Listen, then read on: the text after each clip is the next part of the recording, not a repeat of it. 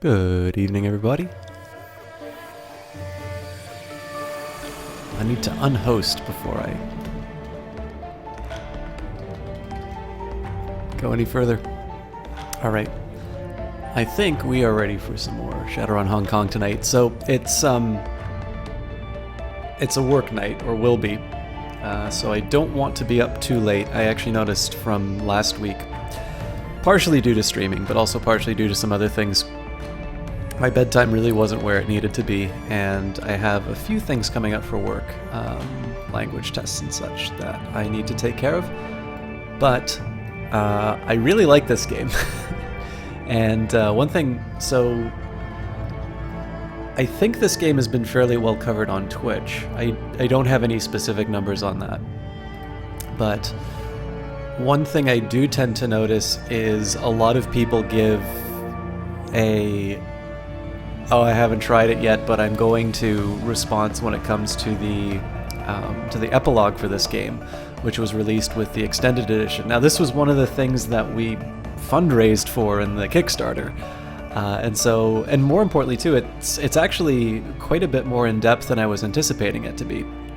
So, just as a clarification for those of you who own this game, everybody got the extended edition. And there is a campaign here once you finish the main one called Shadows of Hong Kong. It takes place, as it says here, the weeks following the events of the main game. And again, there's quite a bit going on inside of it. And then, of course, on top of that, if you want even more life out of any of the Shadowrun games that you have, there's, of course, the workshop, which has people's contributions as well. So there's a lot going on in this game, and so far I'm actually enjoying this sort of extended edition. So I think I'm just going to jump straight into it. And what I'll most likely wind up doing here is I'll probably just do one side run. Oh, game has crashed. So much for that. I notice actually the crash tends to happen when I stay on the main screen for a while. I wonder if that has anything to do with it. Let's try that again. Yeah, I'll probably just do one side run. We aren't actually going to get onto the meat of the campaign, but the side runs are actually kind of fun. Especially the last one that we did with the super disease was actually kind of interesting. So we'll see if we can get something new. All right, Jomo redlines the submersible's throttle, and you rocket away from the Shiawase lab in record time. The Orc remains glued to the sonar and inertial guidance readouts, constantly scanning for pursuit. Thankfully, nobody seems to be on your tail. Soon enough, you're ascending toward the impound yard, far from the dangers of a germ warfare lab, back to the land of dour police, a leaking boat, and an unfriendly city. Home sweet home. Hello, roguelike girl. Good to see you again. As you can see, we are doing some more... We're doing some more Shadowrun Hong Kong. I did not know that you could pan the camera using WASD. I think I'm actually going to switch to that. Hello, Sam Samson 1981 and Nubasaur. All the good people are here. Well, I'm glad that the game crashed then, because you guys have not missed on any of the content. So like I said at the beginning, we're probably going to just stick with... we're probably just going to stick with one side mission tonight. Oh, you know what? I think all the upgrades that I did last night didn't carry through.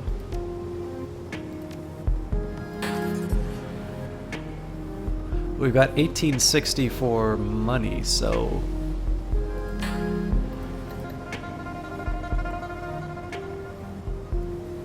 I'm definitely tricked out as far as cyberwork is concerned.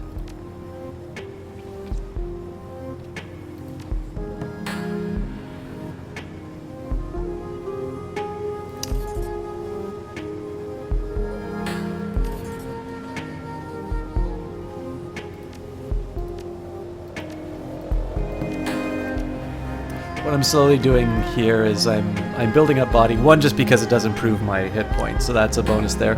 I'm also kind of working on the pivot to eventually put in some melee weapons. Now, in reality, I'm not actually going to take advantage of any of this stuff until I get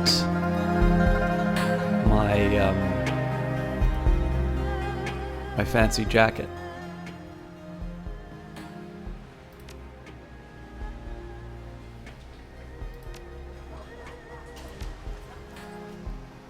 need 2850 for that. I'm kind of curious though what my existing jacket gives me. Apparently that's not listed.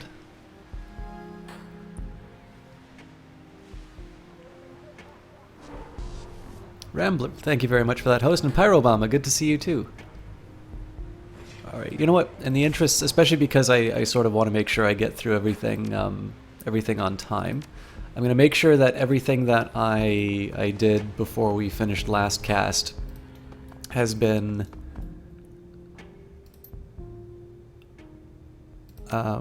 taken care of. Actually, let's just make sure.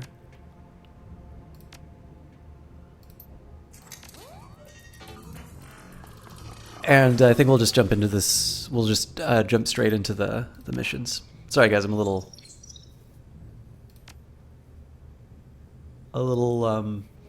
unfocused. So the Ares dermal plating would be the right call for skin, although that's fairly costly. I think we get a slightly better, so I have slightly better value for money by buying that armor jacket, save for the fact that the dermal plating also gives us body.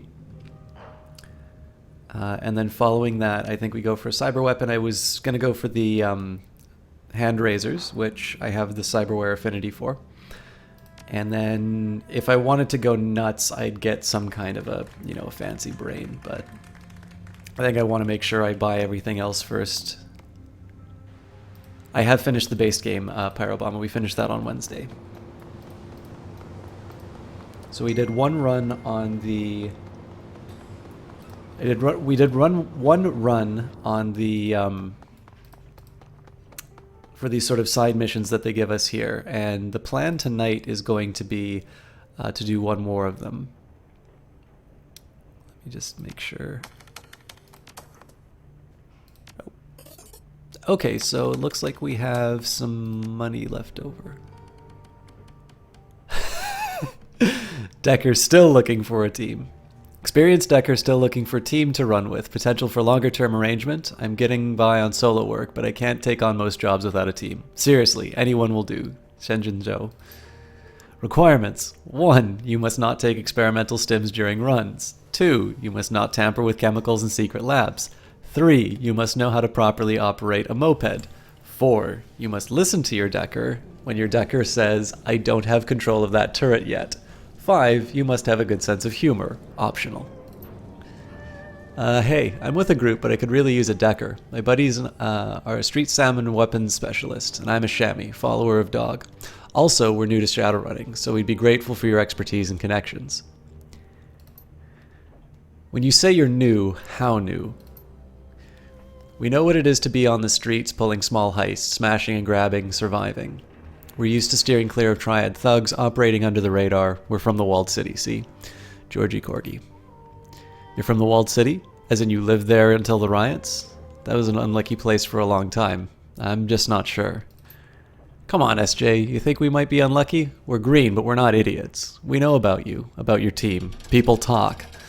We're willing to take the chance. We believe that our luck has turned. Maybe your bad luck streak is broken too. Only one way to find out.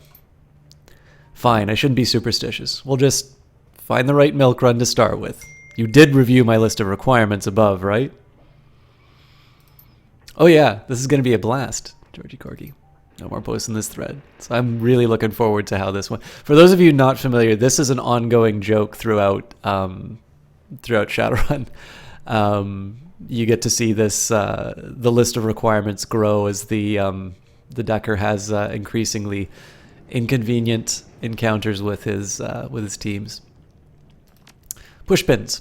Hey all, I'm really freaked out. I live alone. I'm more or less my own custom-built panic room, real secure. Everything was normal when I went to bed last night, but this morning I found a threatening message on my bulletin board.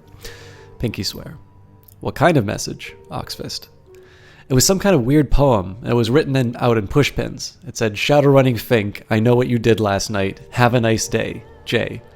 So, what the hell? I'd say you pissed someone off, mate. Oxford. There's got to be a simple explanation. Who's got it in for you? I'm curious who Jay could be. But what I really want to know is, what did you do last night? Crumpeteer. I was on a run, man. Nothing special. Can't talk about it. You know. Pinky swear. Au contraire, Pinky swear. It's the key to the mystery. Who'd you hit? Any megacorp could punch through your flimsy personal security system like a drunk orc with cyber fists opening birthday presents. Harbor Rat. What corporate names begin with J? Genraku? Jazz Technology? Ooh, JRJ International. Crumpeteer.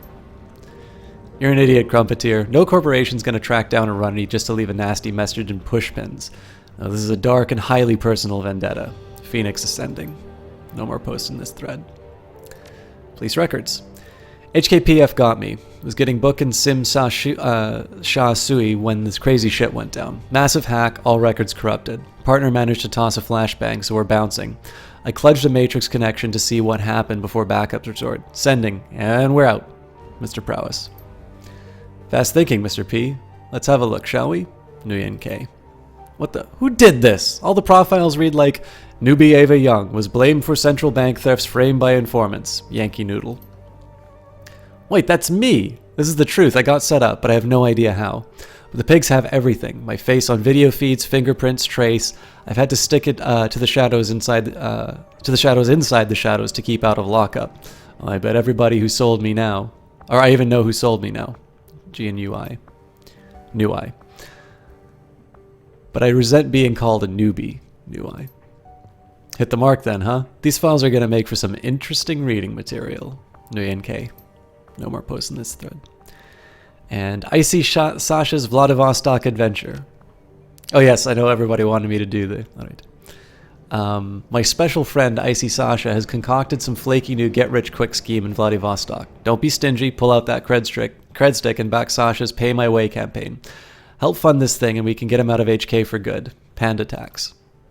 Jeez, Panda Tax. That's not really exactly a ringing endorsement. You do actually support Sasha, right? Happy Valley Girl. Sasha's my ex, Panda Tax.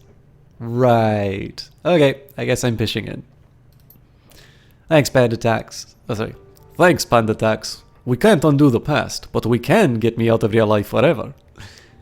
Icy Sasha. You do have a way with words, Panda Tax. No more post in this thread.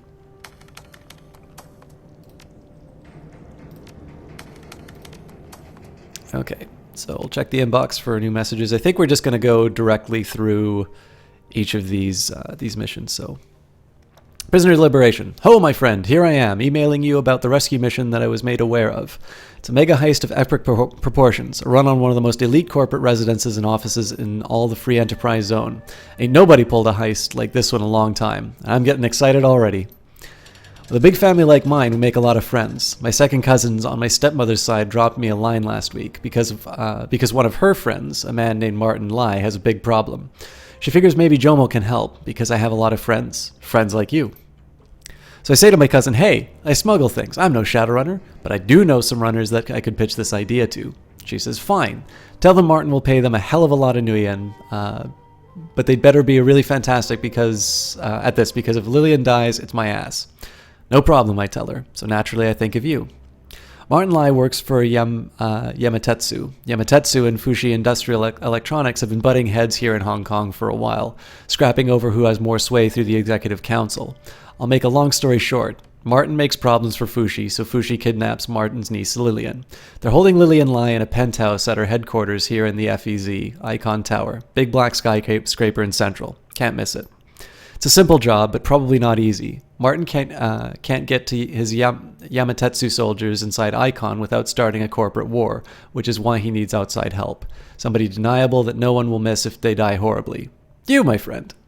He can loan us two advantages, though. A small helicopter and a virus he's planted in Icon's perimeter defense systems. My plan is this. We go in via the helipad on the roof, and you have Martin's virus turn off the anti-air defenses. You and your team work fast, get down to the penthouse, and rescue Martin's niece. Rush your ass back to the roof, and we fly out.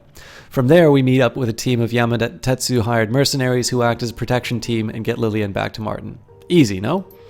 So what do you say? You want to break into one of the biggest corporate buildings in the city, steal a princess in a tower, and thumb your nose at a AAA megacorp? I sure as hell do. We take the run. I'm not here right now, but you should be nearby. Come see me and I will get you to Icon Tower. Those other emails may not necessarily be runs, but I figure we should probably just run through them. I also want to make sure that we've... I think we've already done this dialogue, but it's probably best just to double check. As you make your way into Rachter's machine shop, you find him staring at the display mounted over his workbench. The screen is crammed to overflowing with blueprints, schematics, and technical readouts. After a long pause, he turns away from the display and faces you, a satisfied expression on his face. Ah, yes. Hello again, my friend. Is there something I can do for you? Did I catch you in the middle of something? Nothing that I cannot step away from. I was just doing a little design work, toying with a few novel concepts. He runs his hand through his hair. I've always found immersing myself in productive work to be the best cure for a restless mind. But tell me, my friend, what brings you down to my shop?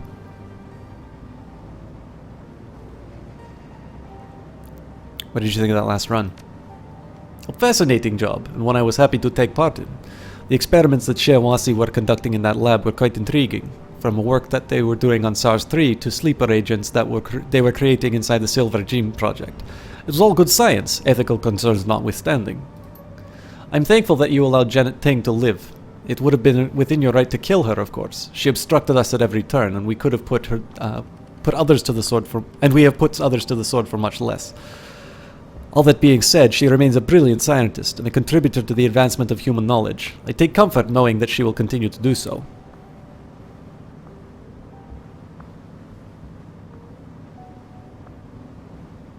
I was going to say, hold up. SARS-3 and Silver Dream are the kinds of advancement that our species would be better off without. No, my friend, I cannot agree to such an assertion. Ignorance is never preferable to knowledge. It may be easier in some cases, but that doesn't make it better. Who knows what other breakthroughs the development of SARS-3 might lead to, what secrets of human consciousness the Silver Dream project might have laid bare. And how can you assign a value to all the future good that might flow from those cascading discoveries?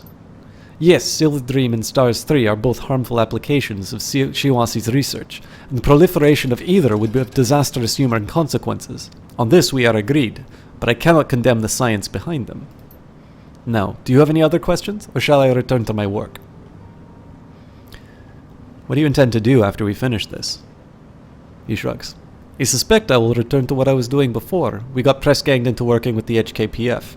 I will shadow run for funds and entertainment, and spend my spare hours working on refining my mechanical counterpart. Kashai scurries around, and Rachter rests his hand on the drone's chassis. The drone rubs against his leg like a dog, light glinting off the smooth contours of its hardened body. Always a work in progress, don't you know? How could it not be? To improvise Kashai is to improve the best part of myself.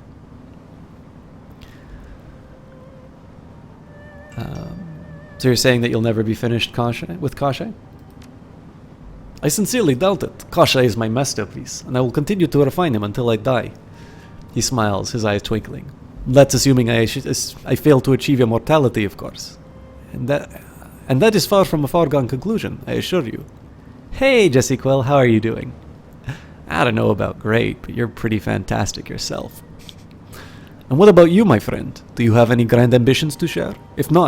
If so, share them. I'm all ears. Guys, I'll take a minute between the Rachter dialogue and shout out a very lovely caster with us tonight. It's not a surprise. I know a lot of you probably already know her, especially given the names that were in chat at the start of the cast. But I do want to take a minute and do give her credit where credit is due. It is, of course, Jessie Quill. I think she was thinking of doing Moonhunters tonight, but I don't know if she wound up casting it. But easily one of my favorite casters, one of the most talented in my opinion. Somebody who was there at the very beginning giving me some advice, and I think it's probably worth noting that she is the only one who has that mod badge in my channel. She's a very good entertainer and is one of the people who can actually jump between different categories on Twitch very easily. She's done cooking streams. She even did social eating for a little while and really made an effort to do it despite the better efforts of the trolls. And of course, a variety games caster. And I think one of the things I like the most is she's always been able to jump between the game itself and just, you know, her gameplay, her reactions to it, and the normal things that you associate with Twitch. But she's also been very good at making sure that she connects it with real life issues. And these could be things that are either going on in her life or things that she studied. She has a background both in computer science and in psychology. And you really do get an idea of the person behind the cast. She's one of the few casters who I've had the pleasure of meeting in person, and she's every bit as gracious and charming as she is on her channel. So it's easy to get used to these shout-outs that I give to Jessie Quill, but one of the reasons why I always want to take the time to shout her out is to comment on her talents. And you'll notice there's usually something, while the broad strokes of it tend to be the same, in terms of the particulars of her cast, there's always something new to say, and there are two reasons for that. One, she always gives me something new to say. But number two, it's a much bigger cast than I can ever really do justice to in a single shout-out. And I think it's definitely, even though a lot of you guys are already following her, on the chance that somebody hasn't gotten a chance to check her out, it really does bear watching. It really does bear checking out. She's a very unique caster, and I think she's a very gifted one. And she's certainly found quite a bit of success on this platform, but I think in the end, you always want to give recognition for that kind of talent. And more importantly, she has been extremely kind to my own cast. She's definitely given me a lot more attention than I deserve. And I think a little bit more importantly to you as the viewers is there's a lot of channels to watch, and it's growing because I think, as Jess and I have talked about at least, it seems that more and more viewers are moving to try and do casting themselves, which is fine. I mean, I think it would be good for more people to see whether or not they want to entertain. But I think one of the really special things about Jess's cast is that she's been able, despite her variety, both in terms of the games that she plays, the topics that she covers, and the genres that she goes into, she always has something that is distinctly herself to put in. She's always finds a way to make it fun. She always finds a way to keep the audience engaged and interacting with them. And it, especially when there are very big casters where, and again, I'm always careful not to mention names here because I think it's better to praise people for their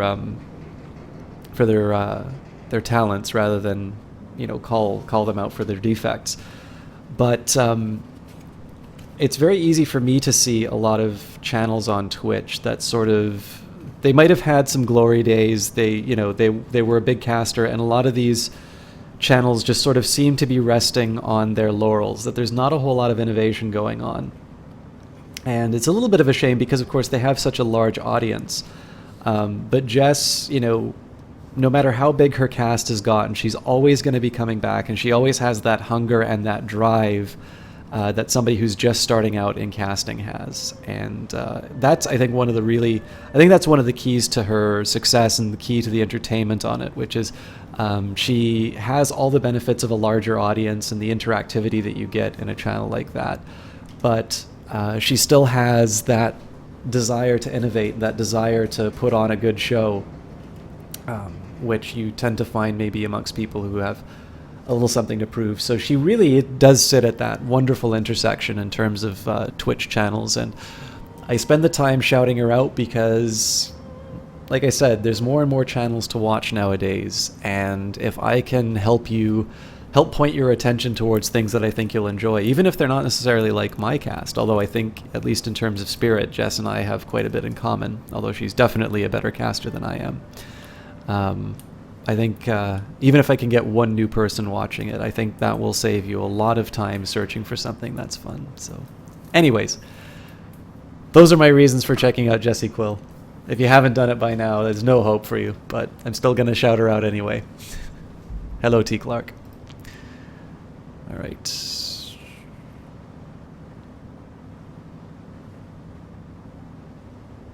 I can't say what my plans are for certain. We'll just have to see how this thing plays out. A fair answer, I suppose. I suppose that we shall have to wait to see for ourselves. He gives his cigarette a tap, and the ash clings to the tip. And the ash that clings to the tip spills on the floor. Let us change the subject, eh? The future can wait. I'm sure that there are many more pressing matters that we could discuss. Have you been doing any more design work on Kashai recently? As a matter of fact, I have. Nothing that I'll be fabricating anytime soon, mind you, but I've been exploring a recent obsession, trying to hammer it into something useful. His lips curl into a rueful smile. The concept is somewhat, how to put it, avant-garde, perhaps. But with time, I hope to put it to the test. Show me. He turns to his terminal and rattles off a series of commands, and the windows that crowd the display disappear. You're left with a perspective view of something that looks like a cross between a scorpion's leg and the jawbone of a large carnivore. The entire assembly bristles with jagged, tooth-like protrusions. Our encounter with the Yama King was a revelatory experience for me. To see such a being up close, to watch how it moved with my own eyes, to observe the crenellations of its flesh and the sculpted ivory of its crown. He spreads his hand. I was, for lack of a better word, inspired. Yeah, I'm getting that. I'm still a long way off from fabricating anything usable. Emulating the physiology of a creature that should not exist is proving quite a design challenge. It is, however, a wonderful way for me to kill time between jobs, and who knows, against all odds, this work might one day bear fruit. Only time will tell. Gotta run. Later. Thank you very much for the retweets, by the way, Jeff and Jess.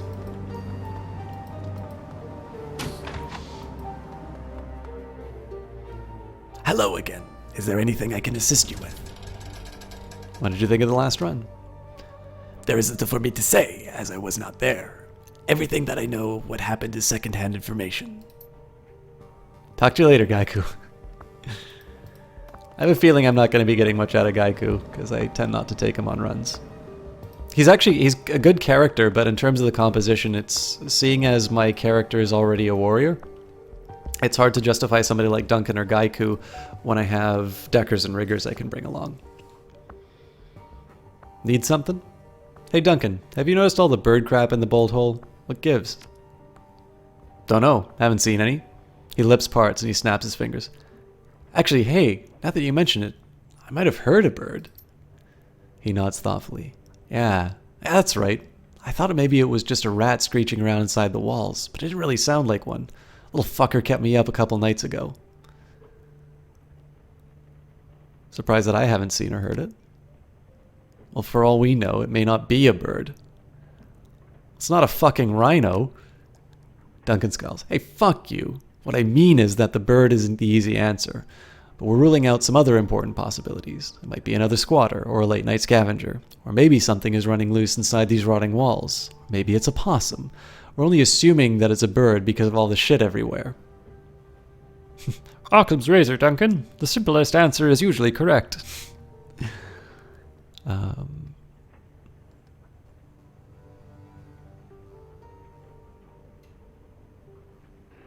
That doesn't help us at all. If we think like that, it could be anything. But our evidence is crap, literally, so we start with that.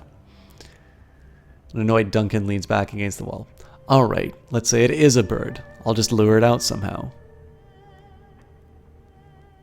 As long as I don't wake up to you at night hearing you say, here, birdie, birdie, birdie. Knock yourself out. Or the bird, preferably. With a roll of his broad shoulders, he shrugs off your comment. I've got it, Gustav. But I've got a feeling this whole thing is going to wind up being a real pain. He looks around and shakes his head. Jesus, this place. Can't wait to get out of here. What did you think of the last run? You mean the one where I was stuck here on the bolt hold? He rubs on his chin contemplatively. Yep, I remember that. Boring as shit. Anything else? Gotta run. Later.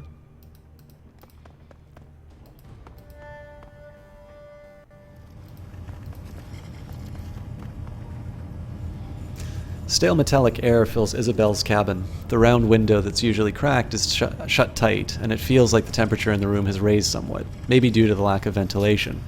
Isabel is on her knees, hunched over her cyber deck, typing vigorously. You can see sweat beading on her forehead. She looks exhausted. She pauses and sits up for a moment. 4:19 a.m. 1 nano drive. You okay there, Isabel? Isabel turns towards you. A pair of tired eyes meet your gaze. Her shoulders look stiff, as if she's been hunched over for a while, and a single red cable protrudes from the dark mass of her hair. She repeats herself. 1 nano drive. She leans back down and continues to clack away on her deck. 4:48 a.m. 1 splitter. 5:33 a.m. Small double-ended cable bundle. Her voice suddenly turns angry as her fingers jam the keyboard. And my favorite hairband! She suddenly lurches upright and looks at you, her brow furrowed, and proceeds to stare in silence. I'm not sure what's going on, but maybe you should rest. Her lips pucker as she studies your face. No, not until I catch that damn bird. Come again? The Decker moans, clearly irritated. She closes her eyes and rubs her temples.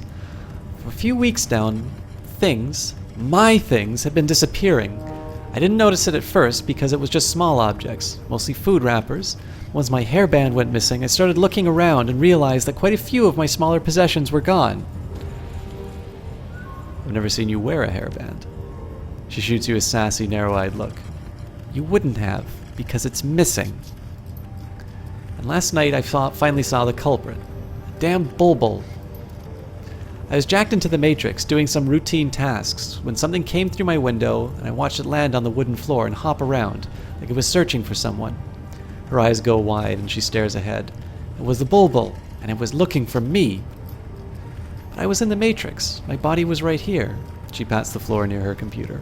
The stupid thing stared at me until it knew I wasn't awake, and then rifled through my stuff and started carrying things away. She motions to her cyber-rack. It came back 4 times in 2 hours. I'm accessing my Matrix log here to confirm the times. Shit, I needed that splitter too. What are you going to do about it? I need to figure out where this bulbul's stashing what it's stealing. I need to get my things back. If anyone with any kind of technical savvy finds them before I do, I have no doubt that they'll end up on the black market. The stupid bird doesn't know that it's sitting on a fortune in custom parts. Isabel warily runs her hand through her hair. Her fingers stumble on the red cable, and she plucks it out with a look of mild disgust. She sighs. All right, I gotta crack down on this 71, so if you need something from me, tell me what it is now. What did you think of the last run? Well, it was scenic. Is that all? Isabel shifts the weight on her feet and plunks a hand on her hip. No, I'm still just processing what happened down there. Between you and me, those people, the prisoners, they got to me. I can't imagine what it'd be like to sense their auras and feel their pain, but I'm sure it would have been a deeply disturbing experience. The whole thing's left me kind of unnerved. I rely so heavily on my tech. To see it used that way, and to know that the Matrix tech that I use every day might have gone through human trials in a lab just like that one. Hello, the you. She raises her hand, palm out, and closes her eyes. I can't talk about it anymore. I'm sorry. Can we just change the subject? That's all for now. See ya.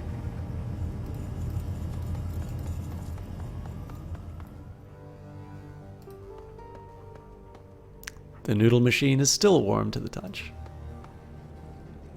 Gobbet raises an eyebrow. Another day in paradise, eh, Seattle? Seriously though, we should get on that. We should get on that run for Chew and Lam. The sooner we hit that police station, the sooner we can watch Crate's messy public downfall. I'm not usually one for spectator sports, but this is one that I want a front row seat for. Don't worry, Gobbet. We'll hit that station soon enough.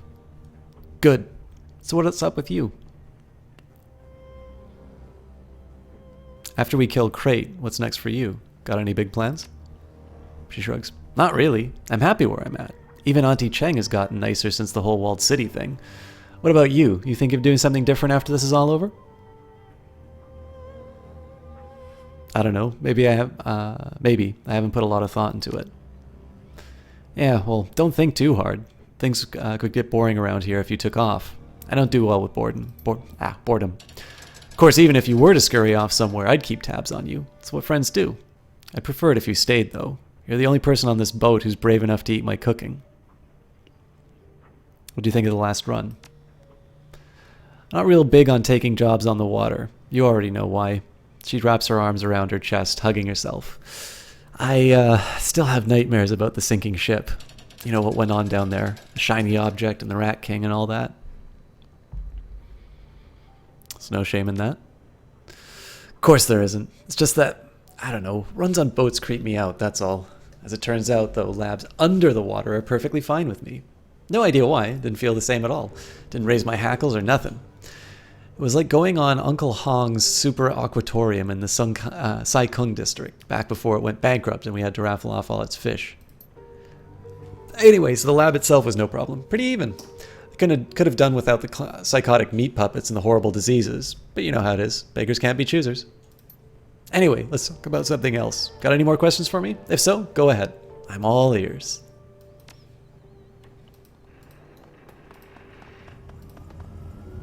Alright, so we've got our next mission.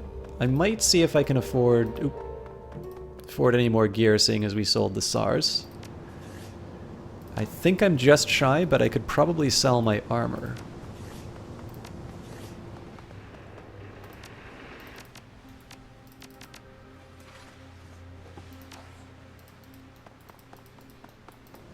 Okay, so I probably have to go to the stash for that.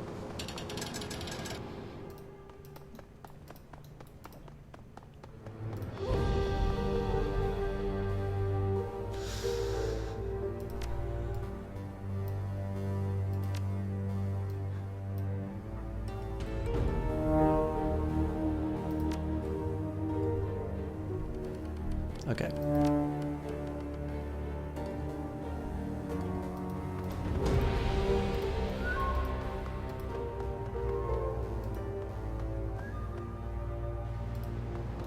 It's been a while since I've seen this outfit, but so the hope here is that I sell the Ares operative gear and that'll give me enough for the better armor set.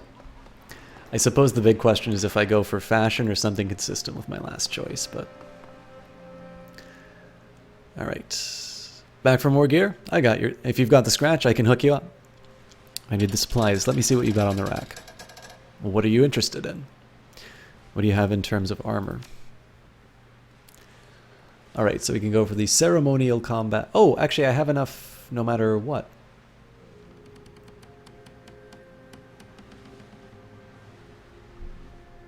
So the HKPF EOD suit is probably the one that's a little more consistent, but Street Operative just looks so cool. So, Ceremonial Combat Guard, tailored monk's martial arts clothing beneath a modified Ares military combat vest, the best protection available for melee or hand-to-hand combat. HKPF EOD suit, a version of the suit worn by explosive ordnance disposal experts. This one has been customized to be light enough to wear while in combat. Street Operative, a secure tech brand ensemble for those who need to be jacked in on a moment's notice. And Wujing line coat. The Wujing court developed this coat for their executives' magical bodyguards. Rigid plates are concealed between layers of ballistic cloth inside. And then we've got the level 6 kind of armor, which clearly I don't need to worry about.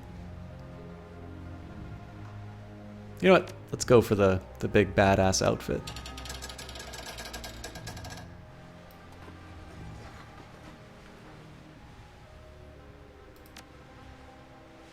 Anything else? Yeah. I'm gonna sell off some of this stuff. So don't need the pistol.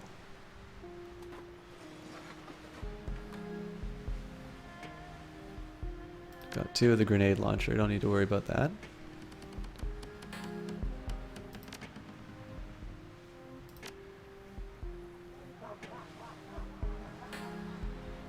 I could probably get rid of some of the like the Bomona kits and the Sovs. Actually, yeah, let's ditch the Sovs. I don't really need them. I've never used them either, so. And also the mage spells.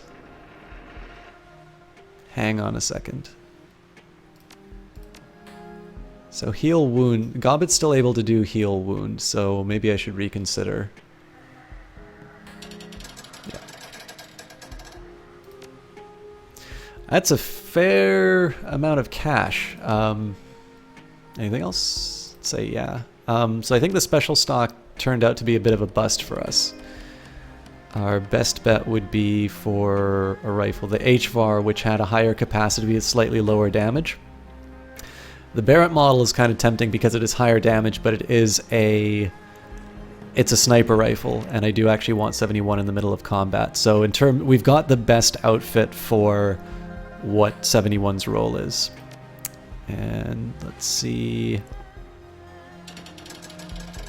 I'm actually going to skip the rest of it, so see you later. So this means I can actually go and buy up some cyberware. So I think we were going to go for skin, and we make our decision in terms of outfits. So right now I'm considering the Ares dermal plating with +2 armor, +1 body. I've more or less said that I don't want any triggered items, mostly because I don't like the fact that it costs AP and it only lasts a certain period of time. So I can either boost my charisma, so the one I really want to consider, I do sort of need to consider the essence cost, but basically what it comes down to, it's like, okay, do I want to, I can say I can get let's just assume that essence is no object. Ares dermal plating strictly dominates orthoskin. Again, I don't really care about the Nuyen, I don't really care about the essence. So here I need to make sort of a qualitative decision. What's better, higher charisma or higher armor and body? Well, for this character, the armor and body. I'm already more or less maxed out on charisma. It does mean that I could gain 1 additional etiquette, but I don't think the addition of another etiquette really trumps the higher armor and body for like my very heavy combat-oriented character. So we'll add that. In terms of cyber weapons, we will still be able to use the hand razors, but I suspect probably an upgraded brain may not be in the cards. We'll see though.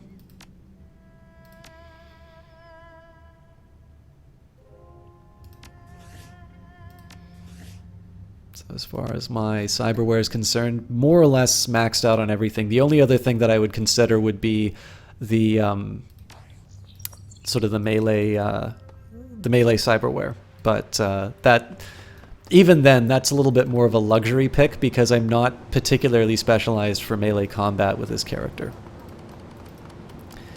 All right, let's get on to the mission. We're about almost an hour into the game, so we probably should start giving you some action. Jomo is busy gulping down some manner of cheap Singaporean beer, the label marked with a golden merlion. He raises his hand as greeting. Hello, hello! What can I do for you, my friend?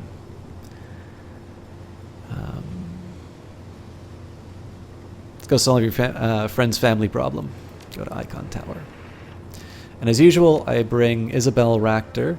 So those two I bring because of the skills that they bring. My character doesn't have any ability with drones or with computers. I usually don't like bringing in the alternatives here. So we've got the argument for this shaman over Gobbet would be there's something about Coyote that I prefer, but in this case it's usually been that Gobbet has the better set of spells.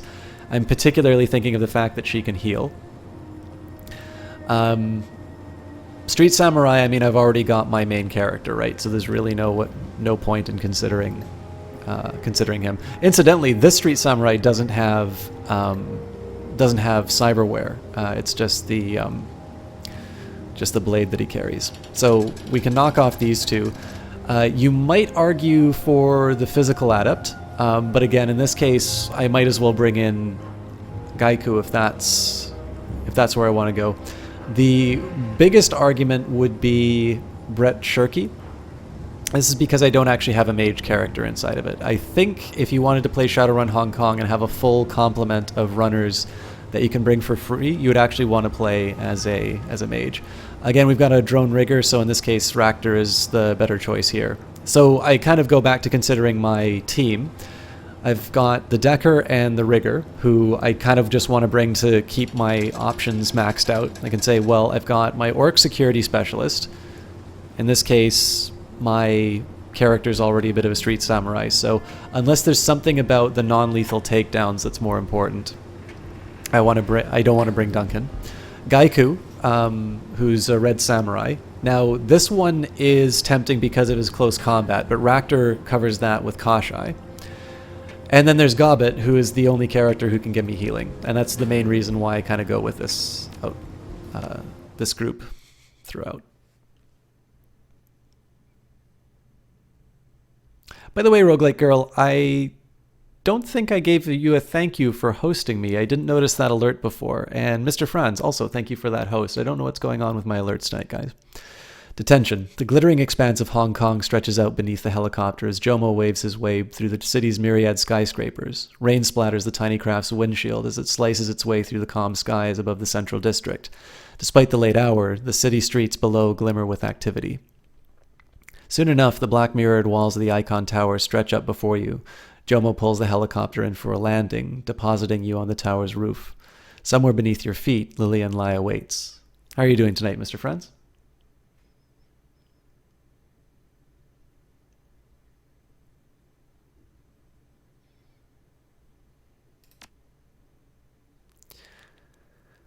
Okay, let me just double check with my team. So we've got the grenades, we've got the med kit, so I'm good for 71. Isabel needs a Bumona, so let's give her one of the cheap ones. Ractor also needs a Bumona, so again, we'll give him one of the cheap ones. And I was going to give a premium one to Gobbet, but she actually already has a cheap one as well, so I should... I think in this case, I'm actually going to give the premium to Ractor. My justification for that is that Ractor will be somebody who can control Kashai, so losing him means that I actually lose two characters in the combat, and he can also heal Kashai. So those are two pretty big reasons why I want to make sure that he's on top of things. Again, I want to make sure that everybody's capable of being healed. And we're in a pretty good shape in that regard. I think what I'll do is I'll give Gobbet a med kit just in case things go south. We might as well make it premium because we've got a lot. I could probably also switch out 71's med kits for premium ones, and I'll leave one behind just because I want to have inventory space. Ideally, this character is not going to be spending time. Leave it. Ideally, this character is not going to be spending time healing, but it's nice to be prepared. So let's give Isabel another premium medkit.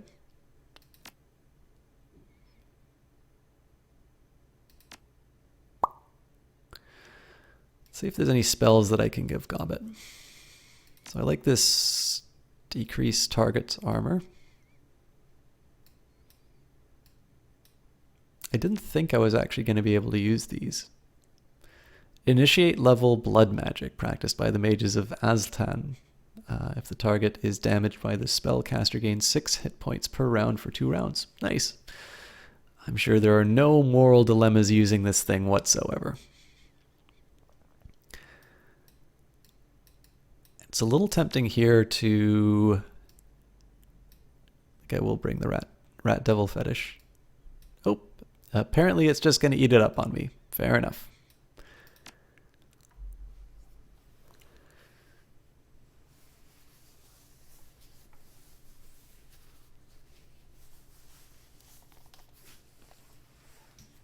So I've actually been putting some thought towards making a Shadowrun adventure. I just don't know when I'll find the time, but the question that I have is whether or not I want to stream it, because the reasoning I have is I have gotten a lot of benefit personally from watching people do something. So if that sort of motivates somebody, oh, hey, if he can do it, I can, that means that there's more Shadowrun adventures for me to play. But I also have a few ideas in terms of like plot twists that I think would be kind of fun. And I have to appreciate that if people sort of see how the sausages get made, they're maybe not going to have quite the same impact. I don't know though. I'll think about it. It's not something I would be doing immediately anyway. So, amid rain and the deafening roar of Jomo's rotor wash, you jump down onto the Icon Tower's helipad. Red light strobes softly in the myriad antennas and satellite dishes that dot the building's roof, and all of Hong Kong stretches out before you. As quickly as he brought the borrowed helicopter in, Jomo revs the engine and lifts away from the Fushi facility. Jomo's face appears on your PDA. Jomo here. I'm taking off, and I'll make a pass around the tower. You go down and get the girl. I'll swoop in and it'll be off. Easy, la. 10 to 15 minutes, tops. You doing okay up there by yourself? Don't you have any worries, friend. Jomo may be a pirate, but he still knows how to fly a helicopter. As long as I stay in public airspace, all will be well. Just don't take too long. This bitch is thirstier than my aunt during happy hour. We still have to meet the girls' protection team. I really like this level, by the way, like just the background for this. Okay, well, there's a little bit of a... the raindrops in the sky maybe lose the illusion, but this is... I really like the look of this. I suspect, no disrespect to the design team, but I suspect this is fairly straightforward to put up, but it just creates a really nice, just as you're moving through it, just kind of, it's a really nice little backdrop. So, little details like that. I mean, again, I don't really have any artistic ability, so when I see things like this, I mean, it's a really nice looking game. I really like kind of going through these environments and looking at everything. So, lethal force authorized. Intruder detected, moving to intercept. All right. As usual, we will start off. We've more or less got our combat rolls down, so I don't think there's any dragon lines for Gobbet to take advantage of. So we'll just drop some haste on 71. But yeah, so it's in some senses it's easy for me to kind of get attracted to these environments just because I'm gonna find anything impressive. But they've really done a great job on this. And even though it may be straightforward, it may be the designer's job. I think there's I don't know. I can't think of a time when I've done work that I'm proud of that I haven't haven't been happy to hear people appreciate it. All right, so I think what I'm going to do here, following the principle of taking pieces off the board, I think I'm going to start off on the low armor Fushi drone here. Lucky I was able to take that thing out. Now my choice can be, I'm only going to wind up doing chip damage on one of these things. In this case, I'm still going to do the expected value of the damage is still the highest on this drone. There's a few reasons for that. One, this has a lower probability of hit, it's also behind cover, and it's also has higher armor. So if the choice is between these two, if this thing hits, the damage is going to be the same, basically, right? 4 armor, 4...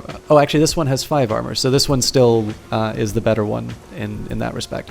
Also, of course, there's the higher probability of missing, which is something you actually do need to take in account for expected value of damage.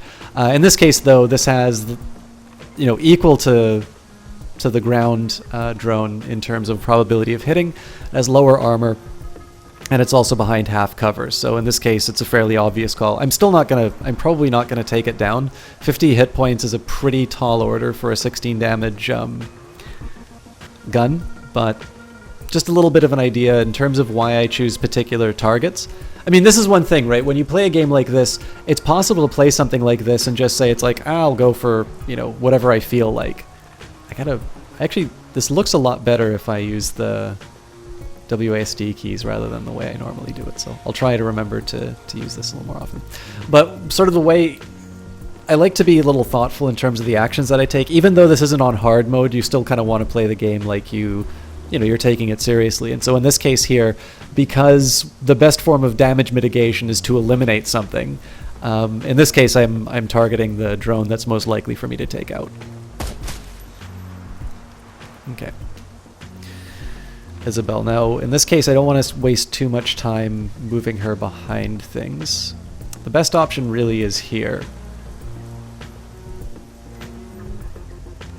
It does leave... If I move somebody here, it does leave people open for a grenade, but I don't really have any better options, so I think we'll just accept what we're given. I think we'll continue on, again, highest expected damage to the Fushi drone, so we'll... Actually, I'm kind of curious if I do the double tap. 48%. Okay, let's just do a steady shot then. Okay.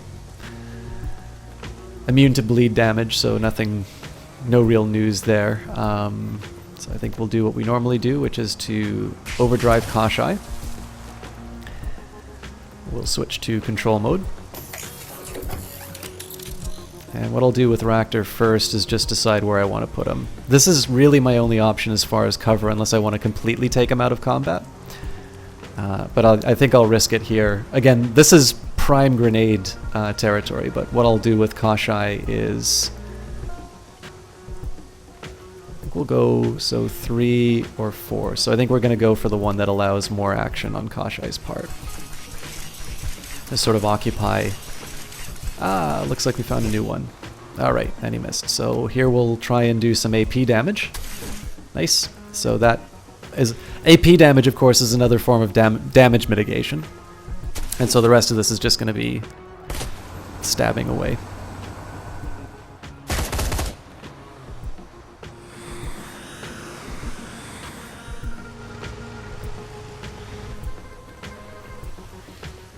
So this would be ideal for a grenade, but I don't really have anything to do with that. So what we're going to do first is we're actually going to head to Gobbet.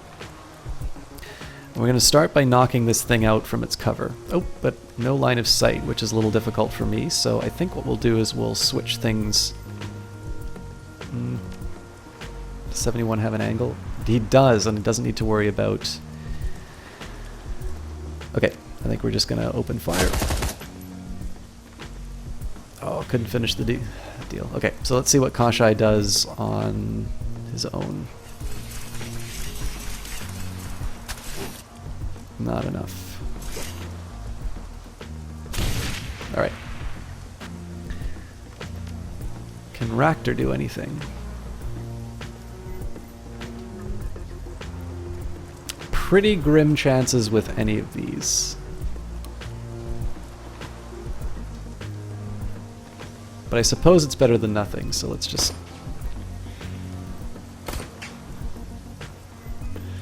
Alright. So my original plan was to try and sort of flush these things out of cover. But in this case, I'm actually going to change up the plan a little bit, so we will try and get the Fushi drone out of cover. Which we successfully did, so we'll do an aimed shot on basically the only thing that we can attack. Missed. Not too worried about it though, so... Now Isabel still has a better chance of shooting this thing down, so I'm gonna divide my attention a little bit. Oh, we might actually be able to take it out. Nice. So I was taking a chance on that, and what 71 was gonna do is work on this one, because of course we flushed it out of cover now. Kashai's going to be able to worry about this one, but this guy doesn't have an immediate, doesn't have somebody on my team immediately working on it. So in this case, we'll open up. And as it turns out, that was enough to take it out. Alright, is there anything I can really do to my allies? Not a lot. I mean, nobody really needs... Nobody really needs healing or anything like that, so we'll just drop a little aim on Raptor, because he definitely needs it. Alright, the rest of this is mostly just cleanup, so let's see what we can get Kashai to do first. Okay, that's promising. Again, the AP damage here is mostly just in case we're not able to seal the deal this round. We'll start with the first. Alright, flanking damage was enough, so... I didn't want to have to reload if I could avoid it, so that turned out to pay off. And we enter the building.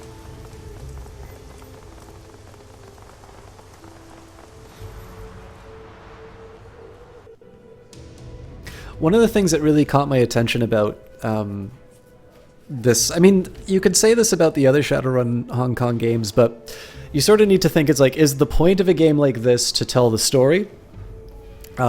Is the point to engage in the combat, or most likely you kind of want to find a balance between them, right? Because it's a role-playing game, you want to tell a good yarn, right? You want to spin a good yarn. You want to make sure that people are sort of engaged in what's going on, but it is in the end a game. And let's face it, I mean, role-playing games have a... You know, you have a set of rules, you have die rolls and things like that for a reason. So I think this one actually does a nice job on the balance. I mean, I like XCOM, so automatically I'm already going to be a little inclined towards the style of combat that they have here.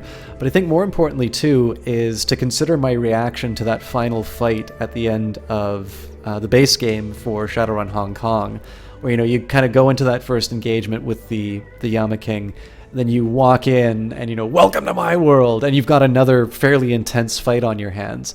They've done a very nice job of sort of making the combat balance out with the sort of the narrative thrust of the given moment. And it's something that I think, at least for me, is a little harder to think about. I mean, like, I don't design games, right? So it's never something I've really had to think about. But of course, after the fact, having played this game, I sort of think that the balance is about right. I don't know what you guys feel about me, like, reading the dialogue and things like that. I don't know if you guys find that a little bit more like, okay, could he just get on with the rest of the game? But I know the story for me is certainly a I don't know, it's a really engaging one, so I like the breaks, and I think they sort of divide it between the action and the story quite well. You step into the opulently appointed penthouse to the sound of voices. Several adults are scattered about the room, with one standing in front of a young teenager. The young girl is engaged in an argument with a woman whose nose has a long scar over it, and whose body language speaks of wariness. Little girl, I don't care what the Fushi team told you. I'm freelance, and I know exactly what my contract states. It says that I keep you here in this penthouse, and that you don't get to leave or receive any visitors unless Mr. Johnson says so. Simple as that. The girl, your target, Lillian Lai, growls under her breath. Why you gotta be that way? You're more pig-headed than an actual pig. She looks past the bodyguard and spots you. Her eyes go wide, but she doesn't say anything. Patience, girl. Practice, girl. A lot of practice. A lot of years of working for MET 2000. I get paid really well for what I do, but I do not get paid to listen to bullshit. The scarred woman narrows her eyes at Lai. Look at me when I'm talking to you. She ignores the scarred woman and continues to look past her towards you. With a quick flick of her wrist, she dismisses the woman's command. Yeah, whatever. I'm sorry. Blah, blah, blah. We done here?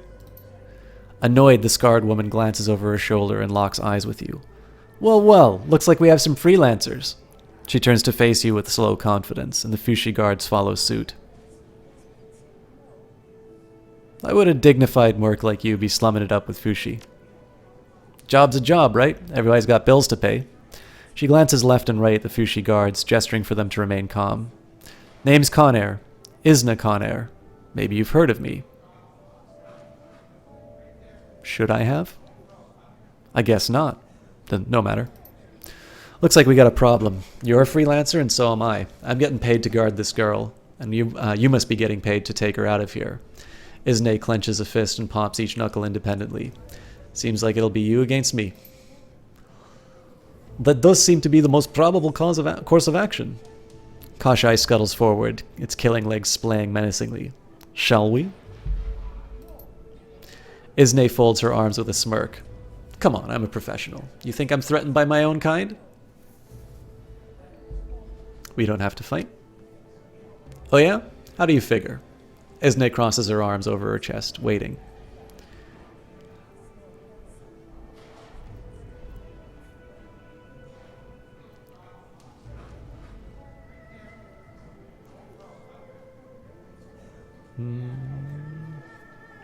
You're freelance. You might pose a threat to me. Goons at your back, though. They're just cannon fodder. Isne cocks her head, eyeballing you warily. She doesn't make any move to attack. Oh yeah? What makes you say that? Look at us. We're obviously prepared to kill anyone who gets in our way. We're expecting to. That in turn means that we're certain your Fushi friends will afford us no significant difficulty. To wit, we will kill all of them without breaking a sweat. Perhaps you aren't paid enough to face us with so little backup. Isne purses her lips, eyes locked on yours. Guess that's one way of looking at it. She nods suddenly. Okay. Job isn't make or break for me, and I don't particularly like Fushi to begin with, so I think that I'm gonna go get a sandwich or something. The Fushi security officers in the room make no move to leave, but exchange nervous glances with one another. Hey, Johnny Big Time, thank you very much for that auto-host. Isne looks to the other Fushi guards in the room. If you guys want to stay here and bleed, be my guests. Personally, I only like earning money that I live to spend. As she starts to walk towards the door, the rest of the Fushi officers quickly follow.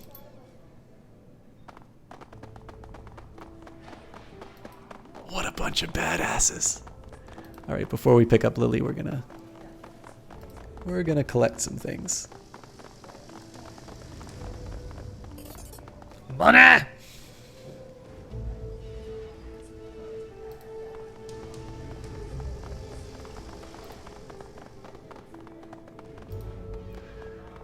Don't really need the healing salve, but...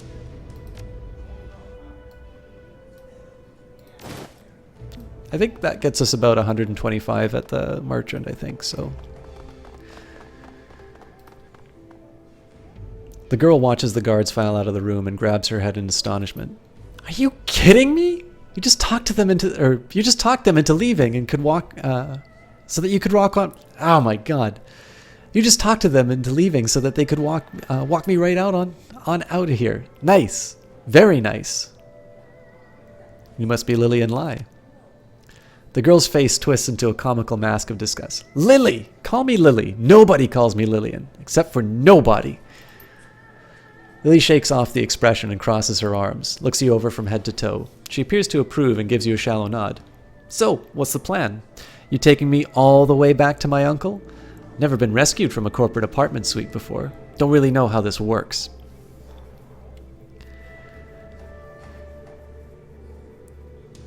Follow me and do what I say. Yamatetsu will meet us once we're clear of Icon Tower. Okay, cool. Let's book it. I'm betting that Pighead, Isne, is calling for backup right now.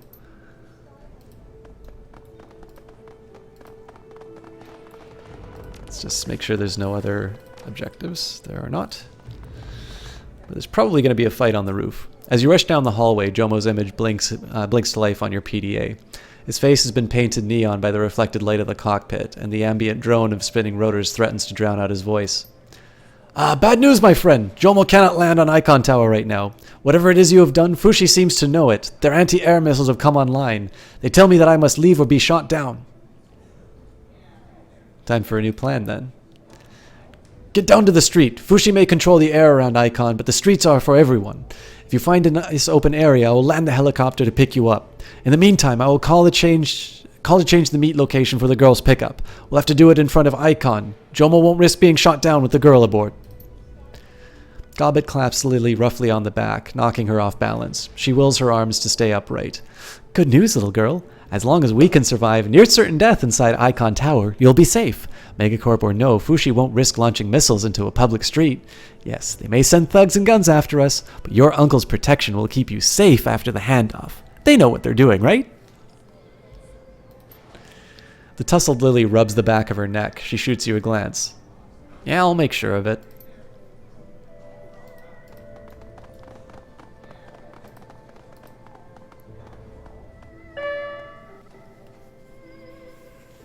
Lily tentatively steps from the elevator and glances up and down the hallway. She looks at you, her relief plain. Alright, the coast is clear. Wish we could ride all the way to the ground floor, but this building's so big they've staggered the shafts. Keeps the rabble from going up to the top floor in the shopping mall. We'll have to elevator hop to keep going down. As for this section of the building, she coughs and shoves her face into her elbow to stifle the following wheezes. A few seconds later, she lowers her arms and clears her throat. Excuse me. Nasty cough. Lily lays her hand dismissively. It's nothing, just dust in my nose. As I was saying, I think that this level just contains a bunch of mixed rooms, offices and meeting rooms, maybe some management residences. She shrugs. Probably. Gobbet shoots Lily a sidelong look. Just a guess? Because that seems kind of specific. Lee smacks a hand to her forehead and lets out a low, frustrated groan. Are you for real right now? Does your line of work just make you crazy paranoid?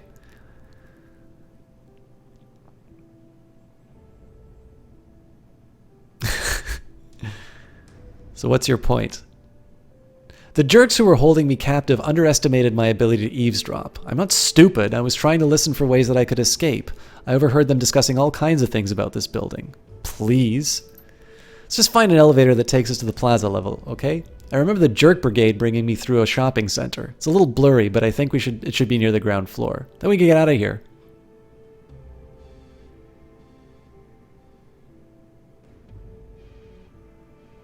Got it. Anything else you remember that might be useful to us? Her nose scrunches as she considers your question. She rolls forward and backward on her heels. Just that. There were a lot of people in Icon Tower. Fushi probably won't lock the place down. There might be too much backlash, which means that there might be other ways out of this building. Okay, so we've probably got a pretty big level to go through. I'm a little hesitant to go up here because this might be an enemy. But I'm also going to guess that the objective is also going to have some enemy. You know what? Let's see what... Oh god, yeah, there's a lot of people here, so I don't think they're gonna... They're all gonna... Oh, nope.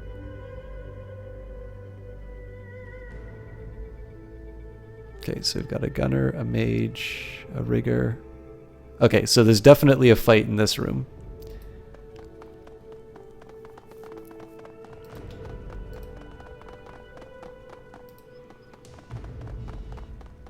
I mean, not that I'm particularly afraid of fights, but if we can avoid them, so much the better.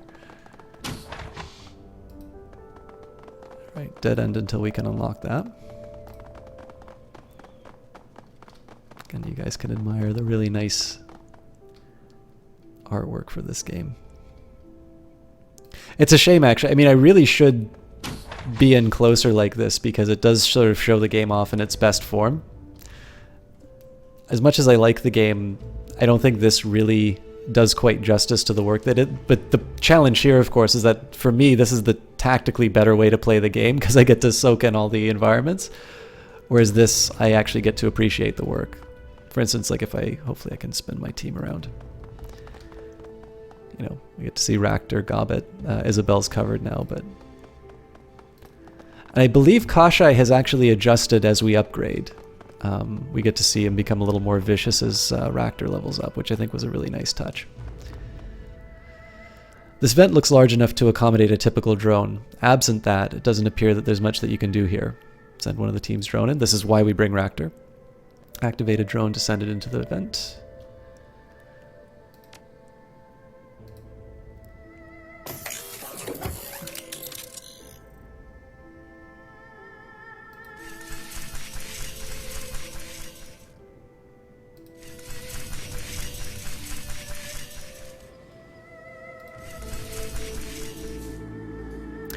This gas rage is a rarity among in the age of microwave induction stoves. Judging by the row of woks and pots nearby, somebody who works on this floor must be a fan of traditional Chinese cooking, something much harder to do without large amounts of open flame. Examine the stove more closely. The gas hose that connects to the back of the range looks loose. Strips of peeling duct tape form a tenuous seal between the hose and the oven. Okay, so I don't know exactly why. I'm going to leave it alone for now. Because blowing up somebody's apartment without provocation doesn't exactly strike me as the done thing. Why can I not end? Oh, it's because I'm dumb.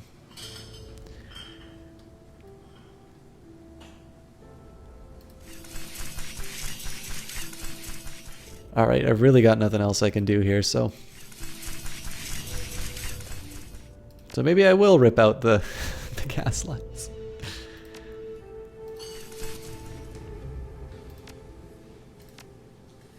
With a sudden hiss, the propane begins filling the room. It would be wise to leave the area before a stray spark causes an explosion.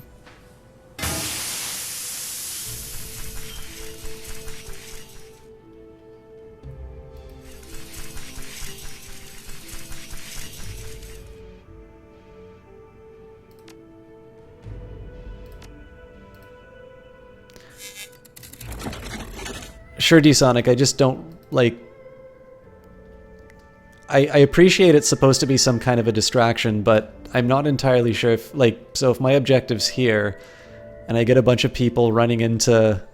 So this is the elevator that we came off of, so the only way that they seem to be able to walk is back to where we're going. I'm just not entirely sure this is actually going to accomplish what I want it to. But we'll see. Well, as the sound of the gas explosion fades, you hear the tromp of boots in the distance. Gobbet looks over towards you, lips pursed. Well, I have to hand it to you, Seattle. I've started fires, but never to see what happened. I'll lay good money that almost every guard on this floor is headed to that kitchen now, though, so maybe we can get downstairs unnoticed.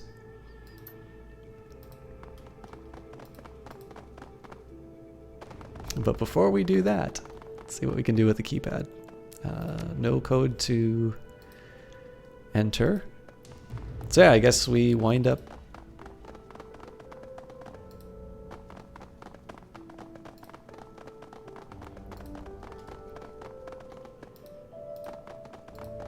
Alright, well, it was fairly straightforward.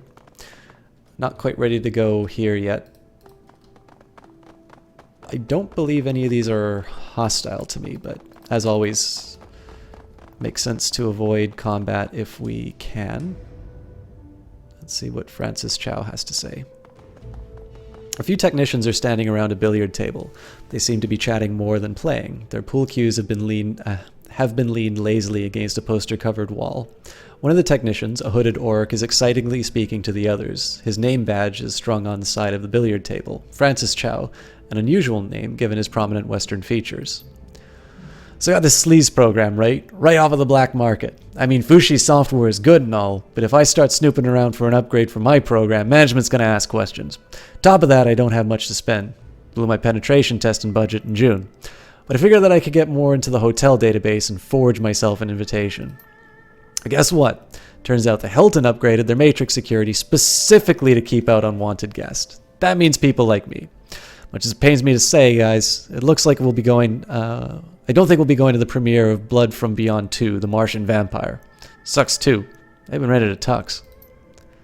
Aw shit, I was really looking forward to seeing Lung Tan Wak in person. What a bummer. Technician leans back to stretch and catches sight of you. He recoils with a start, lashing out under the table with one leg. You hear a dull thunk. Ah, what the heck, man? That was my foot. He follows his friend's eye line to see where you're standing. His eyebrows raise in surprise. Oh!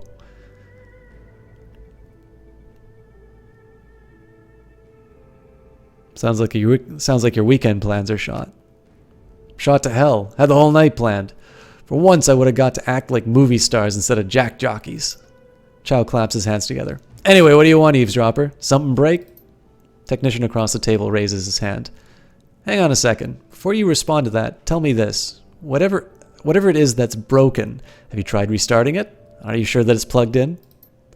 Chow rolls his eyes at his friend. Oh, shut up, Keenan. Let him speak for himself. Go on, stranger. Tell us what you need.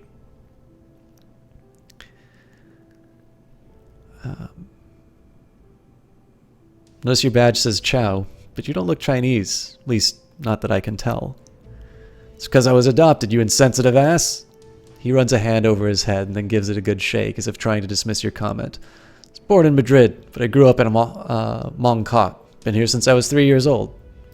He looks you in the eyes and gives you a small smirk.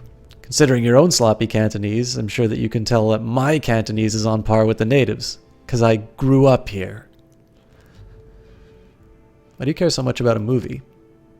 Because I'm cooped up in this damn tower all day, helping the ultra-rich with the most basic technical problems. Hence my colleague's earlier comment. He crosses his arms. I get a lot of time off, but when I do, I need to blow off some serious steam. And who wouldn't want to walk the red carpet with a bunch of stars? What are all those people doing in the lobby? Building's under lockdown. Some kind of security alert. Don't know why. Don't care why. I've done all that I can for now. We just finished checking the floor's matrix service terminal, so now I've got some time to kill. You really know your stuff, huh? I'll bet you even know your way around the security lockdown. Somebody with your kind of power could really help me out. His chest deflates. It would seem that his confidence only extends as far as the door. No can do, Chief. Rules are rules, and I don't want to get chewed out by the boss. He screws his face in concentration. I mean, I guess there's always a freight elevator, but that's on a different security circuit. Look, if you really want out of here, just go by the main data trunk and hack the elevator yourself. Provided that you know the door code, of course.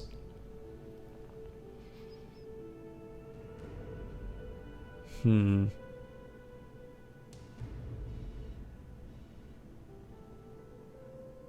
I mention that I've got several well-connected friends? Some of them even know Dr. Shen Yang.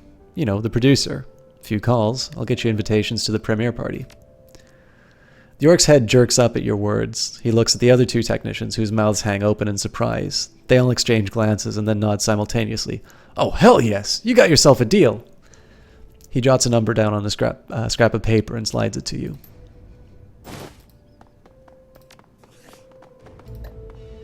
$40561.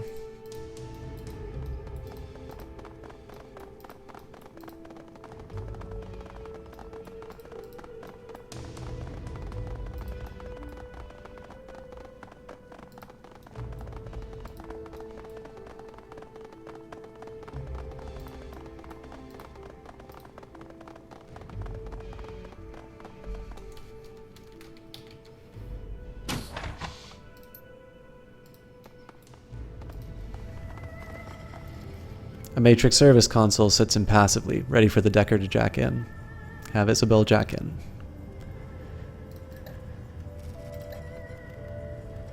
We've got all the ice. You know, I actually probably should see if I can buy some better software for Isabel. Alright, let's see if I can not screw up the Matrix this time. So this seems a little run-of-the-mill, actually. There's no way that I can get caught behind this. It's actually it's me going around this that causes some problems, so I think the better call is for me to go around the edge and down. There's no... If I go to the right, then I have to run around this, whereas if I just wait until it completes its circuit here, I go to the left and down, there's no obstructions. So again, trying to keep it simple and try to... Actually, I'll also get in close so I don't mess up.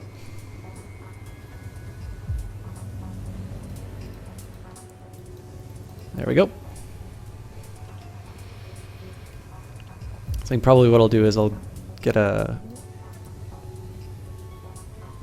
higher view and then I'll go in closer for the detail work. This is a little trickier. So unfortunately I don't get any... Well, okay, there's actually a big gap here. There's actually another big one here. So now I just work through. Okay, it's quite a bit easier than I thought it was going to be. I could technically just force it, but you know, it's kind of fun to do the hacking, so...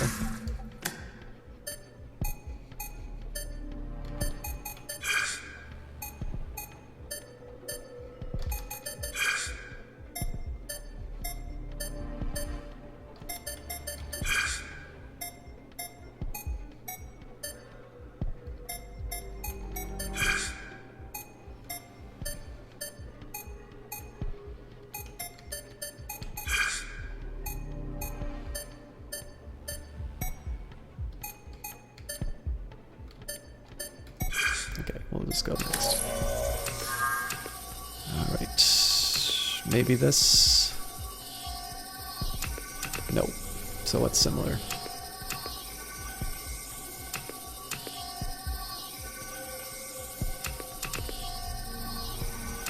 This is very tempting.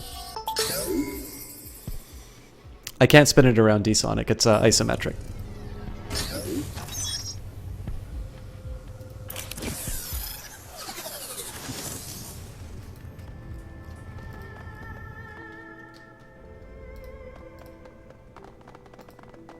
So I am a little tempted to see what happens when you go into this gathering, but...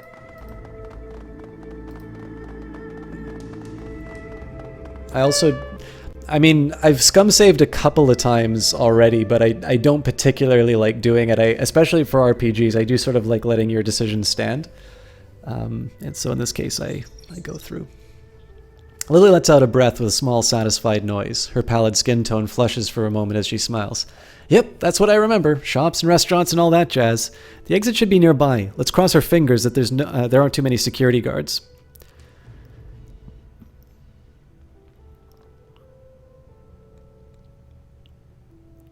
If it comes down to a fight, you know the drill. Hide and you don't die. The girl narrows her eyes and puckers her lips in annoyance. Duh, I'm a freaking pro at this point. Have you even seen my hiding skills? Of course you haven't, because I'm that good. She holds up her palm and turns her head away. Her voice is tinged with sarcasm. Thanks for the brilliant tactical advice, Kong Ming. Of course I'll take color. Won't be much of a rescue if the rescuee dies, will it? Nope, but I'm beginning to feel like it'd be a weight on my shoulder. Just trying to make sure that doesn't happen. Lily's posture loosens. She coughs hard into her hand and then studies the floor at her feet before looking up at you apologetically. Yeah, okay. Maybe thanks or something. Glad to see you've got my best interests in mind.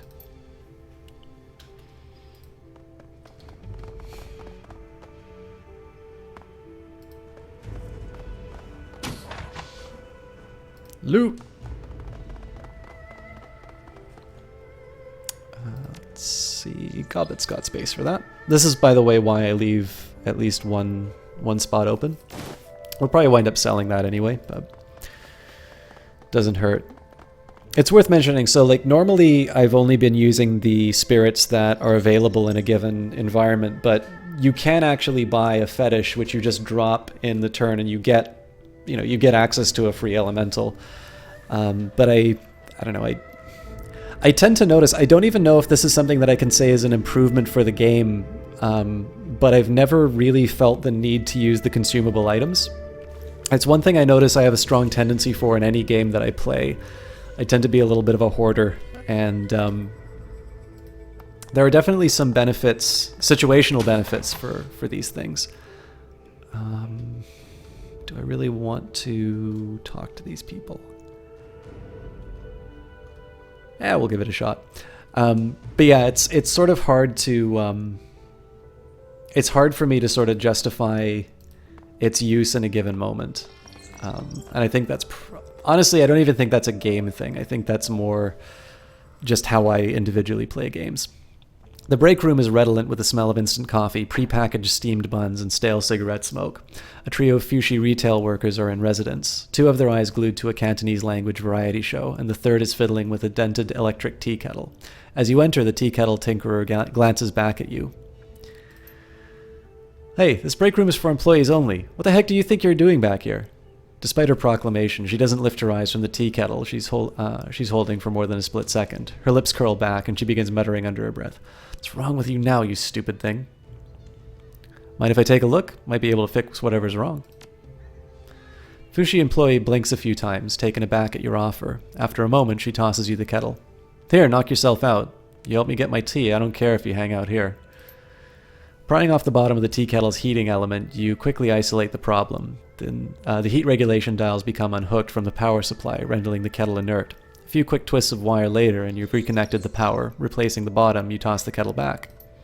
The employee cautiously lifts the tea kettle and places it back on its base. Within seconds, the thing is bubbling away in front of her, and she nods in satisfaction. She doesn't even turn back around. If anyone asks, you're never here. Just don't break anything, okay? Another Fushi employee, a store manager of some kind, glances over his shoulder and hisses at the woman by the tea kettle. Would you please be quiet? I'm trying to watch Meisung's segment. I can't hear with all your chattering. For a moment, she looks like she's about to say something cutting to the man watching the trid. Instead, she bites her lower lip and turns back to her newly functional tea kettle. All the while, the Fushi manager remains engrossed in his trid program. Fushi manager doesn't bother looking back toward you, his eyes remaining glued to the trid. If he cares that you're in here, he certainly isn't showing it. Thank you. I don't even know what we want the Matrix for, we're just gonna do it. I really do like the Matrix in this one. Alright. This also looks quite a bit more straightforward than our previous runs, so again, I just stay in the corner here.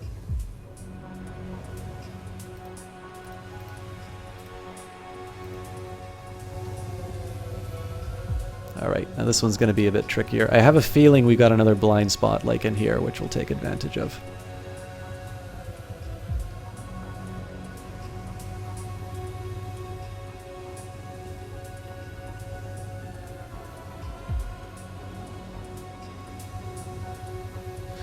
Okay, so I want to see what things look like once I get to the end of this, and then I'll decide the rest of the path.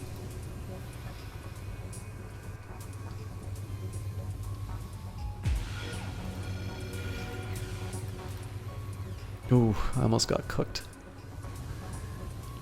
Okay, so I basically need to make a break for it. I'll just make sure. They sort of tend to sync up, so now's the time to do that. And at that point, it's just, I don't even consider the rest of it. I kind of need to run through it. All right.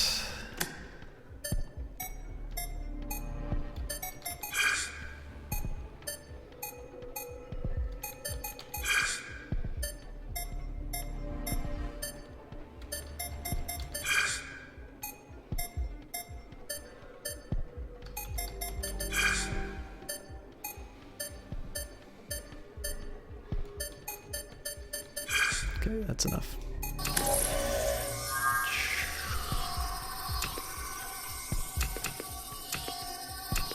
Maybe this. Nope. It's looking a little bit better.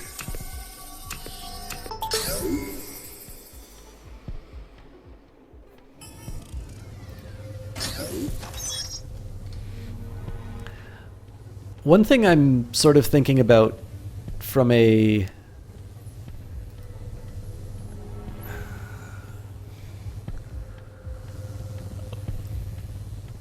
I kind of need to think a little bit about how these are set up. So like one thing about this matrix right now is I've gone in and I've hacked the automated package delivery system. Now obviously this is an abstraction of a much more complicated process of basically like breaking into a system. And I mean, in this case, it's a mall, right? It's a huge tower. There's lots of different things to go on. Maybe this is just a minor circuit or something like that. Maybe I don't have access to the full system from here.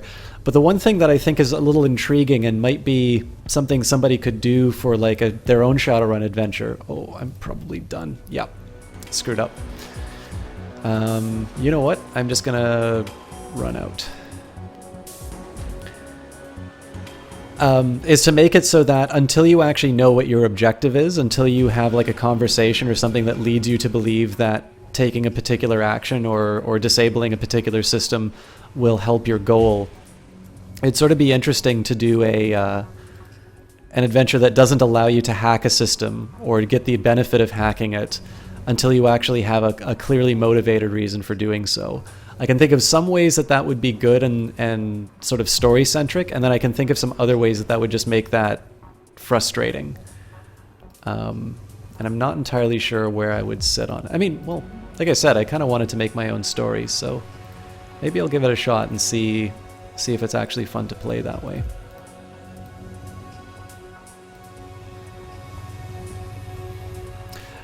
So D-Sonic, they're not...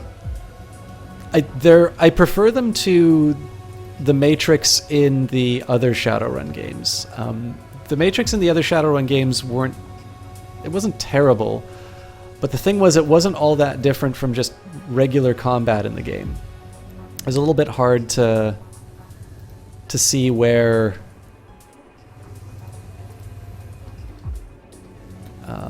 this is going to get bad. Okay, so I think I've got a safe place here. Yep.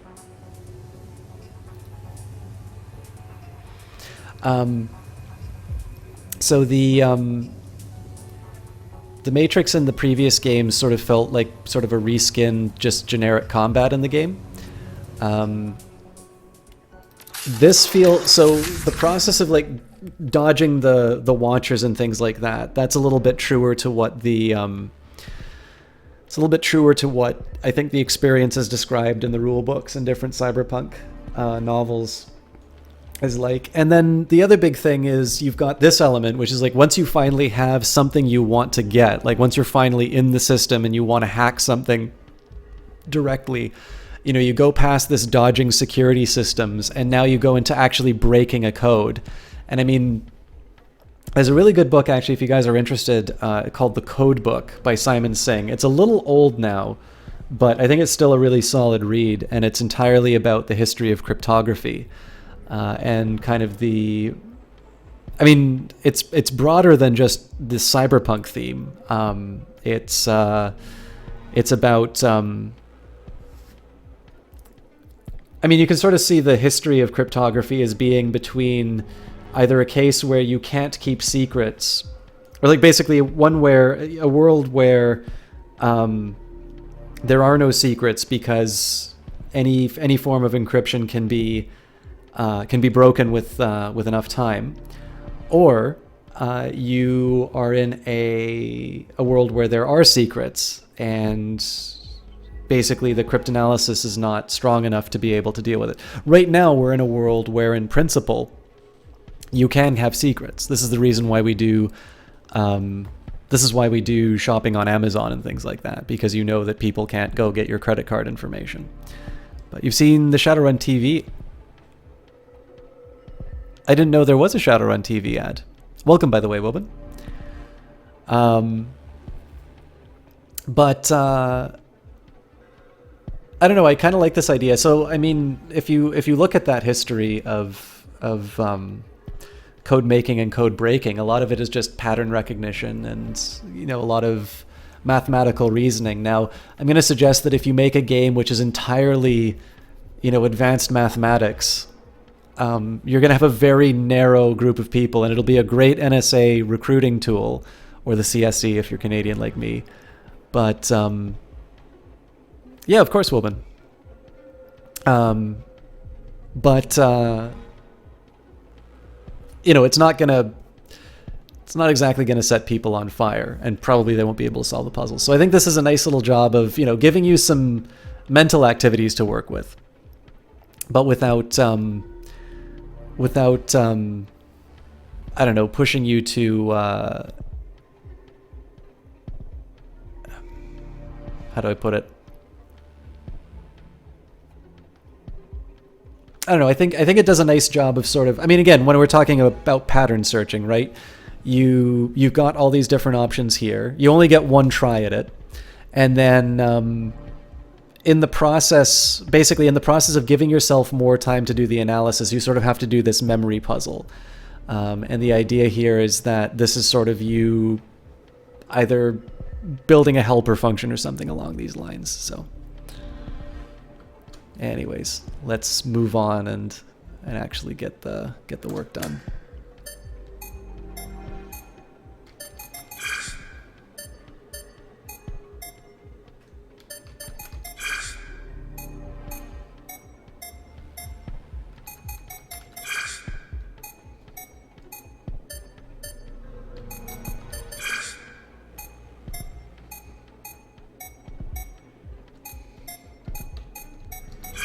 So we got about a minute to work on this. All right. So to give you an example, I think this is the most likely one. Oh, god damn it. Okay. I got a little too careless.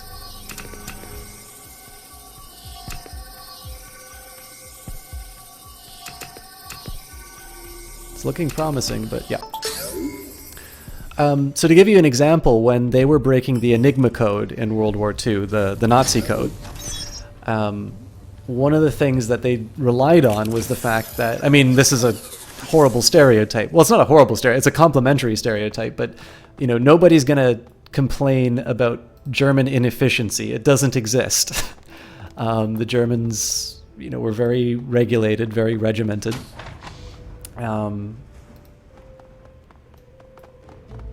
Okay, so I've got multiple options for getting outside.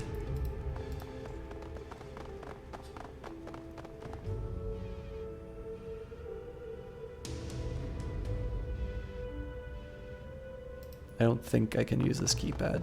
Yeah. So one of the things that they did to break Enigma, or get the code for the day, was to notice the fact that the weather reports were standardized. And so in this case, if you have a very consistent reportage of the weather, all you need to know is what the weather in a region is. Well, that's public knowledge. And all of a sudden you've now narrowed down. It's, again, in that process of the puzzle, right? You get little snippets of information which will eliminate certain possibilities. And at that point, the puzzle becomes relatively simple. So I think they did a really nice job of sort of creating a nice abstraction of presumably what a character in the Shadowrun world would actually go through to get the information. A troll of European descent stands by a rack of flowers, flower bulbs, decorative grasses, and similar accoutrements. He watches several security officers in the main plaza, but looks away as you approach. His name tag reads Danny Spenetsky, and his expression is one of abject boredom. When he speaks, it's in flat monotone. I don't know how to do a Spenecki accent. Hello and welcome to the Eightfold Floral Sanctum, providing feng shui for your heart. How may I be of service? This is a flower shop? Danny nods, rocking back and forth on his heels. That's right. We provide bouquets, wreaths, funeral floral arrays, trellises, ikebana, cascades, nosegays, and assorted topiary. Services include consultation, arrangement, event planning, and hypoallergenic gene-spliced floral variants. Danny plows ahead, deadpan voice never once betraying a hint of emotion. Remember, if you can dream it, we can create it. No job is too big, and no detail too small for the eightfold floral sanctum. Remember us in happy times and sad, weddings and funerals, anniversaries and divorces. Feng shui of the heart. Spinecki, huh? So you're not a local? The troll sighs and nods, his eyes turning toward the floor. Yeah, that's right. I'm from Chicago. My brother's a big shot manager with Fushi, so they moved him out here to Hong Kong. I thought I'd open a flower shop, you know, Japanese building, and they love ikebana. Seems like you're not enjoying it very much. Danny cocks his head, looking genuinely confused. What? No, I love this place. People are so polite, everything's orderly, it has a routine. Business is great. You wouldn't believe the number of people who want floral arrangements in Hong Kong. Oh, wait. You must mean my voice. Oh, so I actually gave him a little more animation than I was supposed to. Imagine I did all of that monotone. It's just the way I talk. Sorry if it puts you off. It's really a lovely building and a lovely city. How'd you get into flowers? Just sort of happened. You know how it is. One thing leads to another, and sooner or later you find yourself in a foreign country, selling flowers to corporate executives who wouldn't give you the time of day if you were in your their home country. You know, because you're a troll. Danny nods, and the barest hint of a smile graces his lips. I goblinized, and my brother didn't, so the non-Japanese branches of Fuchi are okay with him being an executive. My mom always seems to think that I resent him for it. But why would I? He's making all that money in a big, boring office, and I get to be down here, interacting with customers. Isn't that great? Right. Anyway, let's talk about something else. If you like, I am here to listen. What's with the guards? They're not letting anyone out of the building unless they have executive clearance. Something about a security situation. Danny shrugs. Not my business. Is there some other way out? Danny nods toward Lily. She's tired and needs a nap, doesn't she? Children get so tired when you spend all day shopping. She must be getting irritable.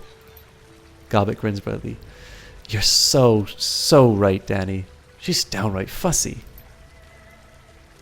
Lily's eyes shoot daggers. She grits her teeth, only managing to growl out her words with great effort. Yes, I am very, very tired.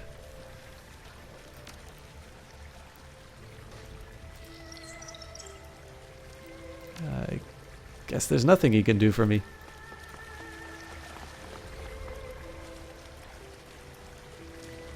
Alright.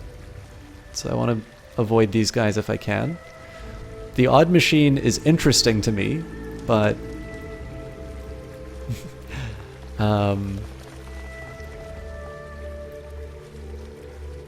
I want to avoid any kind of eye contact with these guys until the last possible minute. So I'm going to move up through this area, and I'm going to move up through this area, and try and do like a big circuit around. Because I have a feeling if I approach these guys, then it's just going to turn into a firefight. Plus, this place looks far out, man! There is nothing here for me.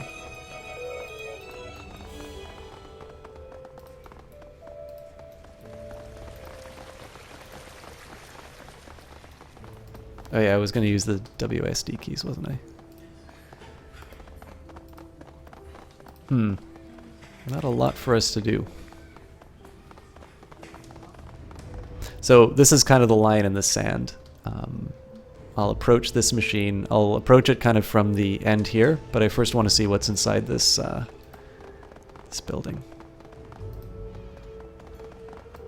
Again, I could just be paranoid about these characters. They may not actually attack until I try to get past them, but I would rather not find out unexpectedly. There's dialogue here. I think I might be able to angle in, but we'll see.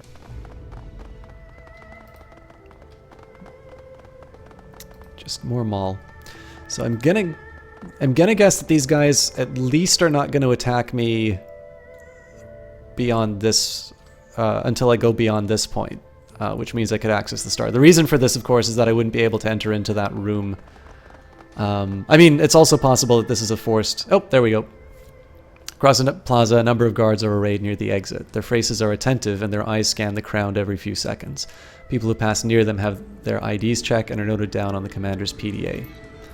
That is not good. They look well trained and like they're not taking any chances. I'd recommend staying away from them, or maybe we should shoot first and don't give them a time to react. Maybe we can find another way out of this plaza level, or at least some kind of distraction that we can make. Let's look around. There's got to be something we can use. So I'll try talking to the guy in here first, then we'll try the odd machine, and I think past that, there's not a lot more that we can do. There's no obvious places to take drones.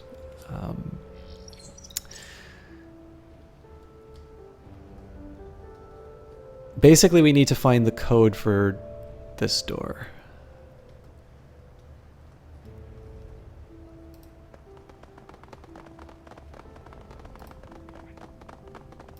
Red-haired elf.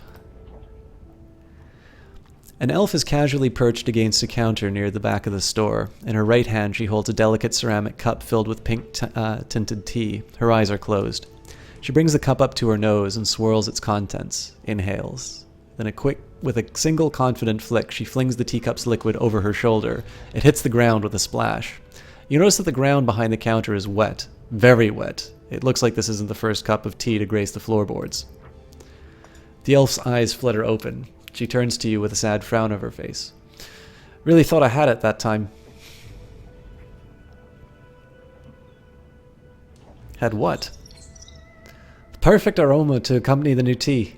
I call it an existential crisis while stargazing at dawn, or peach dew. I'm torn between the two. She grunts in frustration. I've nearly got it. The taste is there, but the smell. She sighs. A lock of her red hair tumbles into her cheek. Guess I'll have to brew another batch. In that time, maybe you'll get a hint more cinnamon. She shakes her head and looks at you. Her disappointment quickly transforms into a wide-eyed, beaming smile. She leans close. My name's Wichita Red. Maybe you can just call me Red. What brings you to my tea shop? Got a bit of an off-topic question about this building. Oh yeah? What's it about? I'm looking for a way out of this building other than through the front door. Can you point me to an alternate exit? Her eyes dance over the ceiling as she thinks. Well, there's the drone room, but only employees with a door code can get through it, so I'm afraid you'll just have to use the front door like everyone else. I doubt that many people here remember the combination anyway. If you haven't noticed, Icon Tower is full of secured areas. It takes a special person to keep track of all those codes. I have a hard time believing that someone with a memory for teas like you is unable to remember something as simple as a 4-digit code.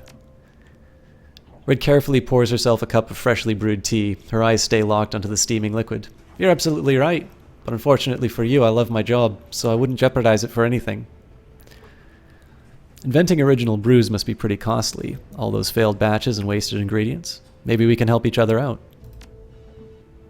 Her eyes glance on the new yen on the table. She mutters to herself. I really could use a new steam infuser. Really brings out the subtler flavors in the herbs. She thrusts her arms into the air and stretches them above her head in an exasperated yawn. As her arms drop, her hand lands on your proffered cred stick. She slides it slowly towards herself. With a quick tuck into her pocket, she swipes the stick and hands it back. She removes a pen from her jacket and busily scribbles down on the back of a tea sample packet. Red's mouth curls into a mischievous smile. Drone room door. This ought to get you through it.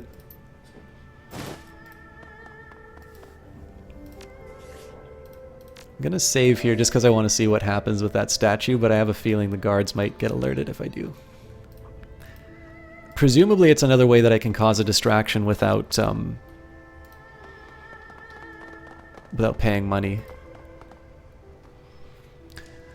The label on the side of the complicated pile of machinery reads Fushi Full Spectrum Sensor Mat 20509. A small handwritten note beneath says official use only. There aren't any visible controls, just a solitary chip slot and a few diagnostic ports. I've seen these before. It's an all-in-one Trideo entertainment system. They use them for holidays and special events. You know, interact with Fushi's collection of mascots during a product launch, or get to see Seong Go during the Moon Festival. Pretty neat piece of tech, and it makes fairly convincing Trid projections. Leave the machine alone. Interesting. So there's presumably something I can do with that. Maybe if I have a different character or something?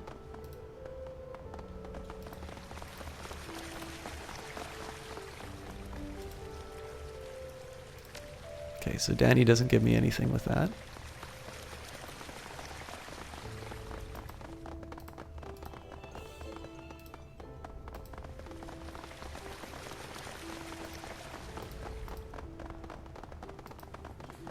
I mostly just want to see if there's anything I can do with the with this based on the interactions. I don't think Red will give me any other options, seeing as I already paid her, but we'll take a quick look.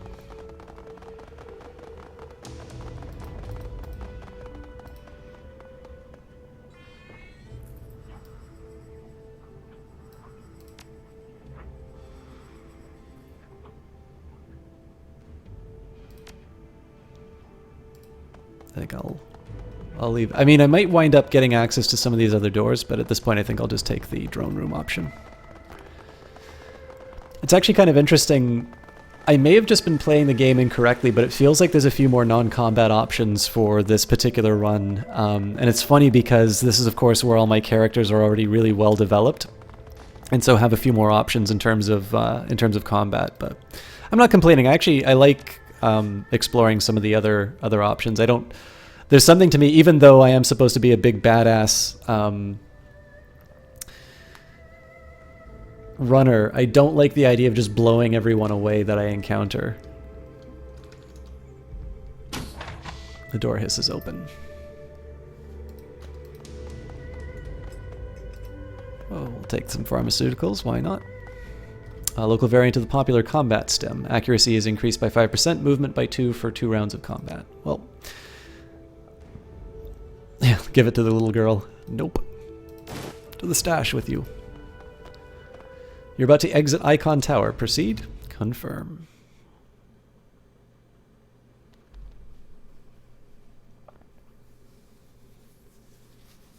It might also be that I've just made a very combat-oriented character, so some of the firefights aren't quite as challenging as they were at the start of the game. I figure we went through a full game where we solved a lot of our problems with violence, so...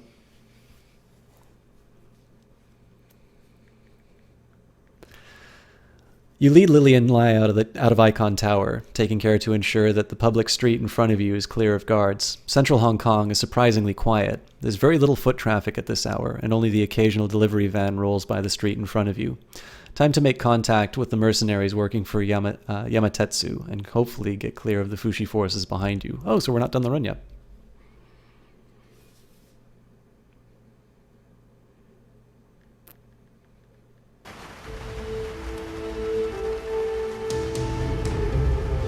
Sorry guys, just need to reply to a quick message.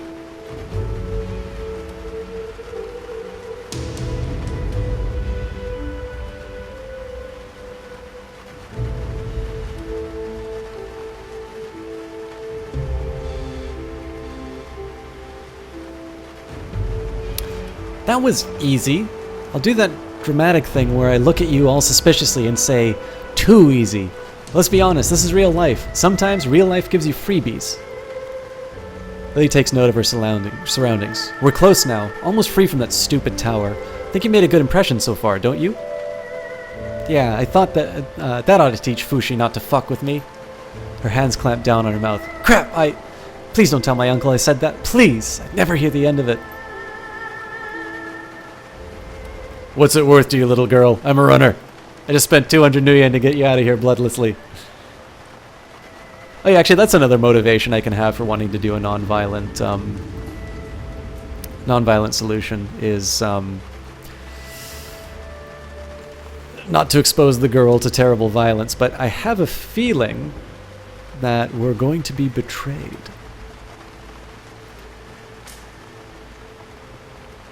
A large, heavily armored mercenary steps forward. You notice the high-tech assault rifle in his right hand, its barrel pointing toward the ground. The man looks ready to shoot at a moment's notice. He peers down at Lily, and his pupils flicker like a camera shutter. The mercenary speaks, a rumbling sound, but his mouth is covered from sight by a tall coat collar. Miss Lillian Lai. His pupils flickered again as they enlarged to examine the girl. Lieutenant Vergara. Lily moves to clap him on the side, but due to her height, she ends up smacking his hip. She looks awkwardly up at him and scowls. You and yours had better save me from this nightmare, Lieutenant. Am I right to assume that you're the one who will be delivering me to my uncle? The mercenary's green eyes narrow. Yeah, uncle. He looks warily over his shoulder. We need to get a move on, Miss Lai. Somewhere safe. We're too exposed here. Are you ready? You should be. I'll have our pilot bring his copter around. Shit. You hear the leather grip of his assault rifle squeak as Vergara's grip tightens. With his other hand, he points past you. Not fast enough. Aha! The plot thickens. An exceptionally calm elf strides to the front of the Fushi security forces. He's slight in build compared to the guards surrounding him, but has an awareness about him that suggests the quick reflexes of a skilled adept. His voice is quiet, languid. He seems to command the attention of those listening. That will be far enough. He gives you a shallow bow. I'm Captain Hong. My men and I are here to retrieve what you've stolen from us. Isne Conair steps next to him, a half-eaten sub-sandwich in her hands. Hey, kind of surprised you managed to get out of the building. Gobbet's body goes tense. She tilts her chin upward and sniffs the air, nose flaring. In one fluid motion, she's at your side, leaning towards you, her narrowed eyes homed in on Isne's sub. Meatball. Extra cheese. Isne tilts the sub towards you with a nod. She begins talking, but the words are difficult to make out, in no small part due to the sandwich stuffed inside her mouth. Yeah, lunch. Sorry for calling in the cavalry. You know how it is, still on the clock. Captain Hong's hand flies up, swats the sandwich from Isne's grasp. It hits the ground with a muffled splat, marinara sauce puddling in the ground around it. Isne stares at the sub, her mouth frozen mid-chew, hand now clutching the air. Hello, Zodicide. Hong gives her a smile, but his eyes remain hard. Like you said, on the clock. Vergara steps forward. This is a public street, last I checked. Fushi doesn't hold any territory rights to Queensway. Do you really want to start a fight out here? Hong arches an eyebrow. The corner of his mouth curls in amusement. It's common knowledge that Yamatetsu's position on the executive council is weaker than Fushi's. We'll pay whatever fine we accrue, a small cost to keep you from kidnapping her. He nods towards Lily, whose tiny body is almost completely hidden behind Vergara's bulky frame. The hell are you talking about? You kidnapped Lily! We're doing the honest thing for once. We're taking her home. Ah, is that what you were told? Then I understand your confusion. You see, Miss Lillian is not from Yamatetsu. Rather, she's under the employ of Fushi, and a company executive no less, vice president of her division. Do you really expect me to believe that? Zodicide, I only use that command in Jess Equals channel. Isne purses her lips and nods thoughtfully. I gotta agree there. Some sort of program for school credit or something? Vergara cuts in, his patience thinning. Don't let this suit get to you. No, he's not lying, but he's also leaving out important details. Lillian isn't a child. She's a woman-turned child. The lieutenant points an accusing finger at Hong. By Fushi. What do you mean by that? The corporation offered Lillian a series of leonization treatments. You may have heard of the process. It's a complex method of rejuvenating a subject and returning them to health and fitness of a much younger person. Sort of a fountain of youth, if you will. But what these dogs didn't tell her is that she was their guinea pig for a new experimental leonization procedure. They fucked up. Look at her! The experiment made her too young. It's damaged her genetic makeup. And now, I'm dying. Lily's voice is suddenly quiet and serious. Not only do I look like a teenager, their treatment gave me a host of autoimmune disorders. Lily's small figure steps out from behind Vergara, and she raises her hands in a loose shrug. So what's a girl to do? Fushi Medical Services are no help. They say they can't cure me, but Yamatetsu here can. Truth is, 71, that Fushi locked me up inside my own goddamn penthouse. Didn't want their botched experiment getting out. A rage seizes her body, and Lily whips her head towards Hong. But the hell with that! I want to live! I didn't spend my life in servitude to Fushi to end in unbirth! Lily doubles over, her hands clutching her knees to stay upright as a deep cough racks her body. The anger fades from her face, which turns a gentle pink from the strain of coughing. She looks at you, her eyes tired, and speaks through intermittent coughs. You're not rescuing me, you're extracting me. But the mission remains the same. I need to be taken to a safe place. I need to be delivered to Yamatetsu. Leave it to me. Before you make any rash decisions, Shadowrunner, I must first tell you that you're still being deceived. Hong's calm voice cuts through the air, and the Fushi troops behind him cease their muttering to listen. Fushi can save her. However, Miss Lai has been fed misinformation by Yamatetsu. Lieutenant Vergara's knuckles whiten as his fist clenched tight. His stare is venomous. More Fushi lies. True, I purposely withheld details before, but only to prevent this situation from getting too bogged down with irrelevancies. Though it seems that now I have no choice. Captain Hong opens his arms in a harmless gesture. Lillian, Yamatetsu is not here to save you. They're here to acquire you, dissect you, to learn what processes Fushi is used to make you what you are today, and to steal that knowledge for themselves. We have proof of this. Our communications engineers have been tapping these Yamatetsu soldiers' comlinks. Their orders are quite clear. Vergara rounds on Lily, his voice desperate. Are you seriously going to believe this man after what Fushi did to you? He's just biding his time. Probably has backup reinforcements on their way here now. We need to move. Now. Miss Lai, you should leave with his crew. You'll be walking... Should you leave with this crew, you'll be walking to your death. We have undeniable proof of Yamatetsu's motives behind this extraction. I'll gladly share our records of this with you. You deserve to know. Fushi can help you, Miss Lai. Perhaps even reverse the process. We can't guarantee that you'll recover completely, but perhaps a little. And at the very least, you'll be alive. Think about it. Alive. We can reinstate some of your privileges, give you some of your freedom back. You could live functionally again under Fushi's care. You're valuable to us, Lillian. We would not kill you like Yamatetsu would. You can't be sure that their so-called proof is real. You wouldn't even find out until you were back in their possession, and by then it'd be too late. Come with us. Yamatetsu wants to help you, Lily. We'll use all of our resources to figure out what they've done to you and keep you alive. With what we learned from you, we could even go on to perfect this kind of leonization, and we can use that technology to surpass Fushi in biological sciences. No! The sound of Lily's shrill voice rings in your ear. She stands apart from Vergara now. Her eyes dart back and forth between the lieutenant and the captain. You both suck! Lily, what do you want to do? Neither of these men care about me. I'm just a thing to them. Property be fought over. Maybe neither one of them can help me. Maybe neither should, or maybe it'd be better if I just died. I don't know. What do you think, 71? I just don't know. Lily looks up at you, her eyes clouded and wet, but stubbornly refusing to cry. She looks frail, her limbs shake. She's covered in light sweat. You can practically see a shroud of death hanging off of her.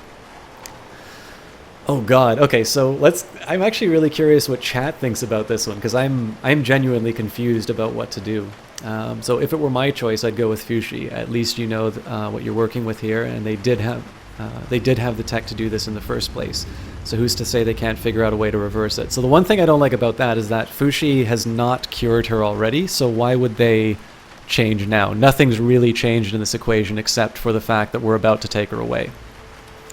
Next here, Fushi's betrayed you once, but you haven't seen what Yamatetsu has to offer. Even if you're being passed off from one company to another, Yamatetsu needs you alive to study you. I'm sure they'll do everything they can to keep you that way. I'm not entirely sure that's true. That's a little bit more made up. And then your instincts are right. Neither one of these corporations deserves to get their hand on you. You're nothing but an object in their eyes, so to hell with them. Yeah, I don't know, chat. What do you think?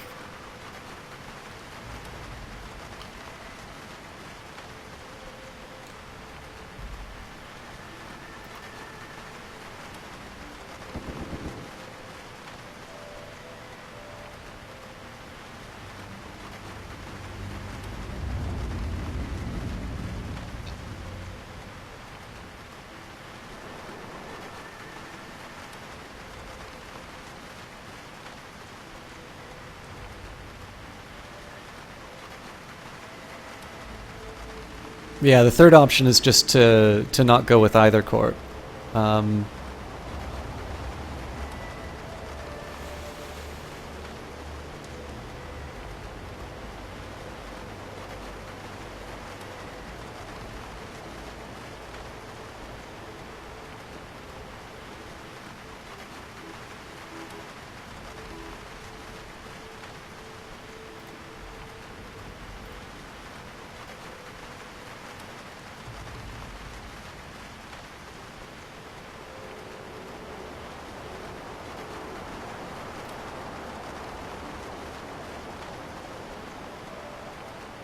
I think I'm gonna go... I'm probably just gonna go on its own... I'm just gonna do the third option at this point. Your instincts are right. Neither one of these corporations deserves to get their hands on you. You're nothing but an object in their eyes, so the hell with them. If I've learned anything after this, it's never to trust a corporation. Both are making pretty promises to save my life, but it's all hot air. They'll each say whatever I want to hear to keep me out of the other's hands. For all I know, they could pop me once in the back of my head as soon as we're behind closed doors, shove me in a freezer and peel me apart layer by layer. She shudders. I can't take that chance. I'm already dying. I've got a week tops. I'd rather die than let either one of these corps take me into their custody. Don't be stupid. The girl's just confused. We're taking her back to Yamatetsu. Hong's even expression temporarily contorts into one of confusion. A moment later, it washes away into a simple frown. Miss Lai, by my direct orders are to retrieve you on behalf of Fushi, by force if necessary. Lily raises her right hand, all but one of the fingers folded down. Just try it!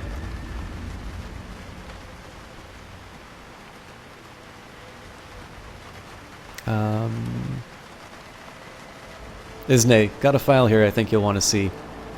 Isne distractedly tucks on her halfway rolled up sleeves. Yeah? What's in it?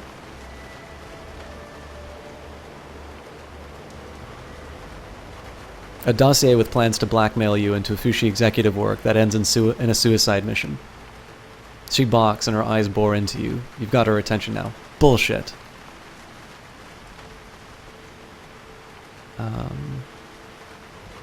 You want it? It's yours, so long as you lend me a hand here. Ismay stands stock still. She continues to stare at you as if evaluating whether or not you can be trusted. After a brief moment, her shoulders relax. Alright, I'm in. No one plays me like that. And even if the file's full of nothing but old coupons and grocery receipts, I got a bone to pick with Fushi. She cracks her knuckles. Those assholes made me drop my sandwich. Alright, let's do this. Ooh. Nice music. Alright, so as is standard practice, I'd love to take Gobbet to this dragon line, but it's too far away. So we will speed up 71.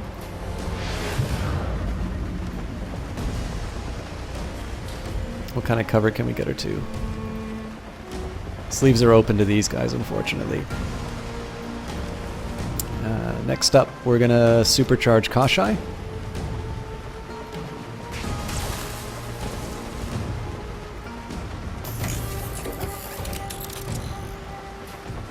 I'm really getting exposed on this side.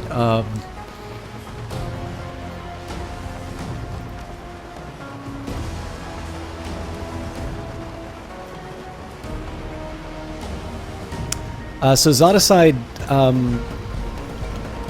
I think right now it's full priced on GOG. Let me just take a look. Currently it's $27.09 for the single game.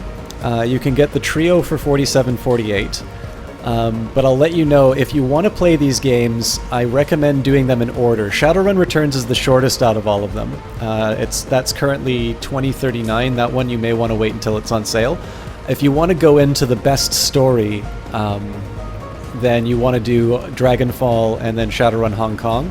The reason is that the mechanics get better with each subsequent game. So if you buy the series, I believe... Oh, hang on. That $47.48, I think that's because I already have Shadowrun Returns on GOG. So maybe a little more than what you want to pay right now. I will definitely say that these games are worth it at their price on their own. But if you want to wait, obviously we're going to be having Black Friday and Cyber Monday coming up pretty soon, I think. I can't remember exactly the days for those. And if you do wind up clicking on that link, that does actually give me a little bit of a kickback. It doesn't cost you anything extra, but I get a little bit of a bonus for drawing traffic to their site. All right. So what I think I need to do for this fight is... They've got 1, 2, 3, 4, 5 guys on that side, and 1, 2, 3, 4, 5, 6, 7, 8. Okay, so what I want to do here is I want to protect myself on this side. There's fewer damage-causing elements over here, and what I think I'm going to wind up doing is I'll try and knock these guys out, and then we can basically focus our fight sort of to the north. So let's... I'm actually going to hold back on 71 for a second, and I'm just going to move... I'm going to move Isabel into protection before we continue on. These are all pretty ripe grenade spots, unfortunately, so it's going to be tough.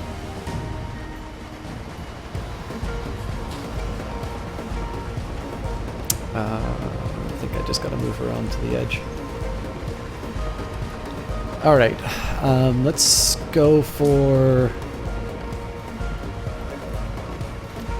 I think we'll just take the mage first.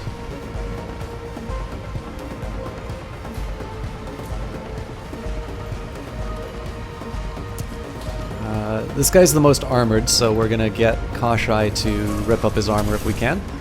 That worked. Next up we do AP damage to just try and take him off the board. Unfortunately it's a miss, so we're just gonna keep doing the damage. Now I'm probably gonna wind up wasting a shot here because we can probably take this guy down. How much damage does he have? 33 HP? Yeah, so this will probably take him out. Yeah. So what I probably should have done was open fire on one of these other guys. But we'll do a headshot. So let's go for the mage, I think is the right call. One, we've already done some damage, but two, they're also somebody who can heal, so good crit. Oh, and we get to go again. Alright. Let's see if we can get Isabel and Gobbet to finish off this work. First up, we're going to put Gobbet on the dragon line. This is a pretty dangerous position for her, unfortunately. So, what I'm going to do here is drop...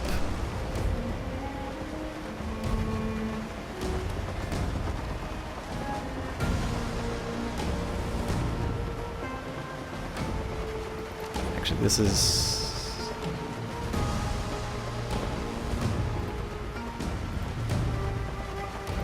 This is nice. This will give me some protection. Let's get Raptor to do some damage. I think...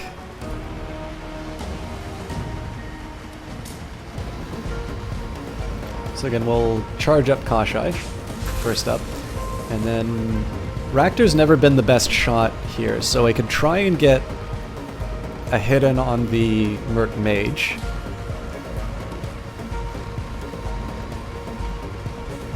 You know what? I think that's probably the right call. It's not going to take him down, but... Okay. So let's see if we can get Isabel to finish the job here. Nice. Okay.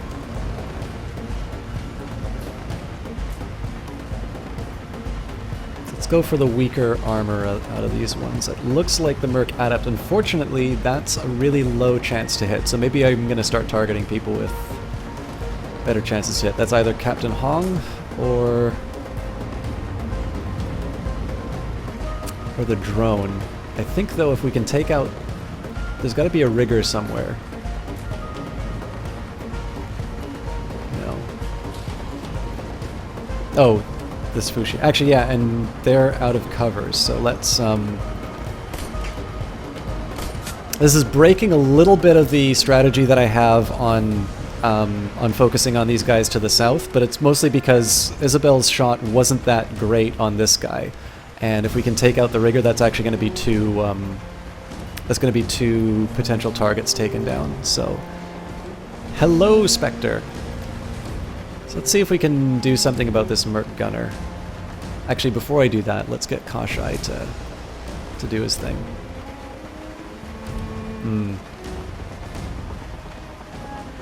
No good options there, actually.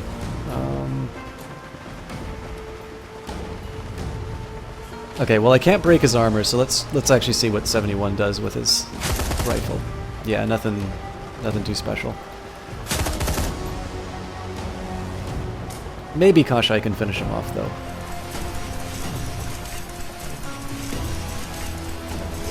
Nope. She didn't do a bad job there.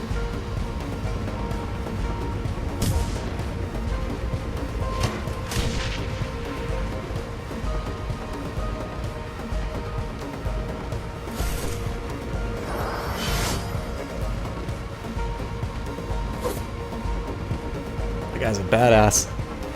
Alright. So we're out of ammo for 71. Let's see what else we can do this round first. So we'll get Kashai to finish off the Merc Gunner. I'm not going to waste my my armor damage on him. It's because we can probably take him out. So my question here is, do I want to take on the Assassin or the Gunner? Let's rip up the Grenadier actually, because he's doing some pretty nasty damage to Raptor. Okay, next up we've got Isabel. I like her position where she is right now. So let's get her focusing on the Merc Grenadier, who's weaker on armor. Beautiful.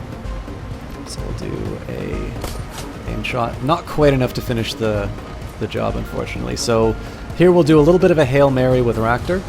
There's nothing I can really do about these. Well, I could improve the strength. I think Kashi we've already used up though, so.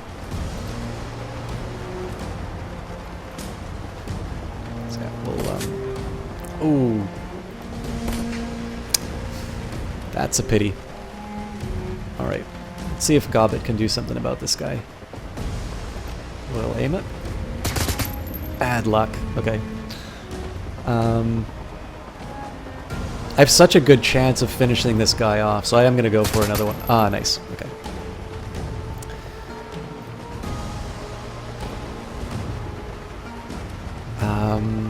I think strip armor is a good call here.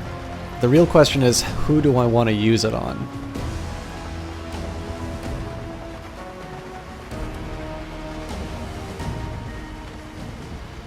Let's hit the... Oh, nice, because I'm on the dragon line, it does both. So, 71 gets his pick.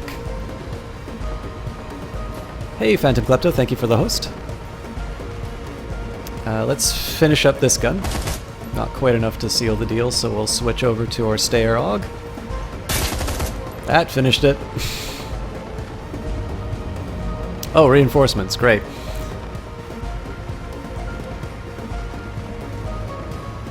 Fortunately, they're ignoring their target.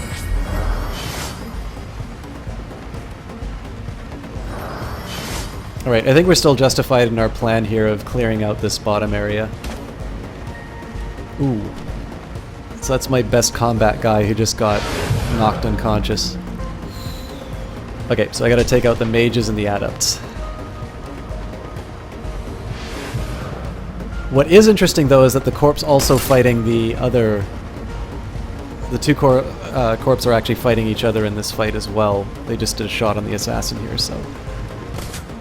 I need to make sure that I get 71 cleared up, so we might actually want to be focusing on... Ooh, Raptor's hit pretty badly.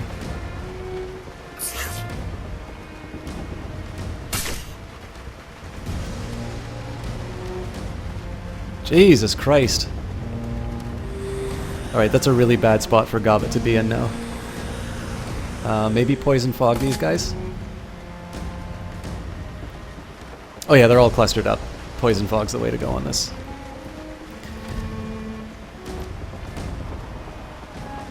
Oh, can I not hit all 3? That blows. Alright, well, we'll at least get 2 of them. And let's drop a heal. I think we'll drop a heal on Raptor. Again, it would have been nice to move her, but in this case, she's able to do sort of multiple heals on major characters. So let's start with Kashai, and what we actually need to do is focus on Captain Hong, just because he has the ability to take out my best fighter. So we're going to start with AP damage on him. And miss.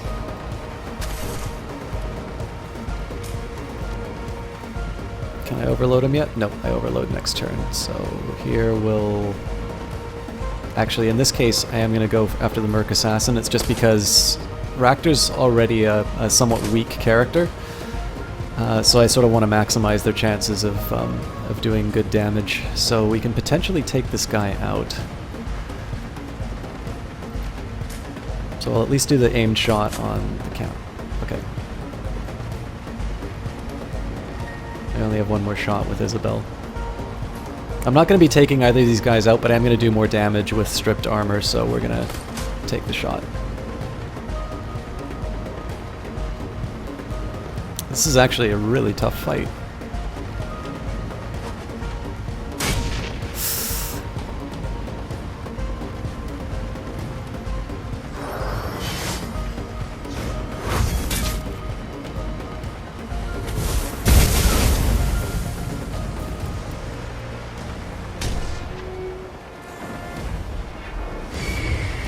Alright, this is a good one for Gobbet. She's going to be able to steal that.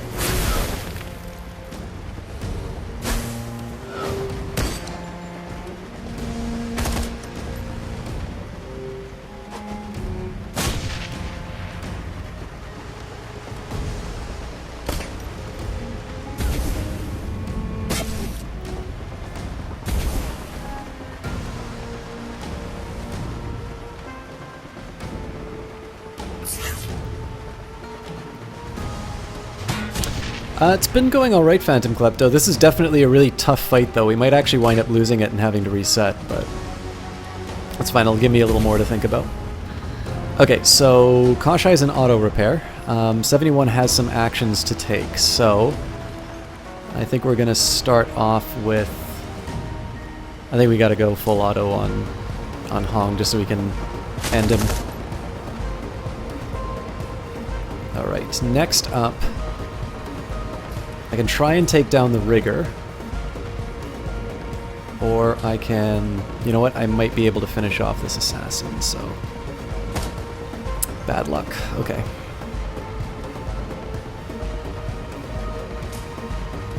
How do I make Isabel most useful?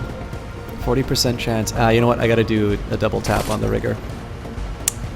Might be able to finish the job. Ooh, that's a good one. So see, we got two targets off now. Okay. I think now's a good... Oh, I can't overclock Kashai, so in this case we're gonna try and do our best with the pistol. No such luck. So, Gobbet is in a pretty compromised position.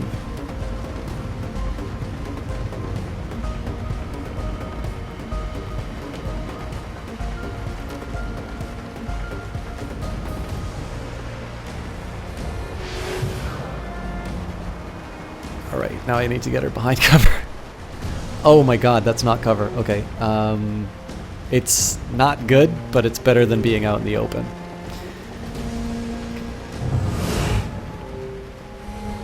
Alright, so that thing just got loose. Hopefully it's not going to spend too much time attacking us. As long as we can muddy the waters. Again, if they... The purpose of this thing is to get them to focus on it rather than us. If I control it, so much the better, because I can do some extra damage to them.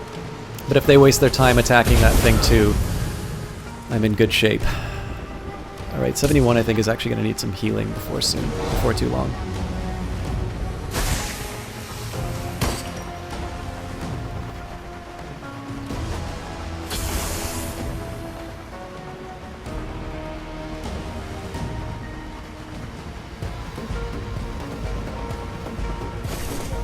I think we might actually want to be falling back a little bit because that'll let Gobbet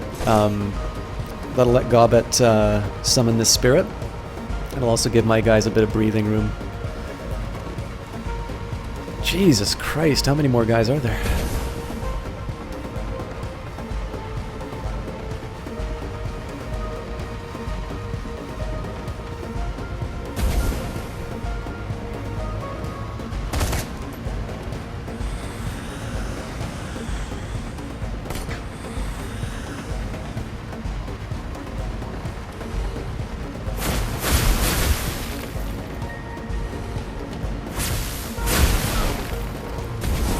That's really good for me. Right, Raktor, we're gonna supercharge Kashai.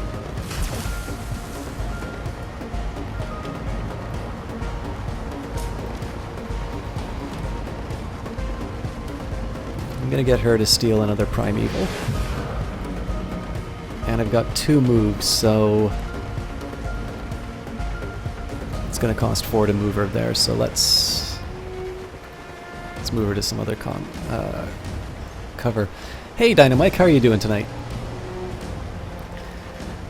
Alright. I'm not quite ready to give up on combat. Oh. Didn't know Raktor could automatically reload weapons. Right, I'm debating as to whether or not I actually want to try and take out these Conjurers, because they do supply me with more things to steal. So you know what, instead let's do servo tuning on Kashai so he can cause problems. Now Isabel, can I get her to... Can't really get her to any meaningful cover this round, so maybe I try and take out a Rigger.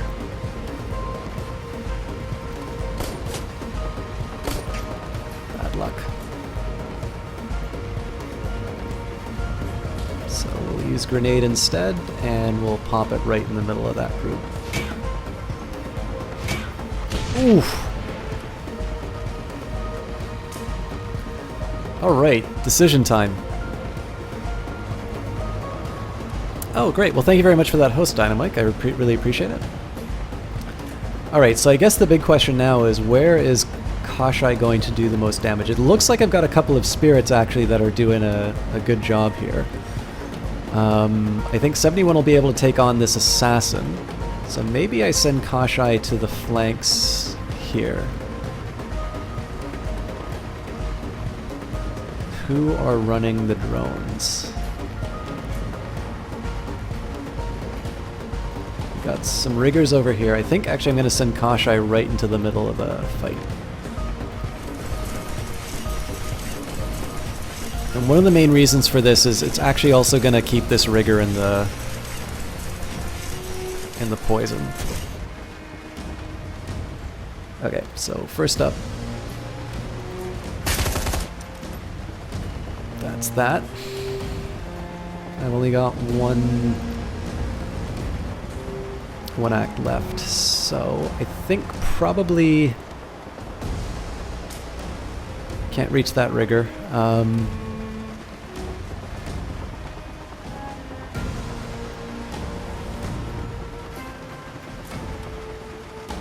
I think a mage is actually a good target to go on next.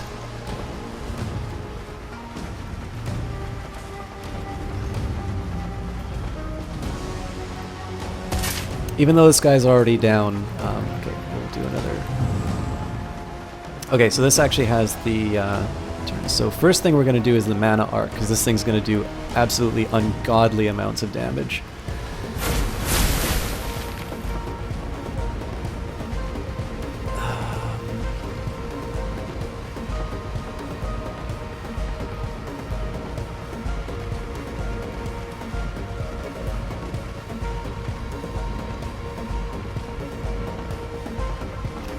You know what, let's just go for the most immediate target at this point.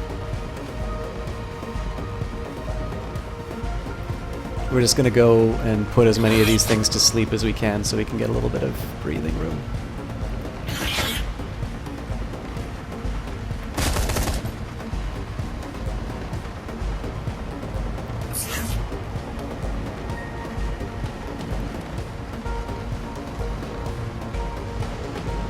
So far I haven't had to use any med kits, so I think we're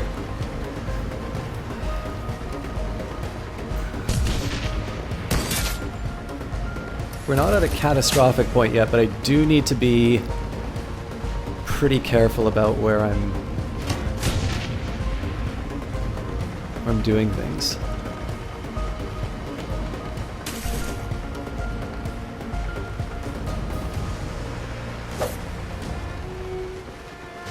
Kashai is kind of doing what I was hoping, is pulling a little bit of attention. I just hope it's not... It can't be too much, because if we get it knocked out for another turn, it's actually it's a big problem. Okay, I think Raktor's going to need some healing.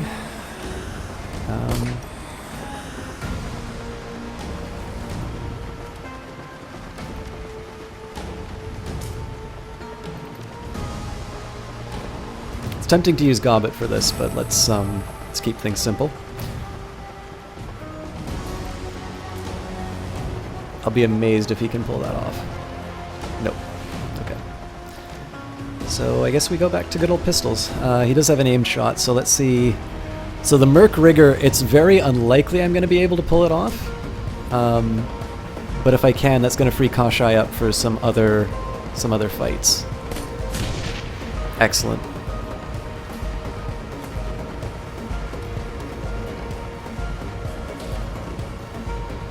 So this is actually going to be a little hairy here in the corner.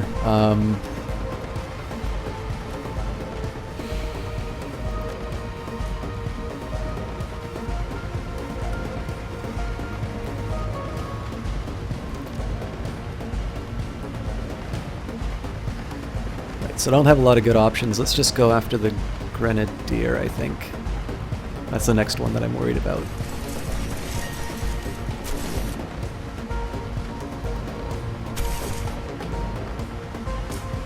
Alright, now 71 unfortunately is going to have to start reloading, so before we do anything, let's get some speed on him. And I think the next thing that Gobbet can do... Oh, don't have enough for the... I don't have enough for summoning a spirit, unfortunately, so... Let's pick a target of opportunity. So many Grenadiers.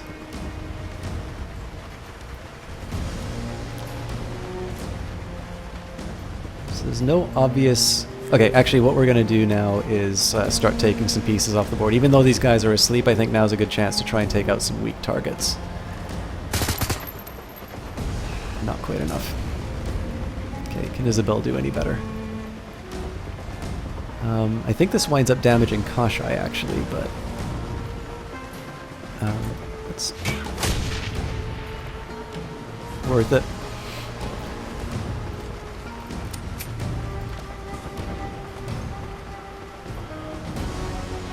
And yeah, the difference in the chance to hit is enormous between these two. Oh, hang on. That's not a good use of that item yet. I think let's just keep hitting the Grenadier. Alright, as much as I hate to say it, I finally do need to start reloading my weapons, so I'll at least get my... I'll get my money's worth with this shot. I guess my big question is, do I want to go for the easy kill on the Conjurer? Or do I want to try and go for something fancy? You know what, let's simplify the equation. Alright, so we'll reload. And I should be able to take somebody down with a full spray.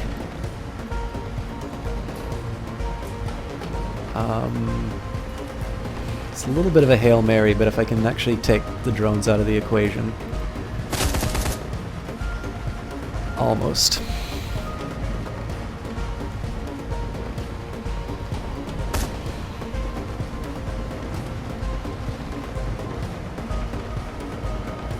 So I want to be really careful with these adepts because they're capable of... no dynamite, this is actually normal difficulty. Alright, I'm getting really lucky that these guys are choosing to go after each other. That's a grim one. I guess I can't really control that figure though.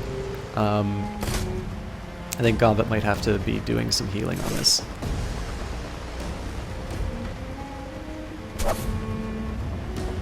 Kashai's also in trouble.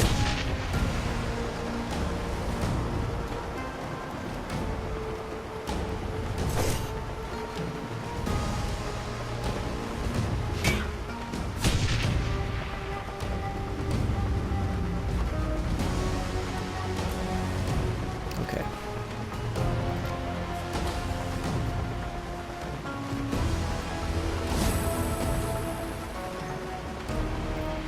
Get a spirit just to tilt things in our favor. Monsoon! Okay. I'm actually gonna hold off a little bit before I decide what to do with that then. So, let's... God, it's actually really hard to decide between the Grenadier and the Adept. Adept's actually doing some pretty serious damage on Kashai, so...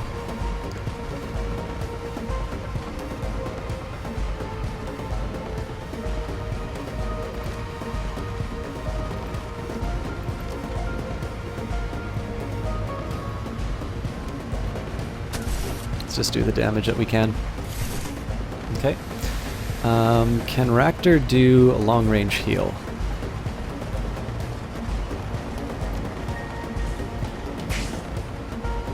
He can. Excellent. Okay. So he's not looking great, if I'm totally honest, but let's... we'll just do the chip damage that we can. I can either take on this Grenadier or this Grenadier. Oh, you know what? Again, if we can finish off that rigger, it's an almost certain loss. But again, even with 15%, the mere fact that we're potentially able to take this guy out is worth taking the shot. So, if I can free up 71 to do that kind of damage, I wanna take the opportunity. Now, aimed shot from Isabel, not great, but still a shot worth taking. Oh God. Okay, well. That had the intended effect, but I really wish I knew that she was moving, because now everybody's clustered up again. Let's just keep going with the shots. I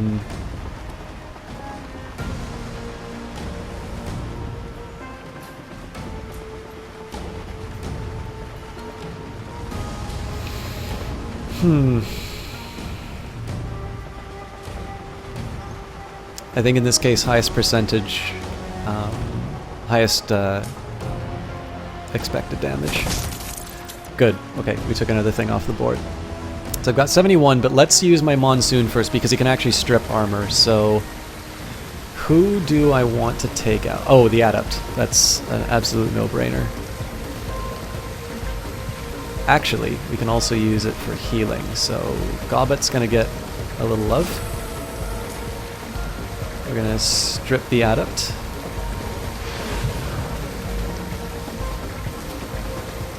And I think we've taken out the riggers, so now we're gonna make some decisions in terms of what our next priority is. Probably the Adepts. Actually, definitely the Adepts.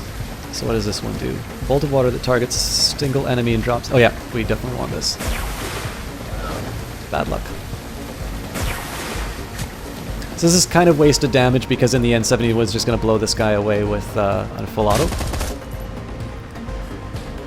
So we've got Conjurers, Captains, Assassins, Gunners. So these guys, the only thing I fear from them are grenades. Unlikely that I'm going to be able to do much about this one, if I'm completely honest, but let's... Especially with that cover bonus. This is actually a really tough call. You know what? We're going to go for this Grenadier. In this case, it's guaranteeing to take out a source of damage. as opposed to the chance of doing some damage to an adept.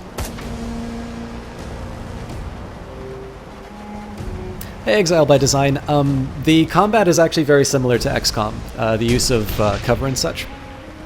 But I'll definitely say much more story-centric than XCOM. Hi, by the way.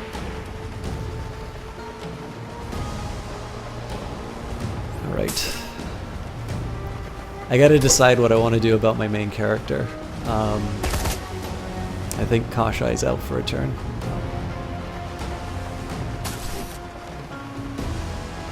Yeah, so Kashai's stuck in auto repair. I could use a character to heal up 71, but I don't think I have anybody free. Gobbet can't do a heal unless she takes a turn.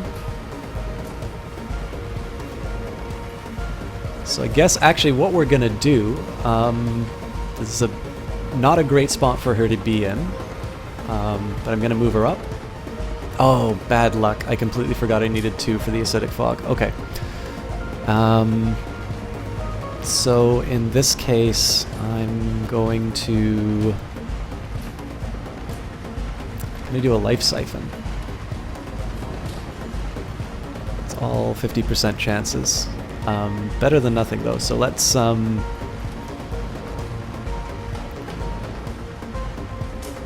the assassin. Okay, nice.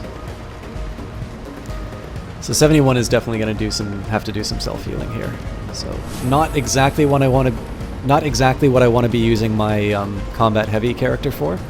But while we're at it, let's do the big badass grenade.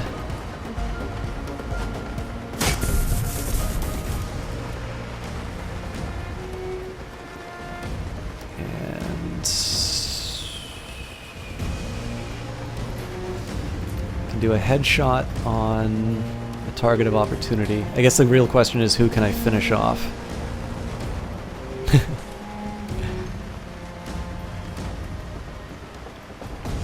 I don't know if I'm doing a good job of showing off. I really appreciate the vote of confidence, Dynamite. I don't know if I'm doing a whole lot to convince people I'm worth following right now, just because I'm working through probably the hardest fight that I've had in this game. But you don't follow people who don't use a webcam. What if they're a lizard person? I can assure you I am not a lizard person. But then that's probably the sort of thing that a lizard person might say. Okay, let's hold off. So I either want to deal with the Merc Assassin here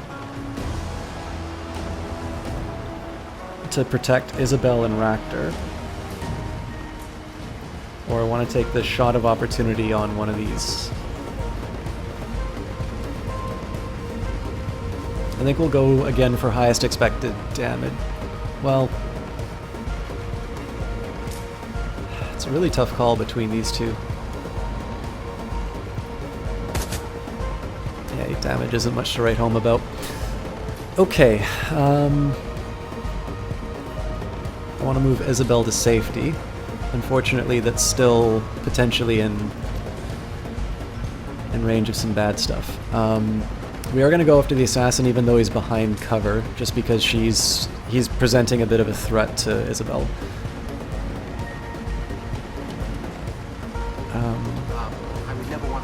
Exile by Design, thank you very much for that follow. I'm glad that you could get over the fear of the lizard people. Alright, you know what, we're just going to go for the shot.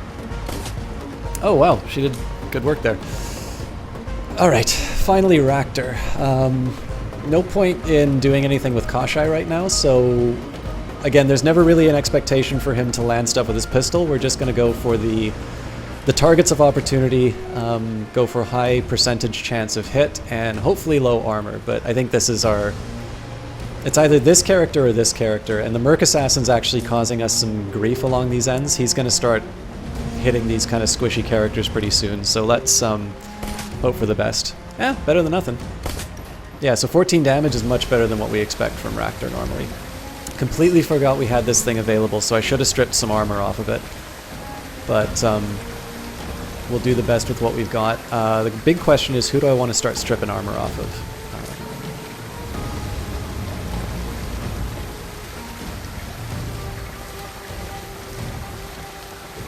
Okay, so that's going to be a move and attack. I don't want to do that. You know what? Let's strip the armor off the assassin. Didn't work. But let's just continue to throw hydro daggers. We don't really have any good shots here, but any chip damage I can do is better. Not a problem at all, Dynamite. I'm actually going to be heading to bed in not too long myself, if I'm completely honest. But I definitely appreciate you stopping by, and furthermore, I appreciate you getting some new bodies in here. I always do appreciate the extra follows, and it's nice. I've always personally found that when I'm recommending things or when I'm considering recommendations from people, having somebody I like watching give that sort of recommendation is usually what brings me on the edge. So believe me, it is really appreciated. All right. So in this case, I need to start working on that adept. This in particular is important because we're going to be doing AP damage as well as physical damage. So they're asleep.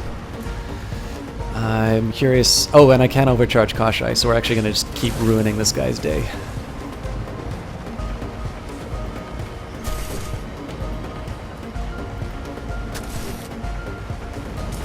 And Raptor gets a pistol shot, so let's do an aimed shot on the adept. Can't win them all. Okay, Gobbet up next. We've lost our spirit, unfortunately. Don't think it makes any sense to send her to the dragon line, so what we're going to do is flush some of these guys out from their cover. Let's, or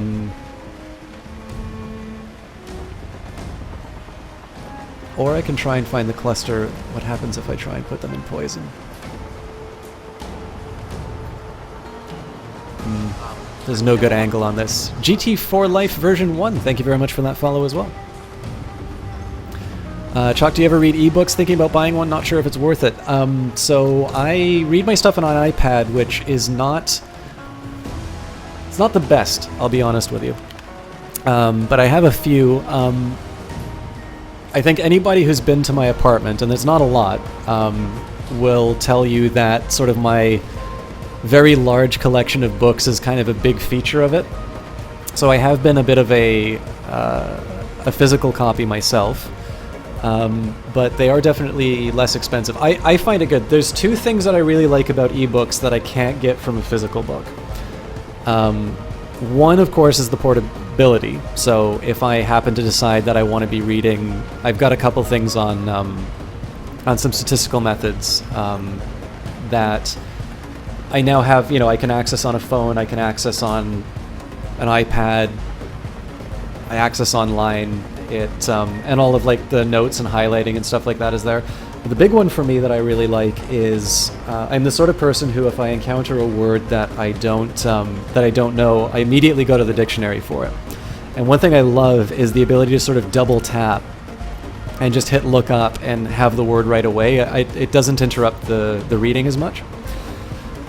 So I will admit, if I continue to buy physical books, ebooks have not supplanted physical reading for me, but I have had a few of them. So I have the Steve Jobs biography, two of Robert Schiller's books, New Financial Order, and the Finance and the Good Society. I have Neil Ferguson's, not his newest one. His newest one is the Kissinger book, but it's Civilization is the one that I have. And the other thing I really like about e-readers are the access to all the classic, like all the stuff which isn't under copyright anymore. There's something about being able to, put A Christmas Carol on your iPad for the season. Oh, for comic books. Okay. So Zoticide, one thing to keep in mind, I really like a series by Alan Moore called Promethea. Promethea actually relied on the fact that you could have two pages facing each other. So what you want to make sure is, like, with whatever e-reader you're using, that you're not missing out on that experience, that you could presumably see the two pages beside each other.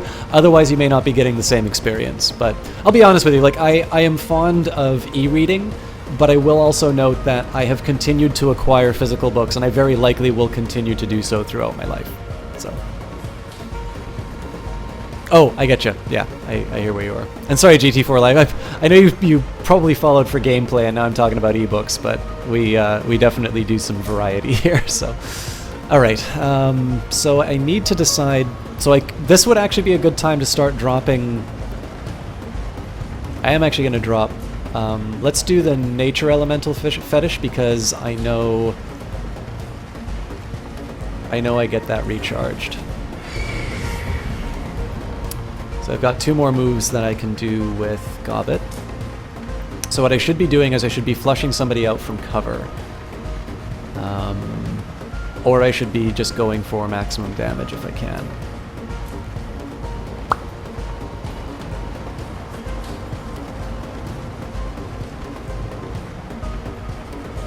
Oh, this would be an interesting one too. I could set up the plague barrier.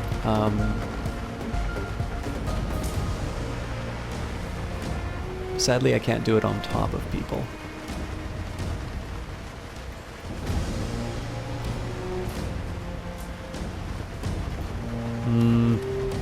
Not quite worth it.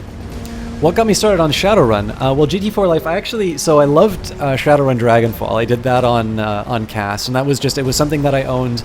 Obviously, as a camless caster, I'm always looking for stuff that lets me focus on voice. And I kickstarted, you know what, Acidic Fog's the way to go here. The question though is, do I want to do it on the Merc Adept, or do I want to do it... Merc Adept's going to get dropped by my main character, so let's poison the assassin.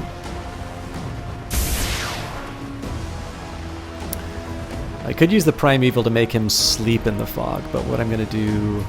I think we're going to do the same thing with the Mana Arc. Hopefully this bounces the way I want it to. So I did the Kickstarter with Shadowrun Hong Kong. I started it basically when it was launched, but oh god damn it, I don't have enough space. Well, we'll go for what we have. Ooh, gotta go for my worst gun then. Not enough. Should have reloaded. Isabel, do us proud. Oh my god. It's not worth it. I'm gonna...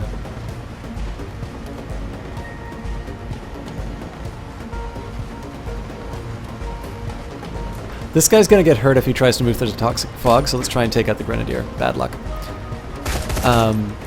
Hey, username intensifies. So yeah, I helped out with the Kickstarter. Took me a little while to get...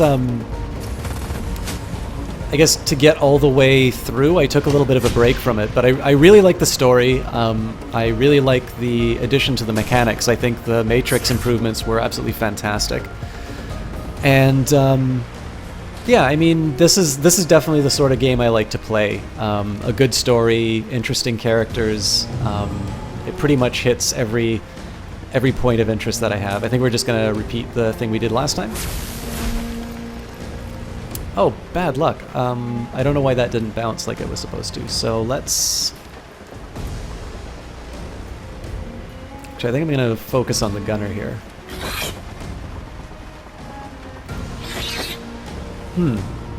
Right. Hey, Johnny Big Time! And Kaylee Cakes! Man, we've got a bunch of people on here. But yeah, so good, GT4 Life. I mean, I've liked these Shadowrun games forever, basically. But one of the reasons why I'm doing this particular set of missions on Shadowrun are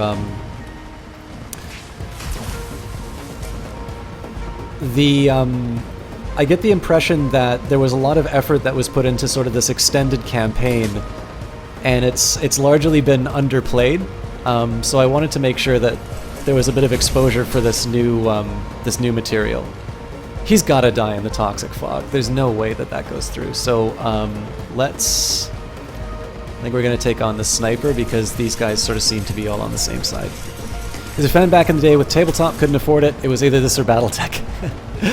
Yeah, the tabletop books I've actually noticed are quite expensive. One of the nice things about this is that they've given a really robust set of tools for making your own adventures. So I haven't taken a look at a lot of stuff on the workshop, but it seems to be pretty high quality stuff. Let's do an aimed shot and finish this guy off. Right. I was okay doing that just because Isabel, I sort of had Isabel for free. I think the next thing we'll do is a double tap on the sniper, just because it's already stripped on armor. Okay, not bad. You know what, let's just go for it. Still don't know what I'm doing with 71.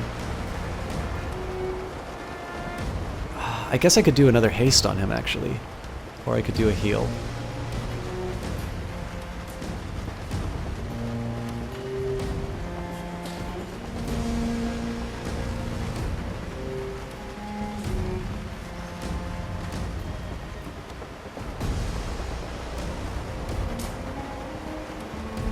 Let's do a heal and a shot. That's actually a pretty grim number. Okay, let's see if we can take out the sniper. Nice! Oh, god damn it. Not enough.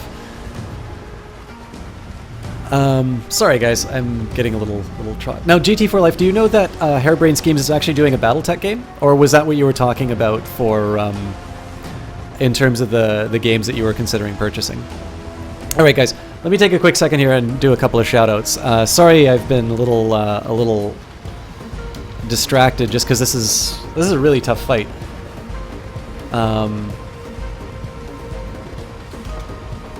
So Kaylee Cakes was actually streaming not too long ago. She was doing a baking stream. She's a baker by trade.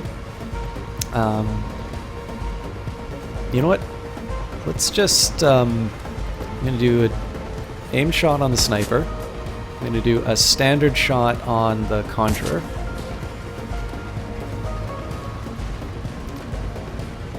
And I'm going to go for the crit on... I can do it on a Gunner, an Assassin, or a Grenadier. Grenadier's causing me... Oh, you know what? This Captain's causing me no end of trouble. Oh, we lost our comrade. Oh, well, that's fine. I get to keep the data.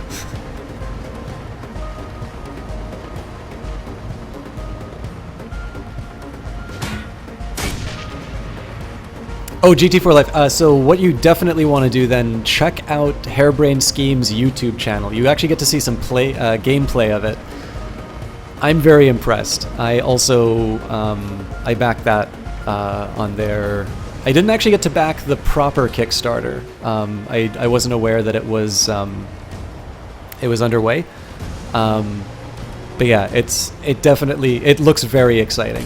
And I was definitely a fan of BattleTech back in the day. It may actually interest you to know that Weissman, the guy who made Shadowrun originally and BattleTech, is the guy who's actually working on, like, Harebrained Schemes as his company. So it's the people responsible for these stories that are actually bringing them to life, which I think is really exciting.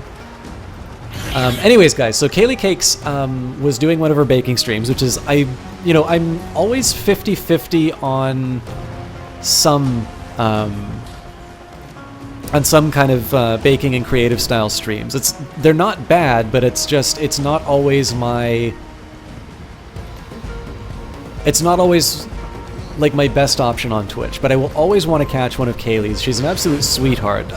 If you guys want to know really how to sell a stream, you should check her out when she's shouting me out. I always feel almost a little embarrassed when she shouts out "Drat." I'm not able to flesh him out. Okay, let's just do a regular shot then. I guess I was working on the Gunner, but the chance is so much higher with the Grenadier. So, but she's an absolutely outstanding caster. She's really she's actually very talented. First of all, which is it's probably one of my chief interests. But I can't really say she's newer anymore. I mean, she's been growing and has definitely been really impressing everybody in terms of what she's been accomplishing on her cast. I think I'm gonna double tap the Gunner here. No luck. All right. Just continue as normal.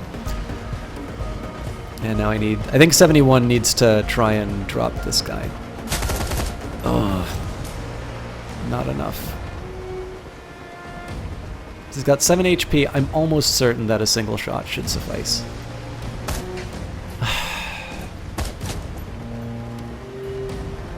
But she does play a variety of games. She's moved on from DayZ in the past couple of weeks, which is it's interesting. I mean, she plays DayZ very well, but I think it's been really rewarding to watch her sort of expand her horizons and move on to some of these other genres as well.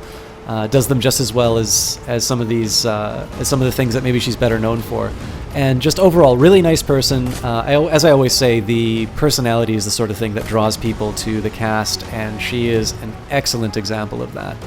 Not to be outdone, of course, we've got Johnny Big Time in the channel as well. He is also another outstanding caster. I can't get enough of his streams. Really fun guy, really funny guy.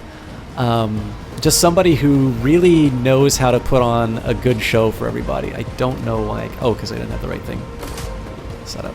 Okay. Looks like things are picking up for us. Escape chance 25%. I'm still willing to take this. It could mean a really bad outcome for me, but it looks like I only have one guy left, and if I can get the rest of my team piling on... Yep. It worked.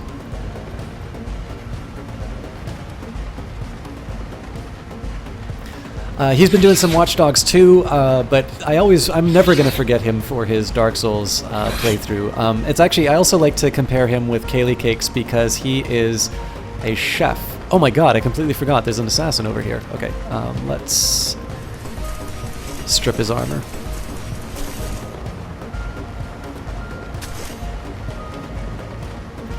Okay, I think I'm going to use Gobbet to...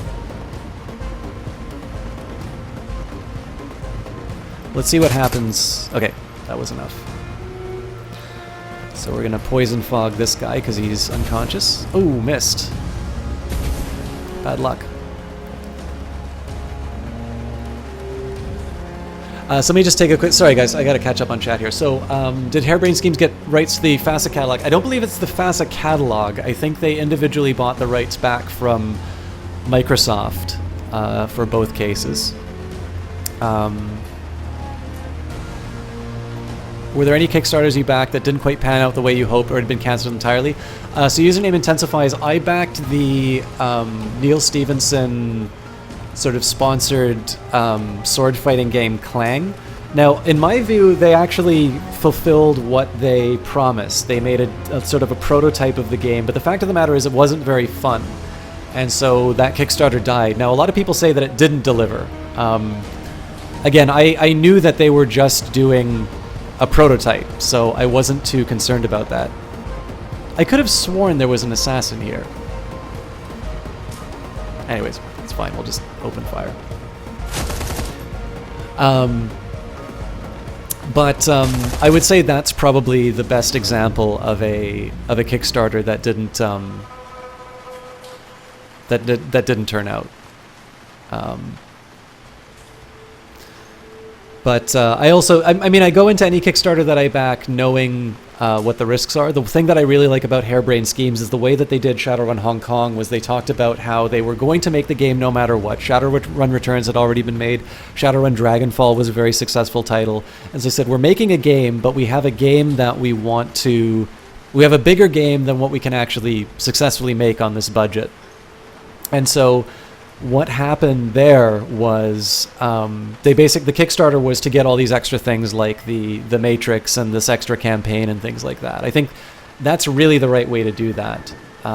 But in the end, as always, it's kind of let the buyer beware. I'm not a big fan of these Kickstarters, which are like kind of like pre-orders and is like if the game isn't successful enough. I'm not a big early access fan, for instance. You know, if it's like, you know, give us the money, and if the game is successful, we'll continue developing it. I really don't like that style. But Harebrained Schemes have definitely shown that they know how to get a game done. They know how to respect their audience. They know how to take feedback very well. And I mean, Jordan Weisman has such an interesting background in terms of the sort of stuff that he's done. I didn't realize how much he has had a part in a lot of entertainment products that I've consumed over the years. So even in that sense, I tried it. Another good example actually was I backed a Sandy Peterson game, Cthulhu Wars, and I thought they were very disrespectful to the backers, and I was actually not very happy with the quality of the models and the finished product. So they're making very good money on that. They've done a second one. People just keep lining up, but I think they do not. The Sandy Peterson, it's like Green-Eyed Games, Green Monster Games, or something like that. I will never back something from them again. I'm very unhappy with the way that they handled their Kickstarter. I'm very unhappy with the way that they with the finished product that they delivered. So as with all of these things, you need to be careful on what you back. Anyways, sorry guys, let me just catch up quickly with what's going on. Yeah, I was going to say, Kaylee seems capable of baking just about everything.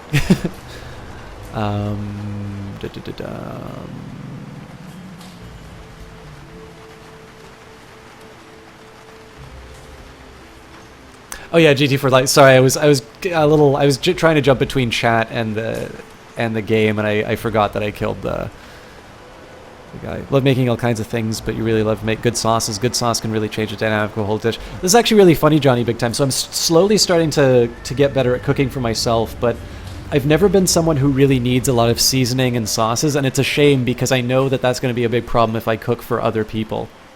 And you're absolutely right that it does, but I don't have that good of a palate. Like, I'm happy, honestly, if I just had a hot dog every night. As long as I'm full, I'm happy.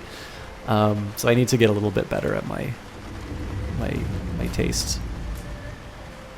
Yeah, I think that's a very fair point, GT4 Life. I mean, the only games I've really pre-ordered have been Civilization, because in the end, Civilization is a series that I love so much that I'm going to have to go and I'm going to have to try it myself no matter what.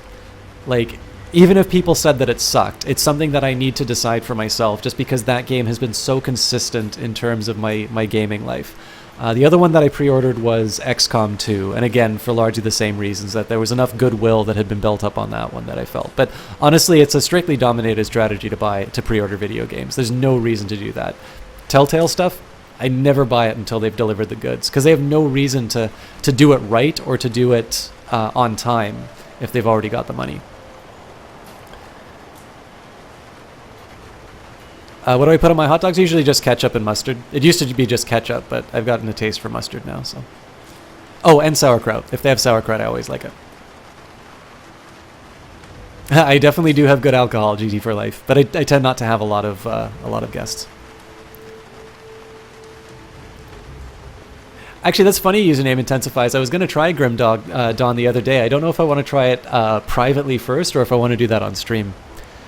All right. As the echo of gunfire dies and the smell of cordite clears, Lily waves a hand in front of her face, coughing roughly. The street is eerily quiet, probably owing to the fact that there are no longer any civilians anywhere to be seen.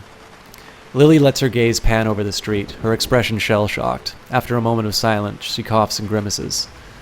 What's that line? A pox on both your houses? At least now I can die on my own terms.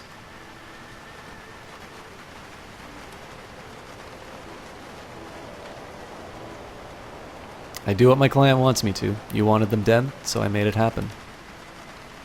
Sounds about right to me. I don't know who I can trust anymore, aside from the people who are loyal to their paycheck. Maybe it's time to hit up the mainland, see if there are any clinics in Shanghai that can keep me alive. The wail of sirens slowly grows in the distance as the HKPF fast response unit grows ever closer. Lily wraps her arms around her chest and shivers. You'd better get out of here before the cops show up. Call your pilot and have him evac you. I've got to find some place to lay low. Maybe in a shopping mall somewhere, or a youth hostel. Some place that the corpse won't come looking for me. Anyways, thanks for your help. I'll make sure that your money gets to you. I don't envy your situation for what it's worth. Yeah, well, I think it's something I'm just going to have to live with. Or not, as the case may be. Man, this is so this is another reason for those of you who haven't played Shadowrun Hong Kong yet. So this is again the bonus episode that you get. Again, if you buy Shadowrun Hong Kong, you get the extended edition now. This is something that Harebrained Schemes has always done. I really like this run. We were talking a little bit before about how sometimes these side runs are, you know, just a way to make the money, and it's not that big of a deal. I really like this story. I think especially the character of Lily is a really interesting and a very sad character. I genuinely did not know what to do in that situation. You're about to leave the area. Continue? Confirm.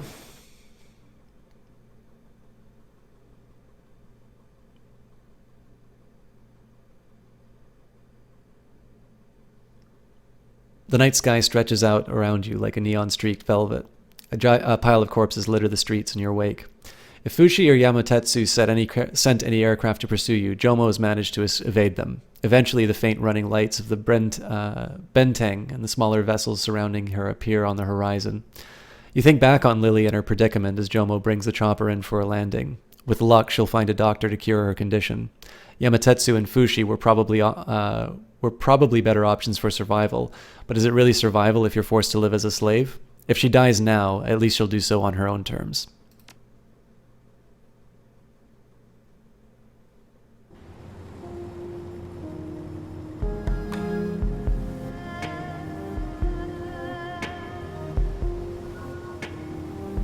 Ooh, that's a fairly decent amount of karma that we got. I don't think that any of the sergeants or that are going to give me anything useful. Nice day for a stroll. Smoke streams out of her nose and her mouth.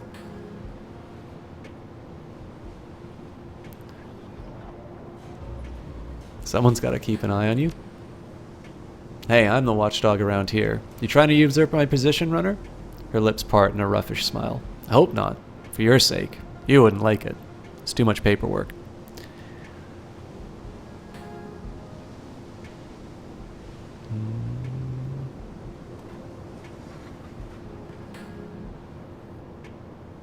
Have you seen my boat? Like I'd give that up. I'm living the high life over here. Yeah. Her gaze sweeps from your head to your toes. You just radiate wealth. I'm equipped like a badass. Hey, do you need something from me or not? I have to go. Back to it. So first thing we're going to do is go back to the bolt hole and collect our payment.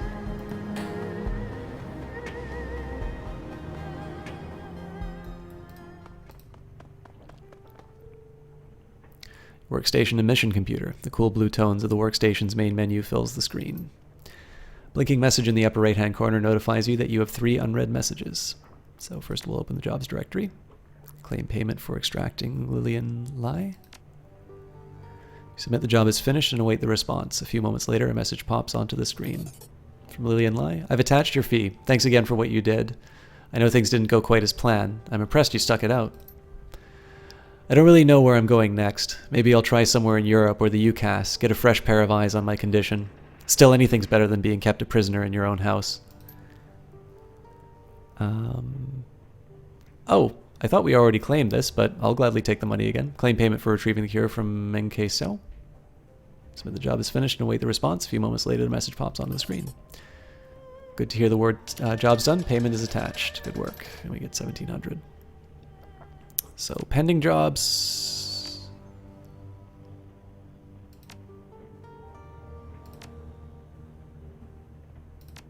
That can't be right.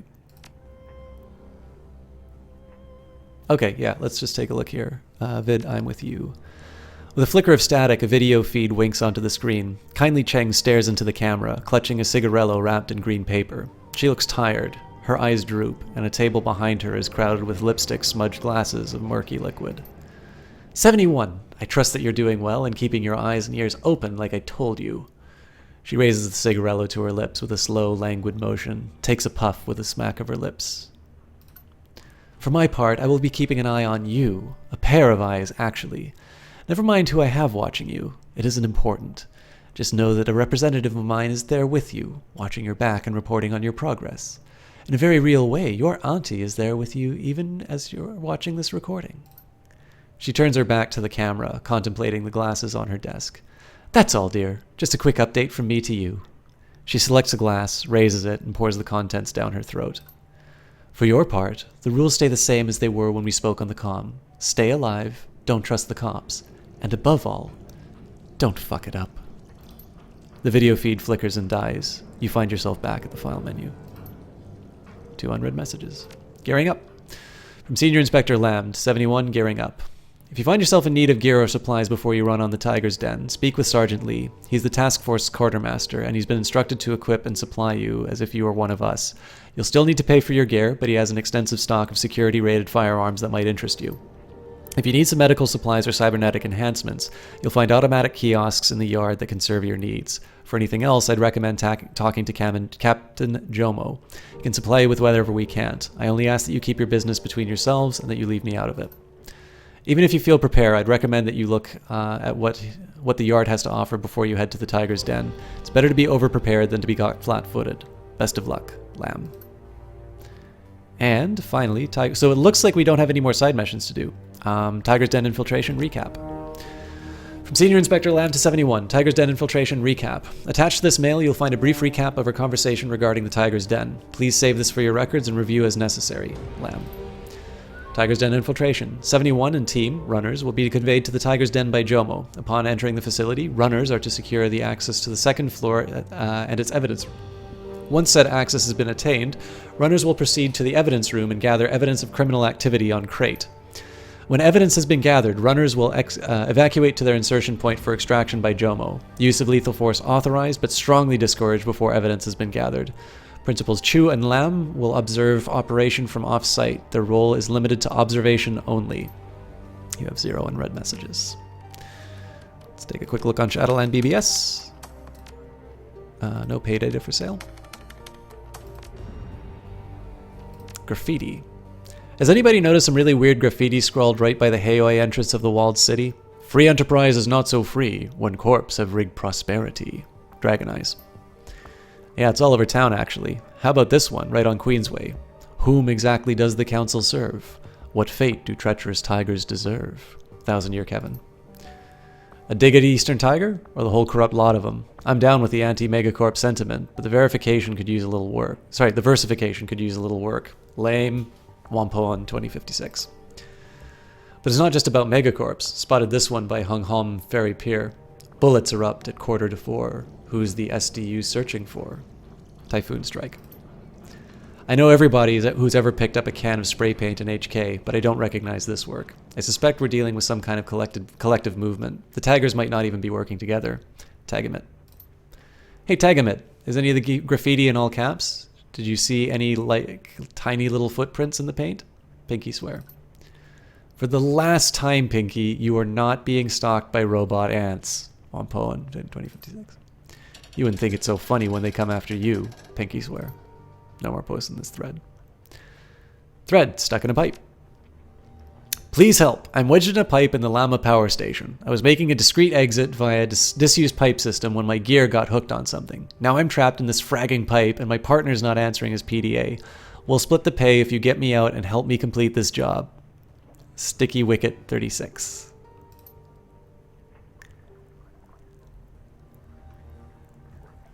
Hey, Shenzhen Joe, you listening? This could be the milk run that we've been waiting on. Just retrieving some guy from the exit. Piece of cake, considering the main job's already done. Georgie Corgi.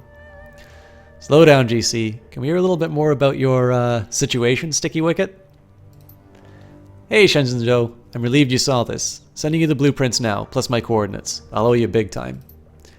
Considering how much trouble you get yourself into, you tend to say that a lot. Okay, got your files. And, Sticky, are you underwater? Yeah, could be.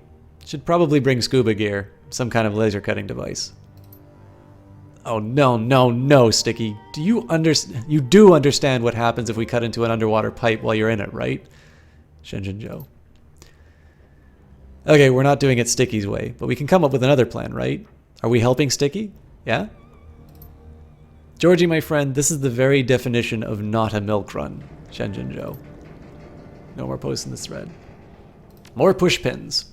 You guys, I got caffeine shivers real bad, so I braved going outside. I shouldn't have. Pinky swear. Do tell. Phoenix Ascending. It isn't. I came back to this. You should consider your actions before you act. Enjoy your calf. J.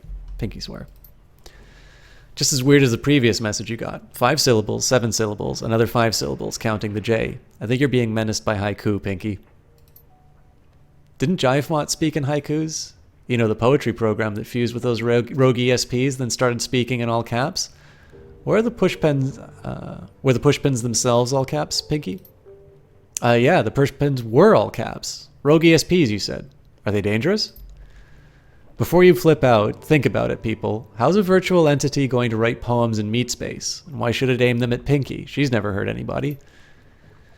Well, that run I was telling you about was in this lab, see? And they were working on these tiny robots that could work together to move heavy objects. Basically robot ants. Anyway, I might have let them go.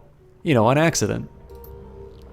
Just to get this straight, you're afraid that a runaway poetry software is forcing a bunch of robot ants to leave you threatening messages written in thumbtacks? Pushpins. They were pushpins. No more posts in the thread. And more police files. I should probably be reading these bottom to top then, based on the fact that we now know what these robot ants are. Dang, I'm combing through these police file entries. Lots are boring misdemeanors, but here's a zinger. Kendall Chan. Cram fiend. Robbed bags to feed the monkey. No convictions yet. Yankee Noodle. Well, that sounds about right, except for the fact that I don't have a problem with cram, man. I can barely remember the last time I used. Funk Mastermind. Yeah, right, Funk. But check this out. Assassin Lee Wong gave the pigs his client list, raiding Johnson soon. Ooh, wouldn't like that spread over the Matrix about me, true or not. a fist hitting keyboard. I think Yankee Noodle jacked out post haste. You don't think somebody's in deep shih tzu going to the dogs? No more posts in this thread. Hello, Mjolnir's might.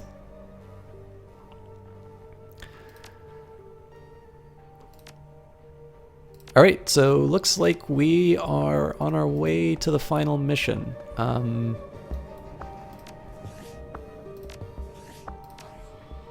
So here's a question for you guys. I'm going to save the game at this point. I have some dialogue to do with the other characters. This might be the last mission of the DLC, of the optional content. I know there's a few people who just started watching here. I was planning on finishing it this time. I haven't had dinner yet, and I probably know better than to ask this question because I usually know what the answer is going to be. But I'm okay with streaming for a little bit longer, but the condition is that I am going to need to, 1, go to the bathroom, and 2, I'm at least going to start, I'm going to like heat up the oven so I can get at least a shot of having a decent bedtime and a full belly. So I definitely need to go to the bathroom no matter what. While I do that, if I could get you guys to just leave a comment whether or not you'd like me to keep going. It may be, if it's a really long mission, I might just need to cut it halfway through and we'll finish it up another night.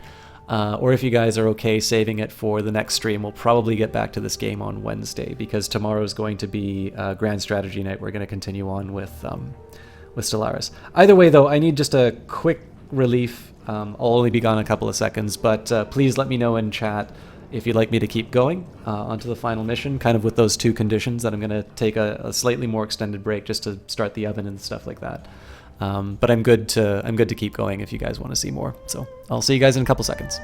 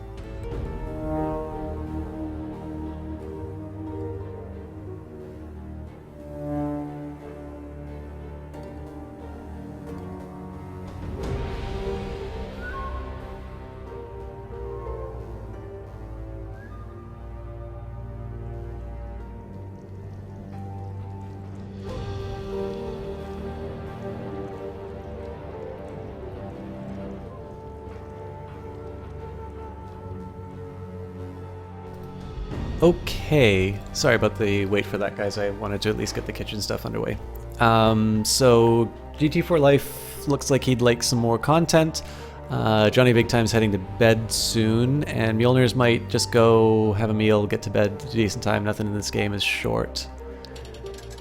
Well, okay, here's what I'll do. I will talk with my crew members. We'll maybe start the mission, and we'll see how far we can get. I've got the oven preheating and all of that, so we'll get a little bit of action.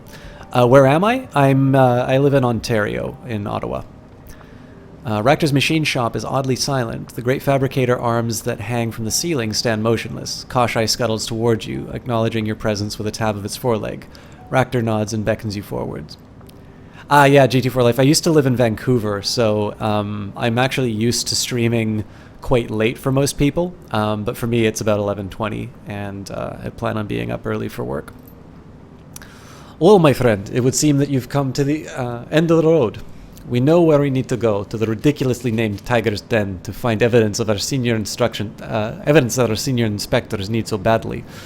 There are no other jobs to distract us. We might as well gear up for the task and get it over with. That's the plan. We're heading to the Tiger's Den next. Very good. I'll pack my things. If there's anything that you'd like to discuss before we go, if so, speak your mind. I'm always happy to talk. What do you think of that last run?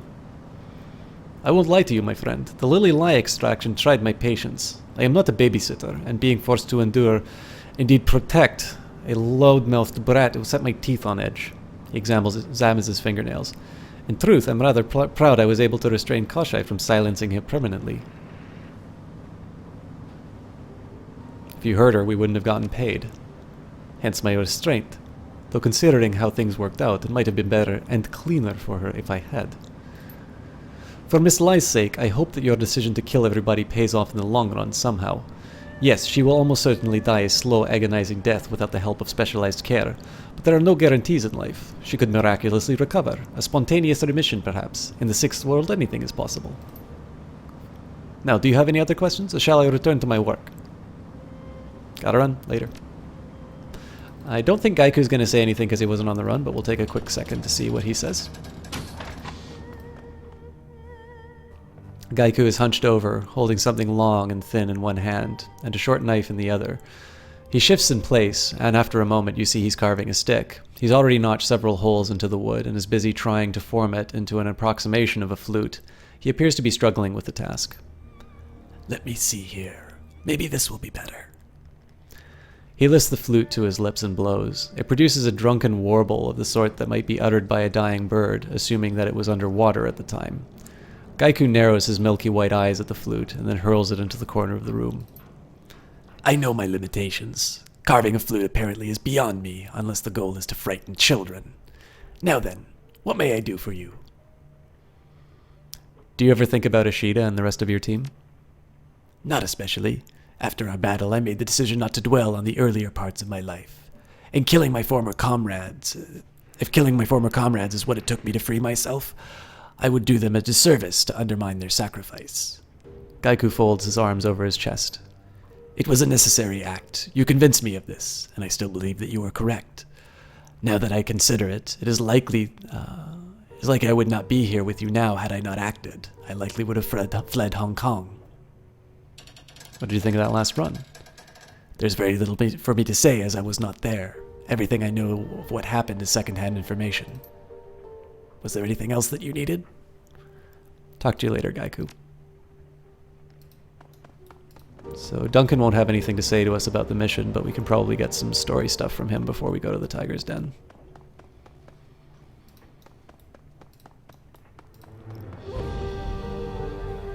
Hey again. Did you do something in your room? It feels different. Duncan leads his head back, a puzzled look on his face. No. He looks around the cabin. What are you talking about? This reminds me of a story I just heard. Duncan pulls off his goggles and looks around him. What story? Because I'm telling you, I haven't changed anything.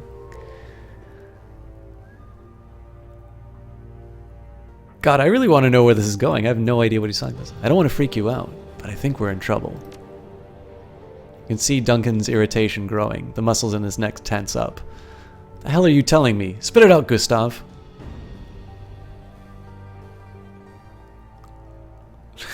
Duncan, do you believe in ghosts? He leans away from you and groans, grabs his face with his hand and talks to the floor. Are you shitting me? Ghosts? As in, not the kind of spirits that Gobbet summons, but actual dead people with chains and white sheets?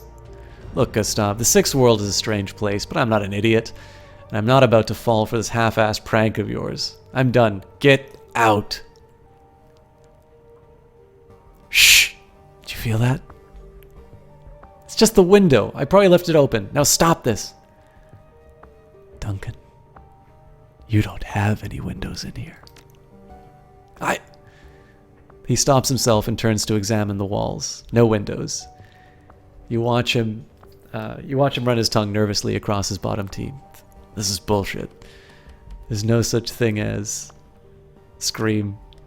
Ah! Duncan reels backward, almost tripping over the dilapidated floorboards, and slams into the wall with a thud. His expression changes from shifts of horror to an embarrassed fury that you haven't seen since you were kids. Motherfucking...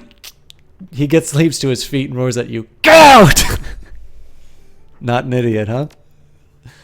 His voice suddenly drops in volume to a menacing whisper. Leave. Now! You can tell he's crossed the point of no return. There's no reasoning with him. Leave. All you hear behind you is heavy panting of Duncan as he watches you walk away.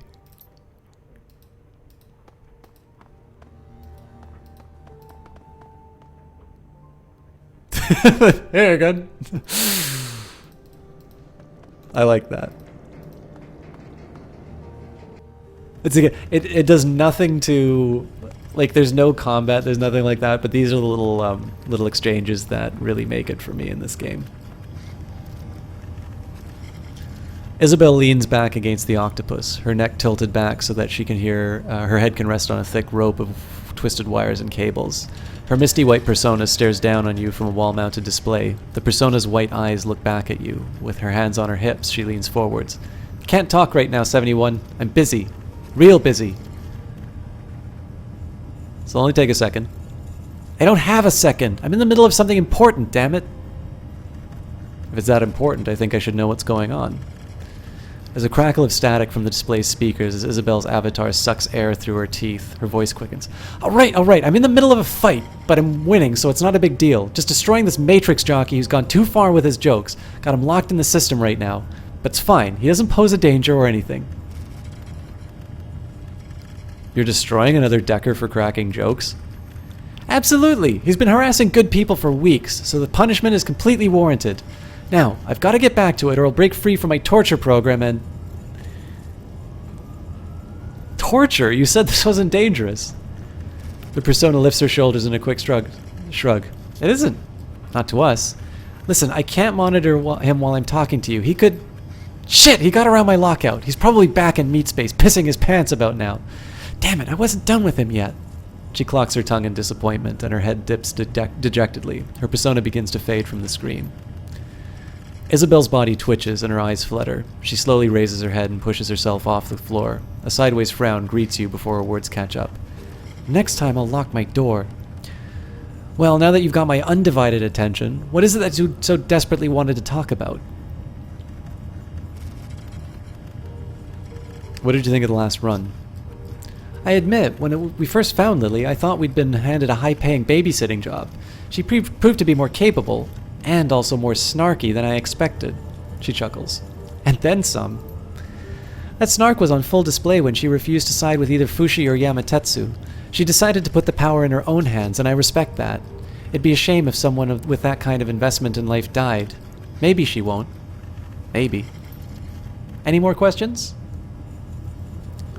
You seem to keep yourself pretty busy. Do you ever get bored? She purses her lips. Only when I talk to you. Rude. She smiles wickedly. Can't blame me for that one. You walked right into it. I mean, maybe. Her smile drops and she's business again. To answer your question, no. And I find it a wonder that anyone can manage to find themselves bored in the city ever. It takes a special kind of creativeness to let yourself get bored here. The only circumstances I've found tiresome are when someone dull is talking, or if I'm stuck in a job with the wrong people. Green runners, the wait in the haystack for 5 hours before we strike kind of idiots who always die a couple of runs into the game. She shudders at the thought. 5 horrible, itchy hours lying in that haystack. I don't want to think about it anymore. You need anything else? Got any plans after we finished off Crate? Definitely. She rests a loving hand on one of her terminal's many external drives. Got plenty of upgrades I need to perform on the Octopus. Gonna try converting her into a mineral oil cooling system. It's the new hotness on the boards. Mineral oil? How does that even work? Imagine a computer in a fish tank. Now imagine that the fish tank is filled with non-conductive, easily cooled mineral oil. Add bubbles and lights, achieve victory. Best of luck with that, then. She scoffs at you. As if I need luck. That's all for now. See ya.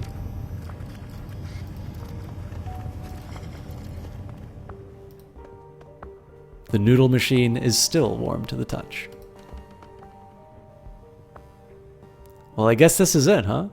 I mean, we've done everything else that the people around here had for us. The Icon Tower run and the gig, the undersea lab. Nothing left to do but hit that police station and get the evidence that the task force needs to take Crake down. I haven't exactly been dragging our feet, Gobbet. The jobs that we've done needed doing. Oh, I know. I didn't mean to imply that those gigs weren't important. It's just that Nightjar has already waited so long for justice, you know? And now we can finally go and give it for him. Get it for him. That's the plan, Gobbet. She nods slowly. I'm going to hold you to that. Now tell me why you're here. What did you think of the last run? That Lily Lai was a precocious little scamp, wasn't she? All piss and vinegar, that one. I mean, she was older than both of us put together, and the bratty kid thing was just an act, but she had me going for a while there. Killing everybody and leaving Lily to figure things out for herself was a novel solution, I'll give it that. But who knows, maybe she'll do better on her own. In her shoes, that's what I would have wanted, I'll tell you that much. And at least we got paid, a lot, so it's a happy ending for everyone, except for all those people that we just killed. Anyway, let's talk about something else. Got any more questions for me? If so, go ahead. I'm all ears. How are your rats doing? She shrugs. Madness and Folly are fine. Give them food and a place to hide, and they can adapt to pretty much anything. They're kind of inspirational that way, you know? Give me something to look up to. You look up to your pet rats? She nods slowly. They're positive role models, yes. You do remember who my totem is, right? I mean, seriously.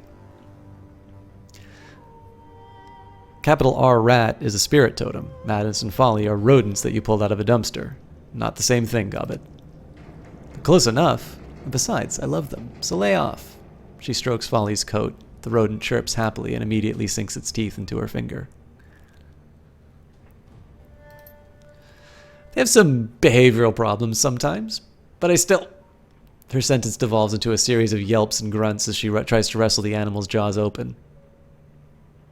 Positive role models. Got it.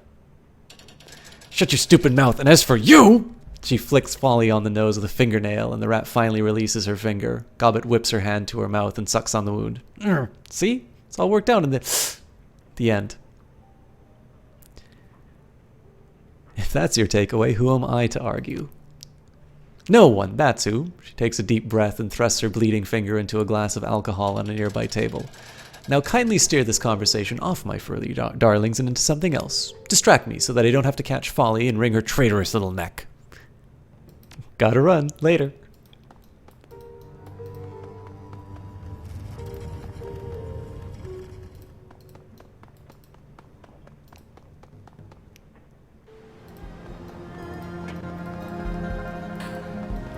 I'll just do one last round on the NPCs in the area to make sure there's nothing else to do.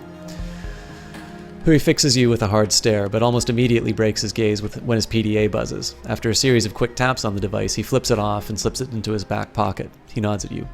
Back for more, runner? He raises a hand to rub his chin. I mean, 71. About time I got that right. What brings you to my corner? I have to go. He waves you away. Go on, then.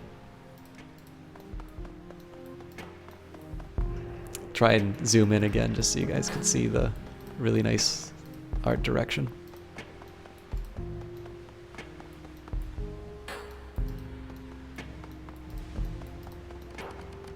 Actually, out of curiosity, does anybody have any questions about Shadowrun? I think you guys already know I really like this game, but I'll happily try and answer it. Oh, you know what? Let's sell some stuff.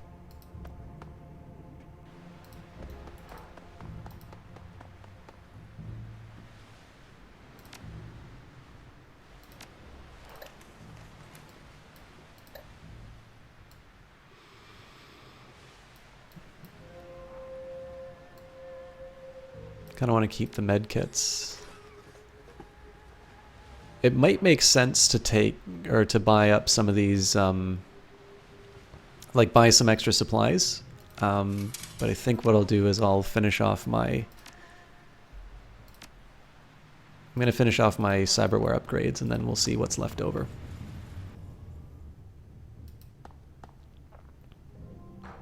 Massive titanium chamber with wire-reinforced windows looms over you. The machine itself is cold to the touch. The chill seems to be emanating from the assembly area within.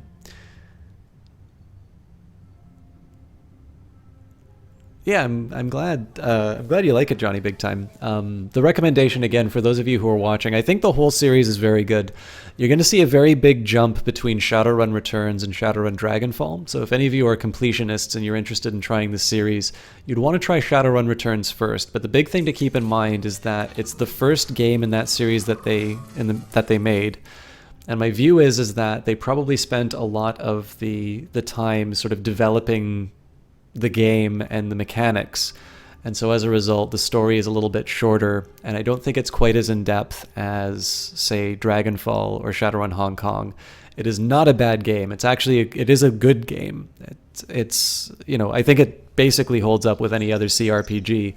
But the big thing to keep in mind is that if you go from Dragonfall to Shadowrun Returns, you're actually probably going to think it's a little it's a step backward. Dragonfall was really kind of the peak. That's the gold standard for me, pretty much, of any CRPG that I play now. I think it's an excellent story. All of the subplots were very interesting. Great characters, great scenarios, just really well written. And again, they pushed it a little bit further. The engine was improved, nicer visuals. Dragonfall's a masterpiece. And the reason why I suggest doing that one next in the line, or if you don't really care about playing all three, to start with Dragonfall, is that when you move into Shadowrun Hong Kong, what you're going to find is the improved mechanics, particularly the Matrix. And it's easier to miss features than it is to get used to new ones.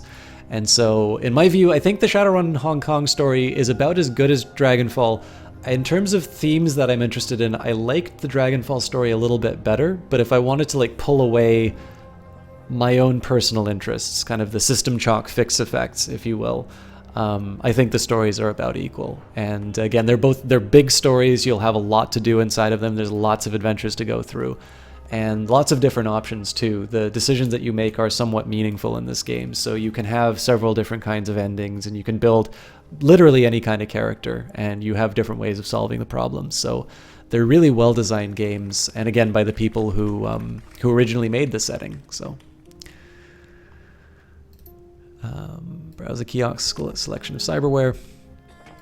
We'll definitely start with a cyber weapon. I said I was going to go for the hand razors, although, yeah, we only have one option. Apparently, oh, because I don't have the cyber spur. Just out of curiosity, if I were to compare that to the hand razors, so strength +5 or +6 causes 2 bleeding, causes 3 bleeding. May do AP. Yeah, so it was the AP damage that it might do, and pierces up to 2 armor. So the Cyber Spur is a better overall one, but I really like this for the AP damage, and this is going to be a reserve weapon, so. And out of curiosity, could do a pain editor. Or cerebral booster. I mean, I don't really see a lot of reason to equip either of these. I don't know why I can't do the encephalon. Not enough essence. All right. Well, you know what? I'm fine just sticking with the.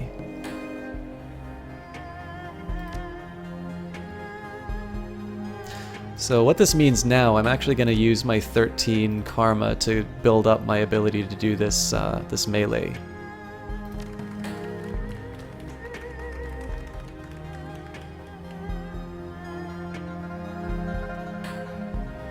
Although what I'm going to do first is I'm going to save, just because I don't remember exactly what I need to.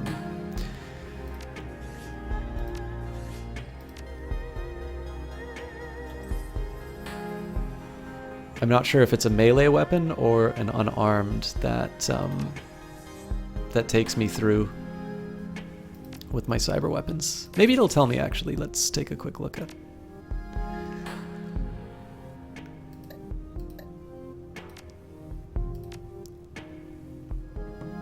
Uses a close combat skill for accuracy.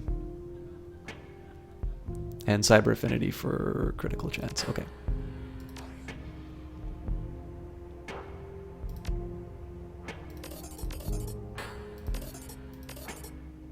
All right, so it's not an outstanding strength, but it's enough to kind of get us through.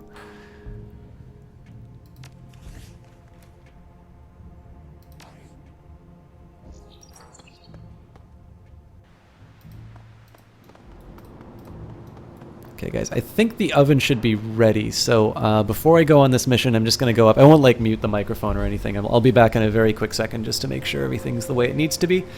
That way I can kind of do a little bit of both. I'm sorry to take my time on getting this mission started up, but like I said, I do kind of need to eat, so I'll be back in a quick second for you.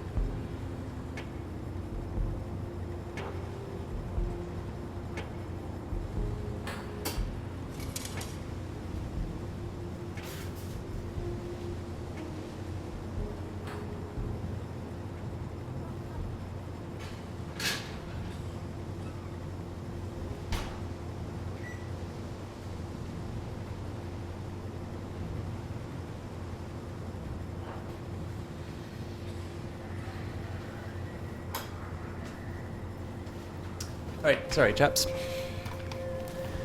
Man, I lost a lot of you. I'm good for about 20 minutes now on that fish, so. Jomo's hunched over the side of his boat, examining some deep scratches in the otherwise pristine hull. He curses under his breath, turning to face you. You know, with all this work we're doing, I think that the drunken mistake will need a new paint job when we're done. She deserves a makeover after all that hard work. So, what can Captain Jomo do for you today, eh? I'm actually going to say see you later, Jomo, because it occurs to me that I've got more money. I've got 3,000 worth, so let's make sure everybody's kitted out the way I want them to be. Okay, so I've got my premium Bomona and a couple of grenades. I definitely want to make sure that I have at least a med kit. And apparently I can't see the rest of my teams, so.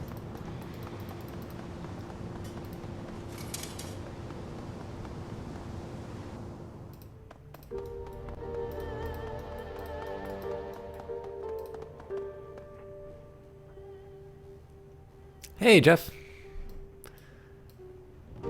Alright, so one of these. Could probably give me some more grenades. That's a flashbang though, isn't it? Well, they're both flashbangs, okay. I probably won't wind up using them then, actually. So we've got 2 advanced med kits, 3 Bumonas. Honestly, I think we're good, actually, so we'll keep our money like the greedy people we are.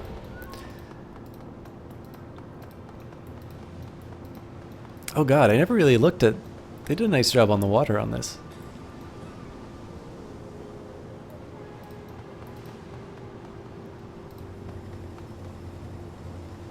Alright. Travel to the Tiger's Den. Isabel, Ractor, and Gobbet, the dream team as always.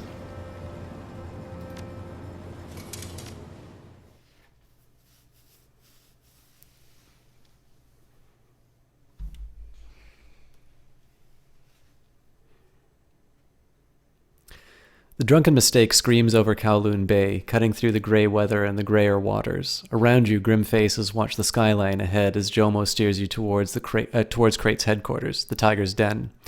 Chu and Lam have assured you that if everything goes to plan, the run should be relatively low risk. Ample experience tells you that plans often go astray, and that low-risk Shadowrunners rarely stay that way. Sorry, Shadowruns rarely stay that way.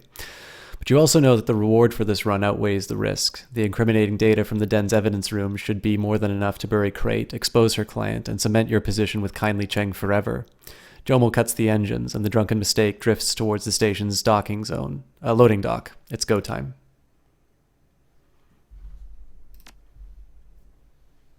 Okay. So I've loaded myself out, unless I wanted more high-level explosives, but I think I'm happy with 71 the way Isabel has a grenade launcher anyway. All right, Isabel needs a Bomona. We're just going to give her a basic one. So that's what I should have spent the money on, actually, is more of these. And we will give her another advanced med kit. Ractor will get the higher-end one again because he's the one that can revive Kashai. And we'll give him... He's already got one advanced med kit. Let's see what Gobbet has. Gobbet doesn't have any med kits, so we'll give her an advanced one. We'll give Ractor another basic med kit. And I think in this case, let's do the Devil Rat Fetish. Oh, right, but that goes away, so we will give her another Nature Elemental Fetish. And I completely forgot that I can actually give her these extra spells, which are really helpful ones. So, Jessiquil, thank you very much for that host. I thought you were doing that earlier. Are you here out of curiosity? I don't know if you got to see that last run, but I actually think it's a story you would have enjoyed. Okay, we're good to go.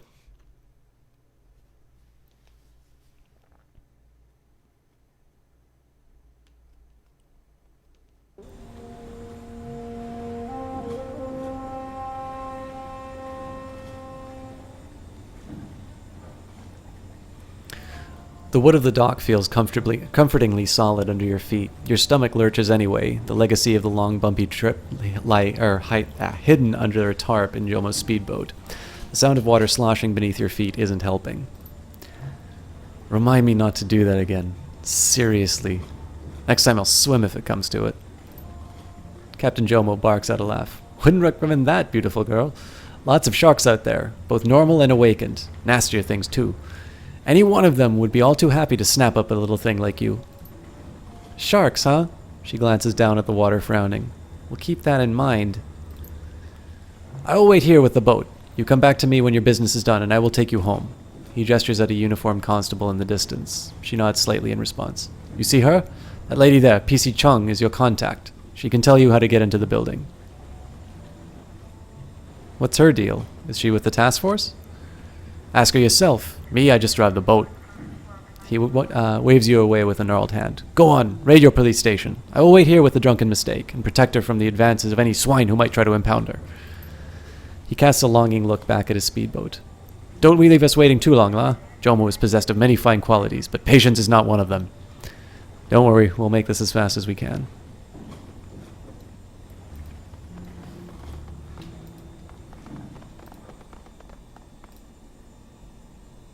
The constable beckons you forward nervously. She's doing her best to stay calm, but you can see that she's sweating. As you approach, her gaze keeps flitting back to the station door.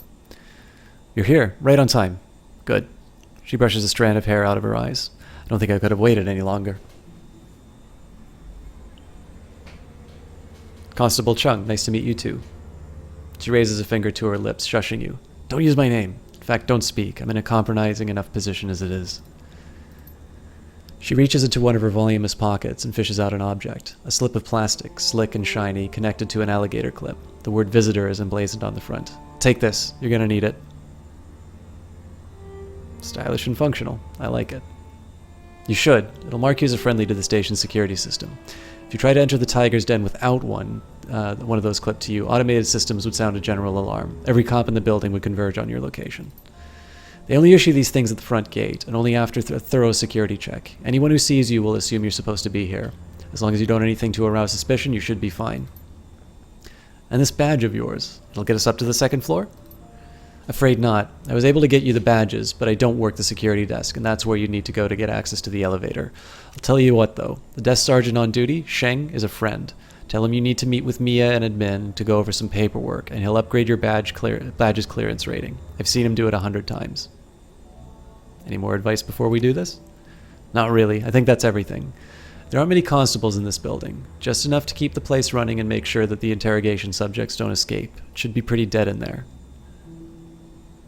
What about automated security? Drones, turrets, that sort of thing. No drones. You've nothing to worry about there.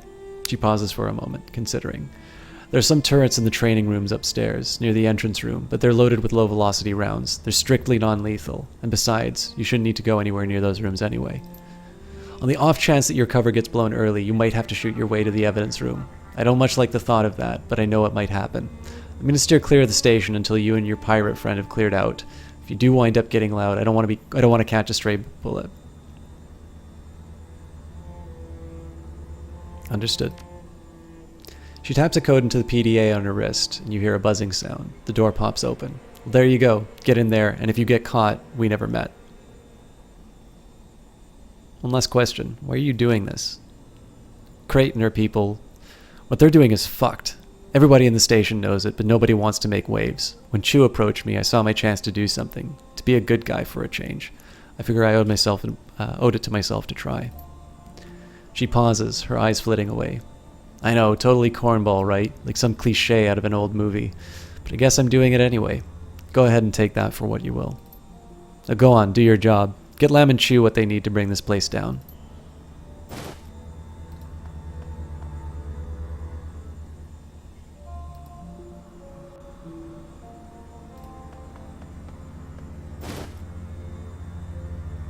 I don't know what he picked up, but... Oh, we're just grabbing everything. Cool. 17 new yen works for me. Oh. Alright, we just got paid, boys. Let's pack it up and head home. Okay, so I want to be careful about this. I've always wondered if it makes more sense to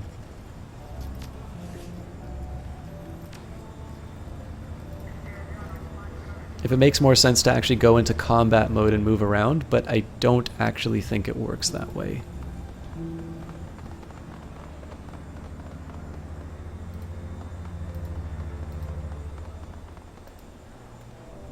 The desk sergeant looks up from a book of crossword puzzles, his nose wrinkling in irritation. He fumbles for an oversized hand scanner, lifts it to your chest, and sweeps a beam of laser light over the barcode on your visitor badge. What can I do for you, Mr. His gaze shifts from the screen to the PDA. He reads the name that the scan pulled off of your badge. Mr. Weber?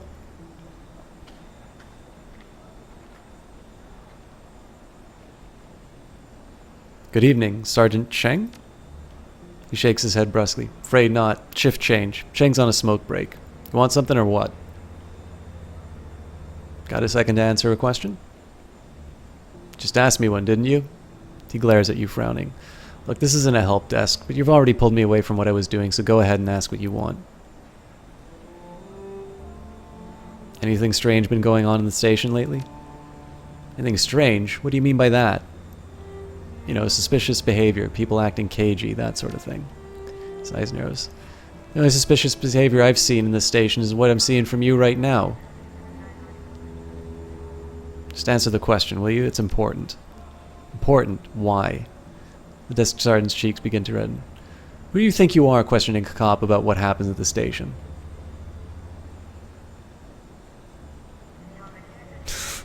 I really screwed this up. Just an interested party. Apologies if it seems like I'm prying. You do, you are. Give me the name of the constable that let you in here, and do it right now. Mia, an admin. Right. I'll tell you... Tell you what, you turn yourself around and you march back to security, or I'll call them here for you. Do it now or there's going to be trouble. No need for that, Sergeant. I'm going. He stares at you for a long moment, then turns back to his puzzle, shaking his head. Go on then, and don't bother me again. Yeah, I really screwed that up. As the desk sergeant retreats to the other side of his desk with his puzzle, Gobbet lowers her voice to a whisper. That could have gone better. Still, we were able to talk to the guy, and nobody sounded any alarm bells. That's a good sign. I suppose. Perhaps we should explore a little and see what there is to see. With luck, we will find another way up without going loud. It's your call, 71. I will back you whatever you choose to do.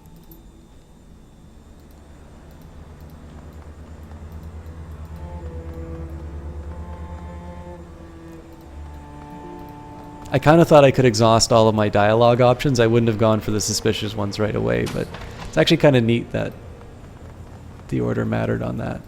Or maybe it didn't.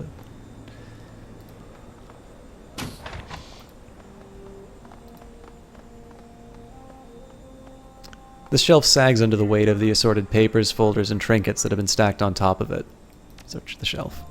You set about rummaging through the shelf's contents, lifting mountains of paperwork, flipping through the file folders, repositioning awards and plastic collectibles. Tucked away in one of those folders, you find an old cred stick. It looks well worn. The thing hasn't seen a lot of use. Keep searching. Try as you might, you don't find anything else of use. But I got 71 credits for my name.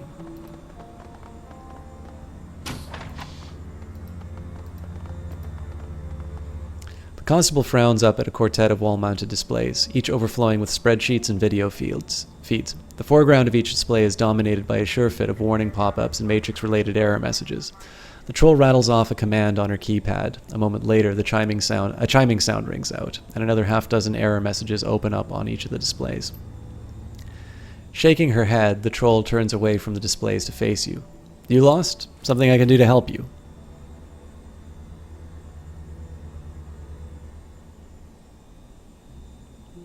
Heard your terminal was experiencing technical issues. Isn't that right, Iz? Her head bobs in agreement. Oh yeah, that's what they told us, all right. Yeah, but... She stares at you, hands on her hips, rounding. You don't look like one of our regular techs. We're not regular techs. We're better. Outside contractors, get it? Just stay out of our way and we'll have your machine fixed in no time. She looks you up and down, a half frown on her face. That's strange. I didn't hear anything about contractors coming in. Look, I could come back with a signed work order, or I could just fix the damn thing and get out of your hair. Your call. Okay, then you win. Go ahead and fix it. She crosses her burly arms over her chest. I'll just stay right here and make sure you do a good job.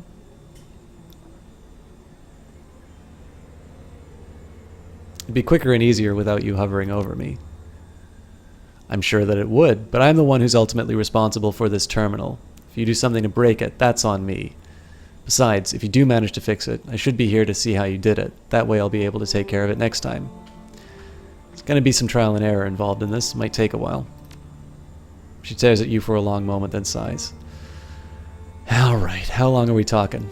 Can't say, but if you clear out and let us get to it, it'll go a lot faster. Go get a soy calf or something. She turns to go. Okay, just try to be as quick as you can, okay? So it turns out charisma is a really good trait to have.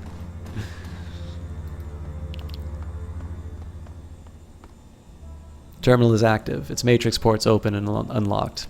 Have Isabel Jack in. I think... Oh yeah, I didn't check to see if I could get any more programs, but... I think I've learned how to be stealthy enough that this shouldn't matter. And I see a sweet, sweet mail archive, so... Okay, so I think the first trick is going to be to get to this corner here. The mail archive is going to be a bit of a beast to get into, but... If I get into this corner, I get a little bit of an image of what I'm dealing with.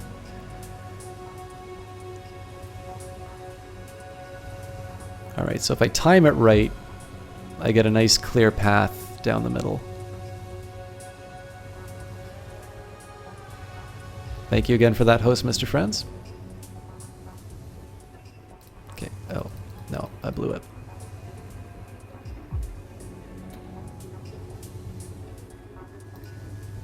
This is going to turn... Nope. So I could have made it there.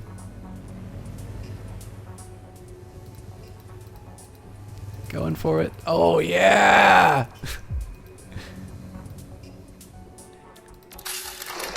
Okay.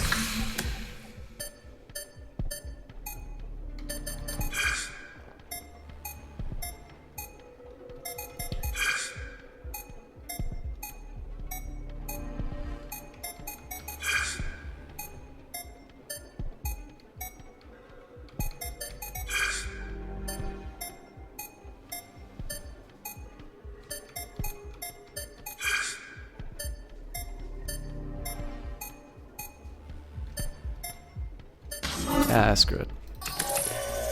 Okay, I'm in the second position. I'm in the third as well. Okay.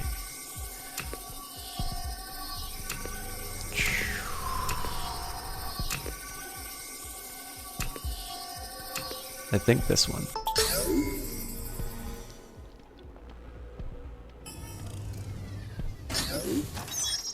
The data node contains file records of internal communications between the station's data analysis and matrix security departments. A recent chat exchange flagged urgent jumps out at you. Hey, could you hook me up with matrix-based access to the infirmary and the armory? I'm sick of using the biometric locks. They take forever. Vincent Murray, data analyst. You know the regs, Murray. We use biometrics for a reason. Amber Ma, matrix security specialist.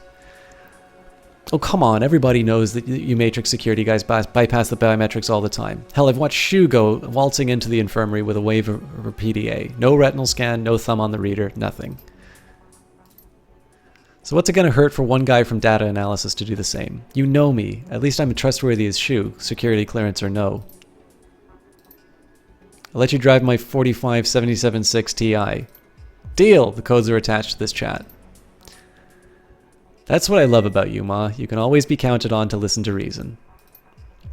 Save it. I'm gonna do indecent things to that beautiful ride of yours when we get it out on the track.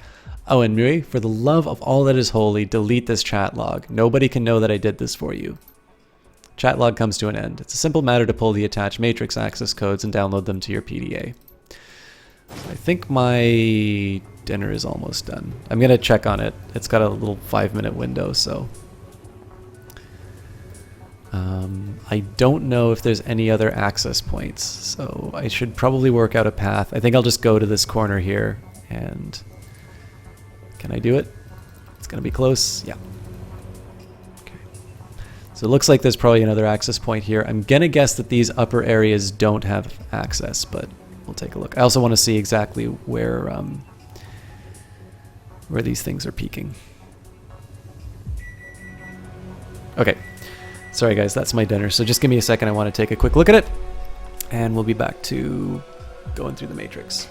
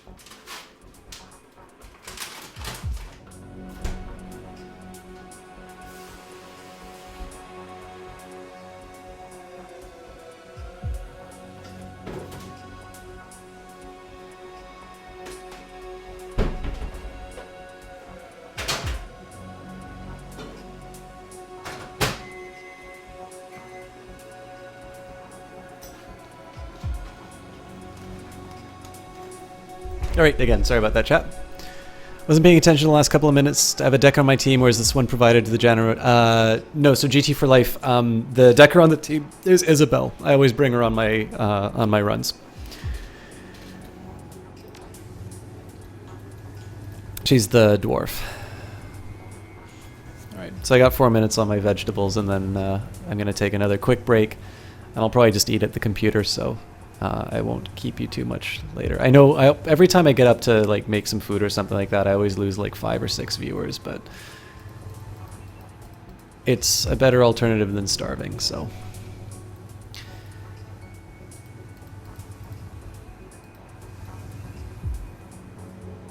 Okay, so looks like I'm locked into combat on this one. There is a question as to whether or not I actually want to bother going into this fight, but I think it's my only option here, so let's make the best of a bad situation. I'll start with the killer. Only 64% chance, though. These are all pretty grim. So theoretically, if I do... Well, you know what? I've never done an assassin ESP, so let's throw one of these things up to help me out.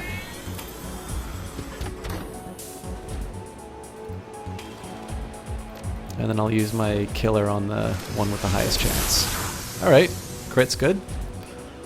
And in this case, I'm actually going to do a Tar Blaster on it just because it's a nice AoE.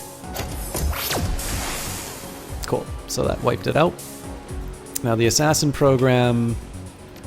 Oh wow, that's actually some really good damage. Again, best damage chance. So the way that I sort of calculate the... So the expected damage basically is you take the probability of success, in this case 68%, so multiply the damage that it does by 0.68. So in this case you've got 175. It's not going to be enough to kill the thing, but I get kind of 2 rolls on it, and basically over time as the combat goes on you're going to be roughly hitting that kind of damage. So in this case here, I want to eliminate things as quickly as possible, so I want to maximize the kind of damage that I'm doing. If I can take these things out in the first turn, then I go from having 15 system trace generated per turn to 5 with just this thing. So as you can see, missed here, but if I hit, then it's going to hit it for the full value.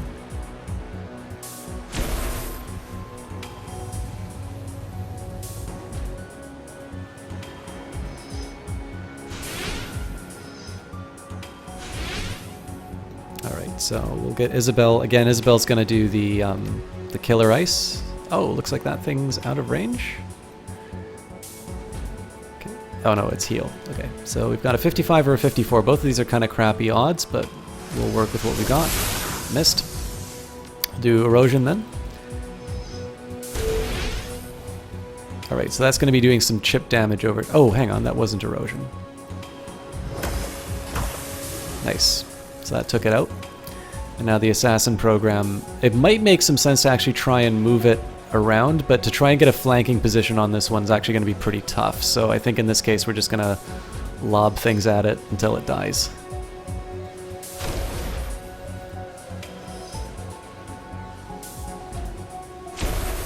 Okay, that was actually a pretty good run of things, so...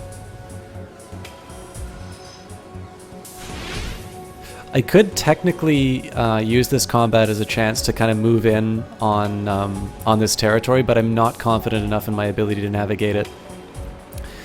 So I'm just gonna live with what I've got here. Okay, I'm gonna do a Tar Blaster. The drawback is if I miss, so I'm actually gonna go slightly off, and that's because I don't want this thing to like go one unit too far or that and catch this this ice. Okay, so I missed. Again, I don't want to trigger one of those things into the combat if I can avoid it. And we'll just kind of hope that things turn out this round. We basically get 3 draws on a 50-50 attack. Yeah, there we go. So we're okay there. My vegetables are done, so I'm just going to go away one more quick time to get my everything kind of on the plate, and then we'll finish off the game.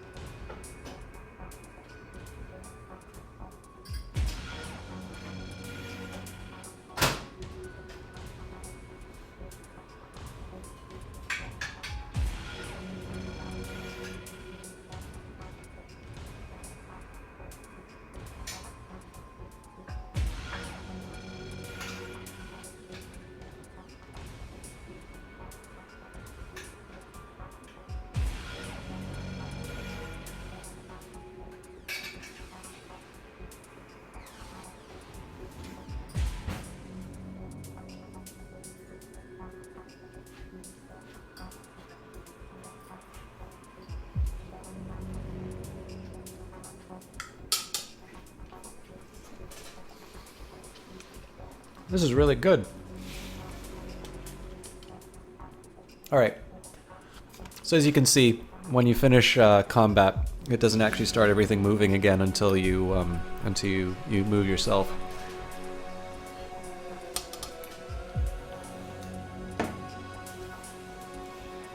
I definitely should be less scared of bringing up ESPs because those actually are really helpful.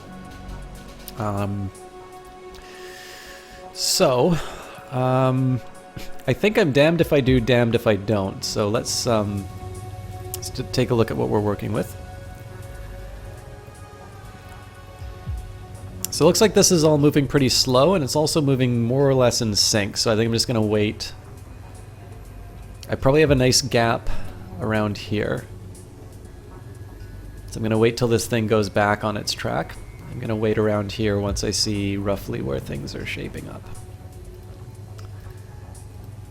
Alright, that was a little inconvenient. But I know I'm safe here for a little bit. Okay, this is actually not that bad of a... So actually, I could just force both times, but we're a professional decker, and it gives me a chance to take like a mouthful of vegetables, so...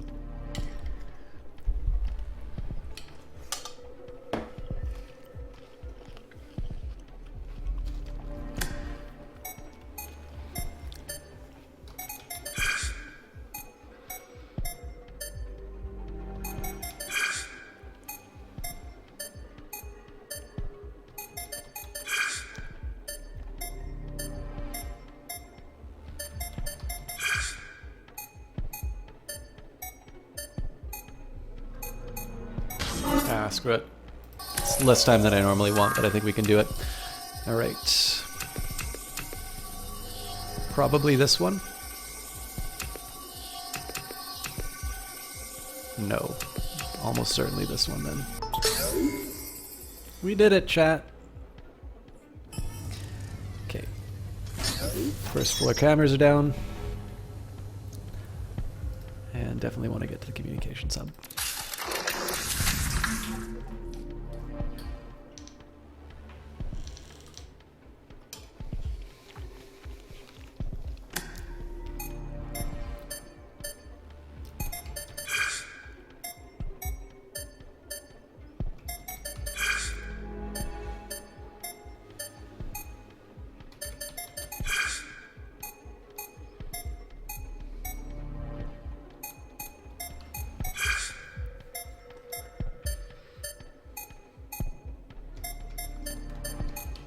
Okay, we'll go next.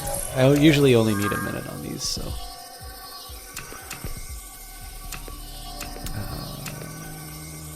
Probably this? Maybe not.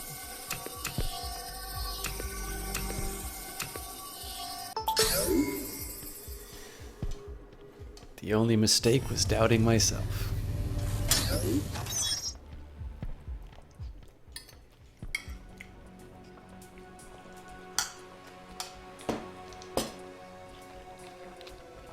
The node controls the flow of communications between the different levels of the Tiger's Den. Severing the connection is as simple as flipping a few switches. Digging deeper, you find old administrative subroutines buried deep inside the node.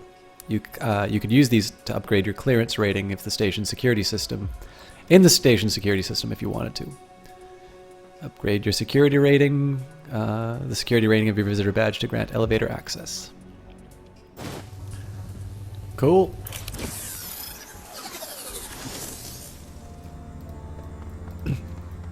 Let's take a quick second and see what we can... oh yeah, they're definitely not going to let us just go past like that, so...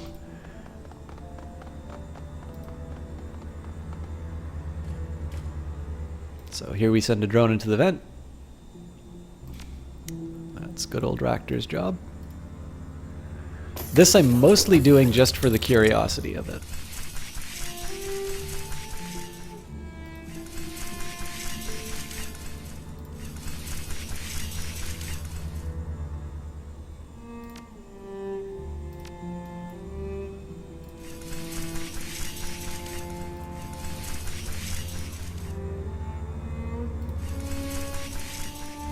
Ooh. A bound suspect sits in the center of the room. He's been handcuffed to his chair, and he's leaning forward, gulping air. A red-faced, sweating HKPF constable stands over him, and his hands are bunched into fists. If either of them noticed the drone in the room, they didn't show it. Please! The subject's voice comes out in a ragged gasp. He's fighting for air. Please, I'm only a street-level dealer. I already told you everything that I know. The constable slams his fist into the bound man's stomach, cutting his sentence short. I know you're a nobody, but even nobodies have their uses. He punches the suspect again. These bruises will send a message to your boss. You know the saying, show, don't tell. Enough! My boss, he'll get the fist pistons out again, catching the bound man in the sternum. Sorry, pal, it's nothing personal. The suspect's chest heaves as he struggles to suck in a breath. The constable who is beating him leans in to inspect his own work, and then freezes, Slowly he begins to turn. The hell? His eyes go wide at the sight of your drone. He makes a grab for his comlink. Alright, so I definitely need to stop his movement first.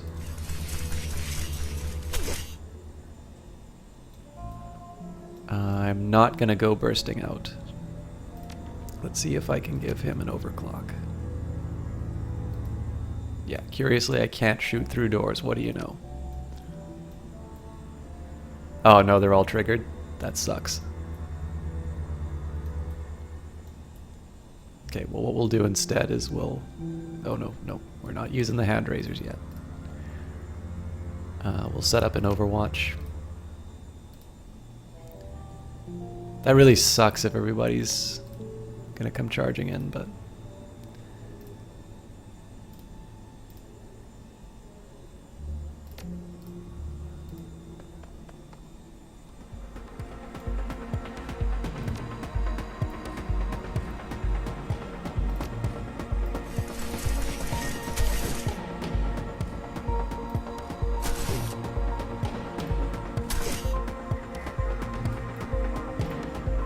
Again, holding up.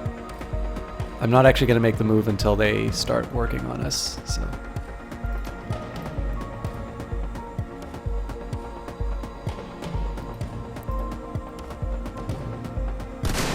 Okay, well that definitely got the constable dives for cover, reaching his weapon with one hand and triggering his comlink with the other. Got hostiles in interrogation!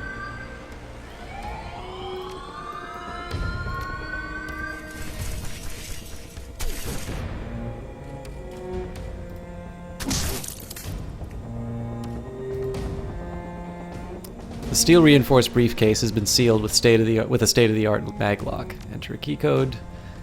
Don't own the keycode. Walk away.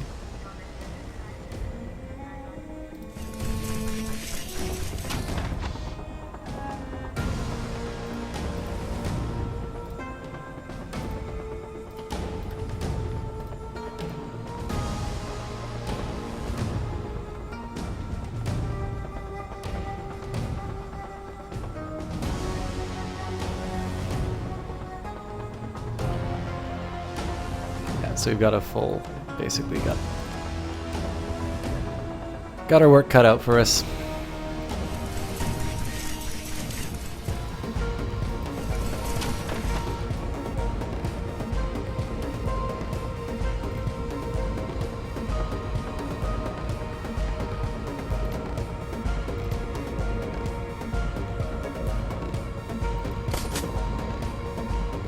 It's flanking damage. All right, you know what? We're gonna do this right.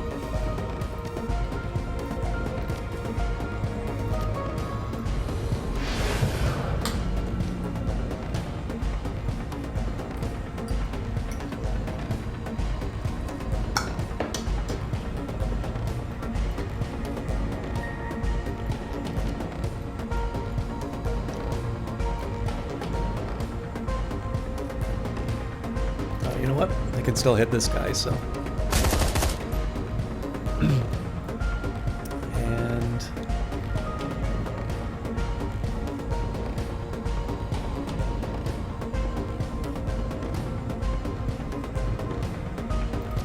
let's try and get some AP done on this. Yeah, not the best use of this character, to be completely honest, but gives me a little bit of flexibility. The one thing I don't like is a lot of these characters are going to be out in the open. Okay, both are enforcers, so...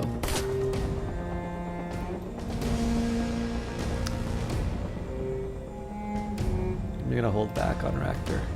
If he can, yeah, if he can get a shot off, so much the better, but... And... I can't do Acidic Fog with Gobbet. Can I do Life Siphon? No, I cannot.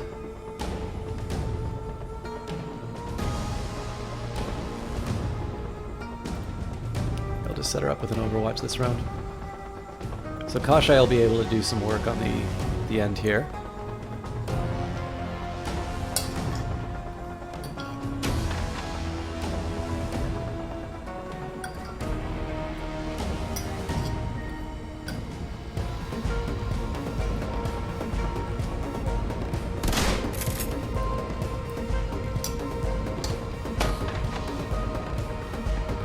Okay, not great, but not the end of the world. I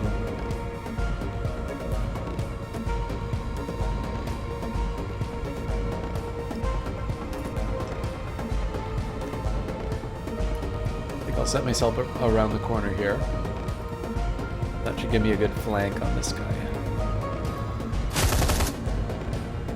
Can't believe I didn't end him. So Raptor should be able to finish that job.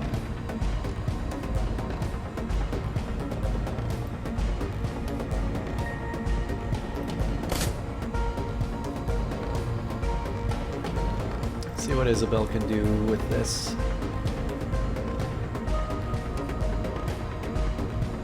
I think we need to do the double tap on that guy, but Kashai should handle it first.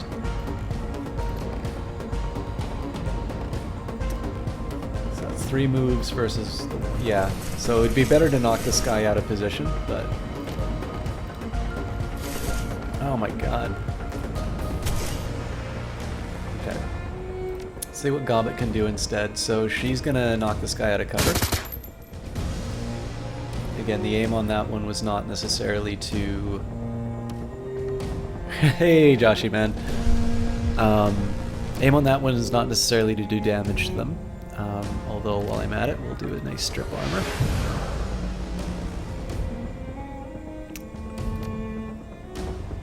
And... you know, for the sake of it, see if I can do a life siphon. Nice! Okay. 85%, 95%. I think... yeah, I think we do the headshot with 71 here.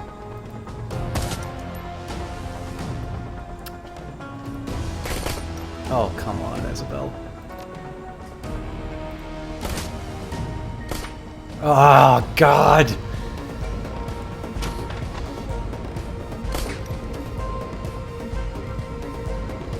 So, notice the aim that I had here. Again, Kashai is a good frontline unit. It's more or less immortal. So even if it takes all of this damage, it's soaking up a lot of attention. Notice here that, assuming we could take this guy out, I think that means there's another person who's coming through this area. Assuming that we could take this guy out, all of our characters are in position for a fight heading along this direction. So what we're going to do is try and tilt things to our favor. So Gobbet's going to start with a quick aim shot. Nice, okay. I don't really need that security pass, but so be it. Let's move... we'll move Gobbet up.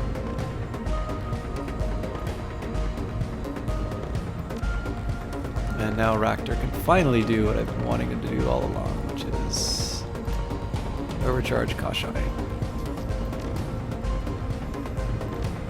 Which is overcharge Kashai.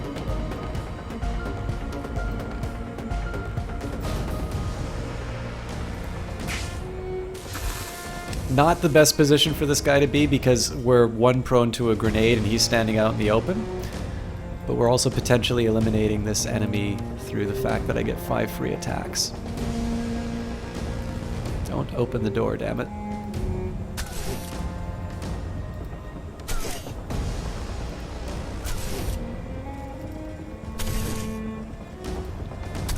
Alright, looks like the crits ran out. Fair enough. So let's see what Isabel's chances are. 67% here and apparently no line of sight. Okay. So we'll start with 2 shots. Hopefully the Deadeye seals the deal. Not quite. Okay. So this means 71's now going to stick with single shots. Of course line of sight's blocked. Why wouldn't it be? So instead we'll spray and pray. Okay, that was enough to take them out. So can I still be in cover? Yes, I can.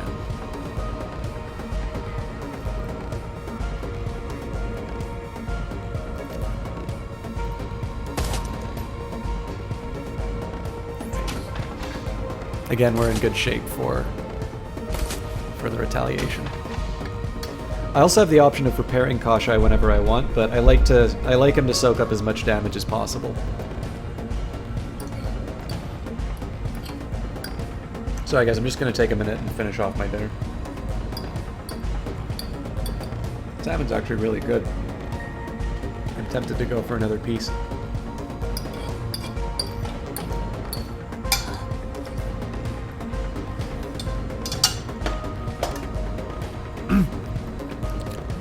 Alright. Don't have enough for full auto, but I do have enough for a burst. Let's start with Kashai first, because I can strip some armor. Okay, great. Do the AP damage. I think I'm actually going to get Raktor to heal some of the damage.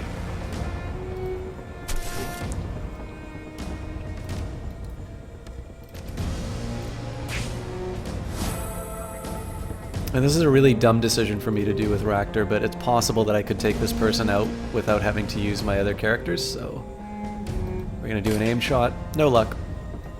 So instead I just... I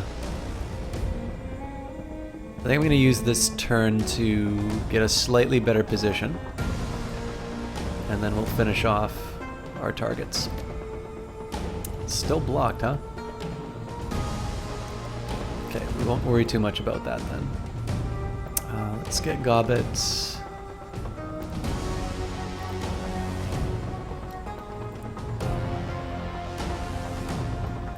Some weird sight lines. Okay.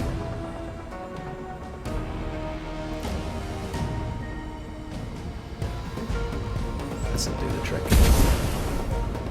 This is also going to cause problems for anybody who wants to move in. So this gives me a chance for 71 to reload.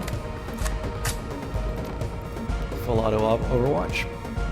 Isabel, let's do the double tap. Overwatch.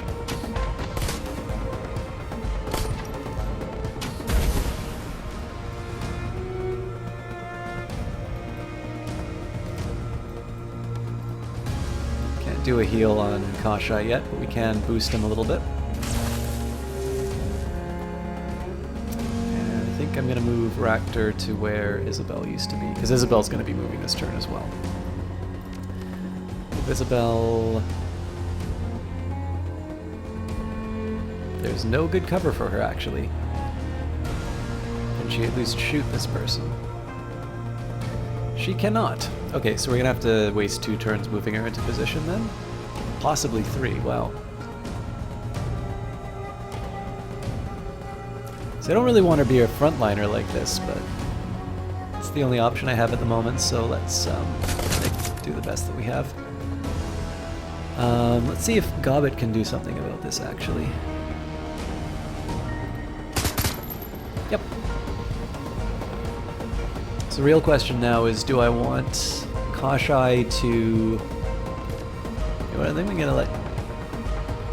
I don't want to use a repair kit on Kashai. But I do want to give him a little bit of a break. So we'll set him up for an Overwatch with shotgun mount. I think similar deal with 71. Actually, let's not waste the turn. Let's get him in position for a welcoming. And let's haste again.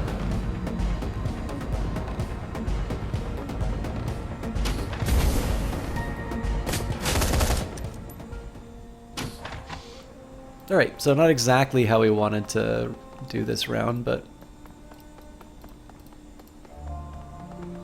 now I have a chance to see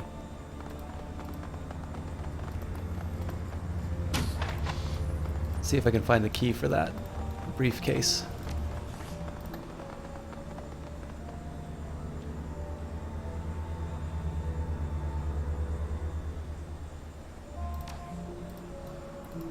Survey says no.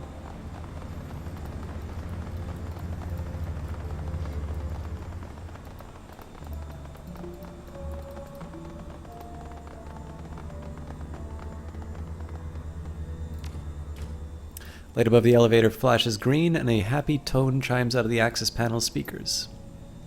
So I have a feeling we're still going to have to deal with combat on the next floor.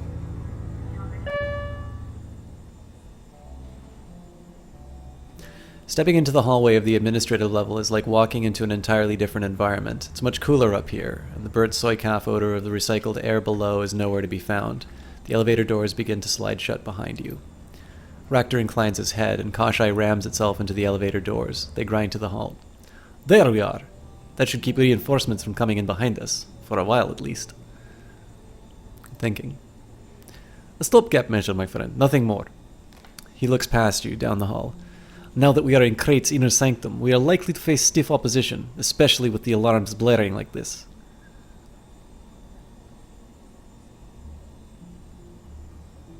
We'll do our best to avoid hostiles, but if they find us, we'll put them in the ground. Sounds like a plan to me. Lead on, 71. I'll be right behind you.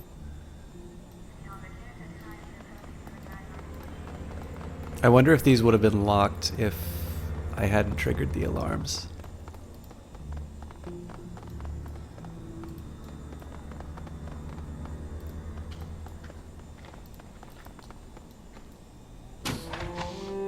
Constables in this room are ready for you. Their weapons are already drawn. The largest of the men aims his weapon at your chest, his nostrils flaring. Intruder, drop your weapons and hit the floor. This will be your only warning. Calm down and lower your weapon. Nobody has to get hurt. You're the one who's getting hurt. Should have complied when you could. Gun him down, men. He doesn't walk out of here alive. This is almost certainly not direction. Alright, so we got a spirit over here, but it's a bad spot for Gaba to be, so... any dragon lines? Nope. So we're going to do our usual start. Speed up 71. And in this case, he's actually going to go straight in. But everything takes 2 rounds.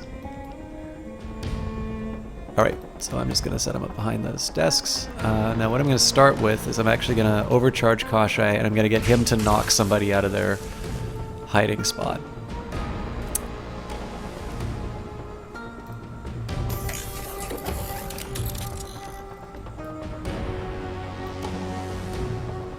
So I've got guard, captain, and the deputy chief inspector. Captain's got the most armor, so let's see if we can drop him. Of course I missed. That's what we needed. Okay.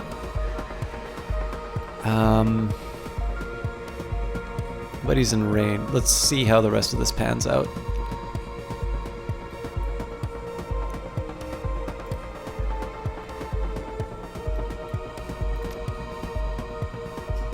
Not the best odds, to be completely honest. Let's, I'll get her on the Deputy Chief Inspector. Nope. Okay. I'm gonna keep Gobbet by the door, but not actually active in the fight. I hope that's not active in the fight. And let's do something similar with Ractor. They'll be moving in next round. So 71 will start by opening up on the captain. Again, he's got high armor, so there's not a lot that's going to happen there. Maybe a headshot can do something about it. Okay, they're clumping up, which is nice.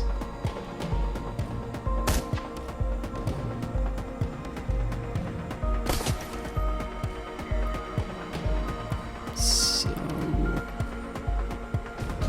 that guard's still in a good spot. So again, I still want to knock this guy out of position.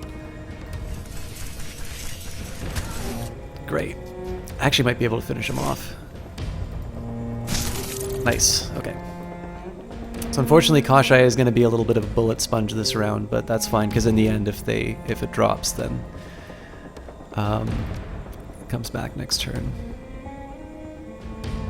I don't know if I want to summon the spirit yet. There might be other stuff waiting for us. So let's move Gobbet up. I don't normally like having her as far into the fight like this, but we can actually get somebody out of position.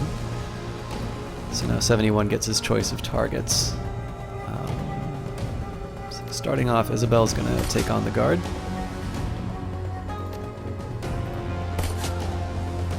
Some good damage, actually. Let's see if we can get Ractor involved. This is a bad grenade spot, but... okay. Let's try a Deadeye shot. Nice. Nice.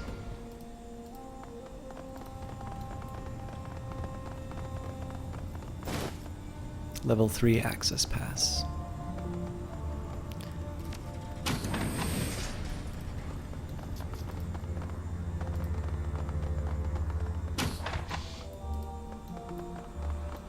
Yeah, I really regret using the... So I like exploring this game, but I actually really regret... I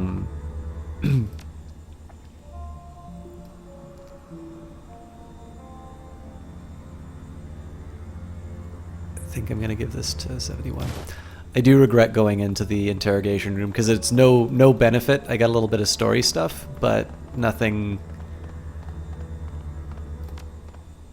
that really made the combat worthwhile here. Okay, this panel controls the door to the evidence room. It's a simple thing, little more than a featureless box with a red and green LED and a rocker switch. Unlock the door. Flip the rocker switch and the LED glows green. The door unlatches itself and slowly rolls open. This is it, I guess. Moment of truth. Let's get in there, find the evidence, and get the hell out of here. With that alarm blaring, it's only a matter of time before more cops come looking for us. Stay cool. We got this.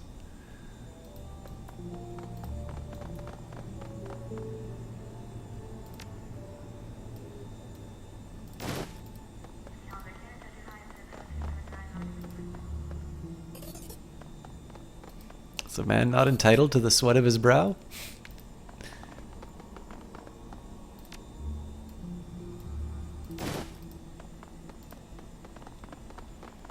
Project Zeta. The terminal comes alive as you approach, its display filling with a ghostly amber text. Hong Kong Police Force, Departmental Evidence Database, Aberdeen Station. Press any key to begin. I guess this is it. Whatever evidence Chi and Lam are looking for, it's gotta be in there. Go on, 71. Search for something. Enter a search term. Oh.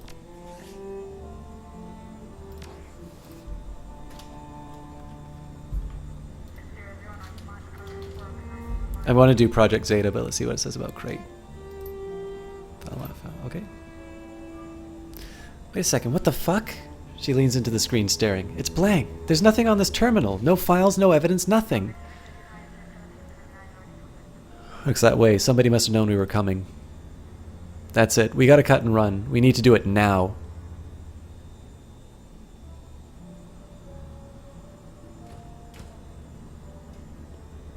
The hell with that. We keep looking. If the evidence isn't here, we search this building until we find it. So I only got one option on that, huh?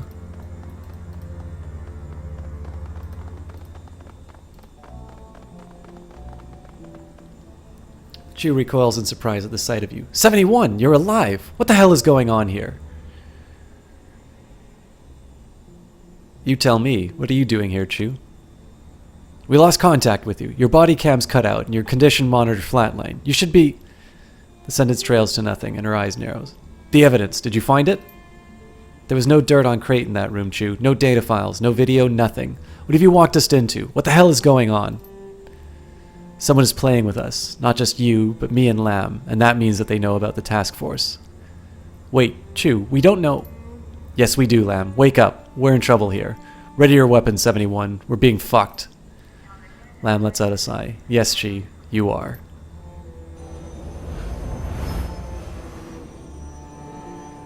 Strange energies arc up from the ground, taking the wind from your lungs and the strength from your legs. You crash to the floor like a sack of bricks, the impact sending bolts of pain up from your knees through to your spine. Out of your peripheral vision, you see Senior Inspector Chu go down, her lips curled back in agony. Your world dissolves into a sea of pain. Lam glances down at you, frowning. Sorry about this, Mr. Lee. If there were another way, I would have taken it. You know how it is. Nothing personal. He turns to Senior Inspector Chu, a hint of a frown tugging at the corners of his mouth. He looks into her staring eyes, reads the outrage and betrayal on her face, and sighs. Believe it or not, I'm not doing this to hurt you either. Hell, I'm trying to fix things. But you're in too deep with Mitsumusha to see that. I could try and explain it forever, but you never understand. He turns away, peering down the darkened hallway ahead of you. You can come out now, Wallace. It worked.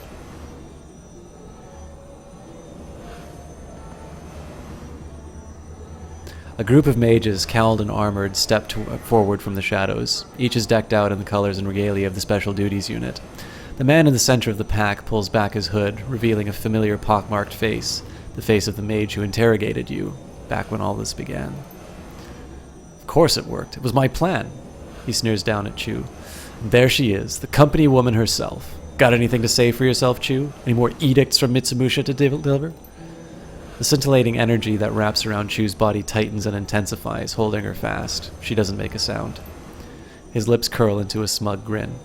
Didn't think so. Lamb frowns at the mage. Quit gloating, Ku. I brought her here because she's a threat to what we're trying to accomplish, but she's still worthy of respect. Did Crate fill you in on what happens next? He rolls his eyes. Of course she did. We strip everything that Mitsumusha and the Executive Council's task force know about our operation from Chu's mind via magical interrogation. And then she suffers an accident. He nods his head at you, and your pet Shadowrunner takes the fall for it. Okay, that sounds about right. Crate also said that the pockmarked mage butts in, cutting him off. Remember who you're talking to, Golden Boy. I recruited you into this organization. I don't take instructions from you. Reach for your weapon. You struggle to draw your weapon, willing your body to respond. Your muscles refuse to cooperate.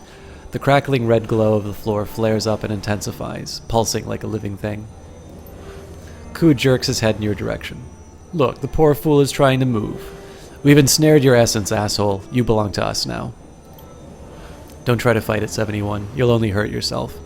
We all know what has to happen here, and there's no reason it can't be quick and painless. Just look at Fiona. She isn't struggling. She's accepted it. As Ku stares at Chu, the smile on his face slowly dies. A look of confusion replaces it. He takes a hesitant step forward, staring. What? Has something gone wrong? What is it? Your partner. I can't read her aura at all. The frown deepens. It's strange. It's like there's nothing there. He turns to look at her, blinking. What are you saying? How could she have no aura? You feel the heat welling around yourself before you can see the coalescing energy. It hits you like the exhaust from a blast furnace. And then all at once, Chu begins to move, and the energy that ties you down evaporates.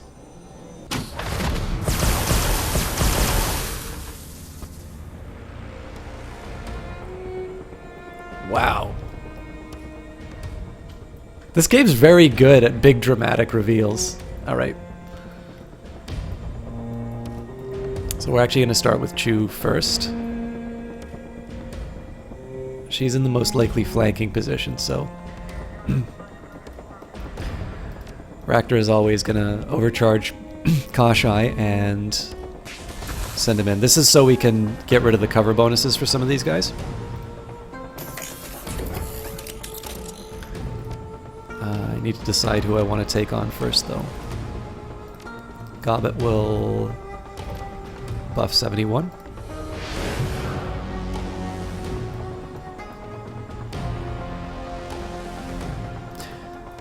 You know, I'm almost tempted with 71.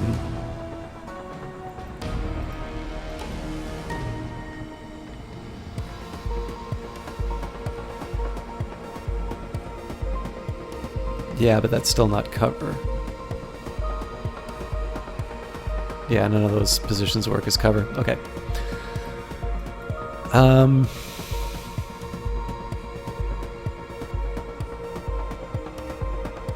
Yeah, so I think I'm going to go for the flank here as well. All of them are exposed. Isabel can move up. Has good line of sight on all of them. Okay, so let's get Kashai to do his job. We're going to start with stripping the armor from this guy. And then I think I'm going to do just a... Okay, I'm going to do a quick attack on this guy just so we can knock him out too. Crap. Okay, great. So everybody's basically exposed here. In fact, I think we can actually probably wrap this up this round. So let's see what Raptor can do with his gun. This is our best chance. Nope. Okay, Gobbet. Still want to take this guy. Yeah.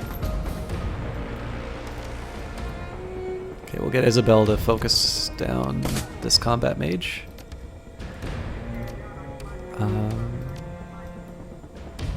Chain lightning's best bet. Drat. Okay, so 71's got to finish the job. One bullet. There we go. The last of the mages tumbles to the ground, crashing into the linoleum in a bloody heap. Chu glowers down at Lamb, her expression clouded with betrayal. I didn't think it'd be you, Lamb. Her voice is like the snarl of a wounded animal, full of rage and injured pride. Ku's betrayal doesn't surprise me, but you had me fooled.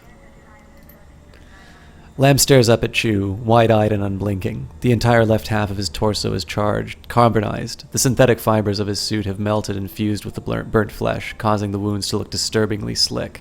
He doesn't scream. He just stares. How? That's all he's able to croak out. His voice is weak, but you don't detect any pain in it. Just confusion. Chu fishes an object from under the neck of her blouse, a slender talisman on a silver chain. A gift from Mitsumusha Corporate. It provides protection, but more importantly, it masks my aura. It keeps treacherous little fucks like you from learning what they're up against until it's too late. Does somebody want to tell me what the hell just happened? I'm a mage. At the risk of sounding immodest, a damned good one. Mitsumusha Corporate felt that I might need an ace in the hole, so they gave me the necklace to keep my talents hidden. Turns out that was the right call. My former partner here just tried to betray us along with another member of our task force. They were with Crate and her people on their employer's payroll. Ku is dead, so that problem is solved there. But Lamb has only just begun to learn what a horrible mistake he's made. Lamb struggles to rise to his feet, but his body won't cooperate. Lightning-seared flesh cracks open with the movement, and finally he begins to scream. Oh, and it is too late for you, Lamb. There's no scenario where you get out of this room alive. She touches a thumb and forefinger to her temple and closes her eyes. But before you die, I'm going to go digging into your memories. You really should be unconscious for this, but we're running short on time.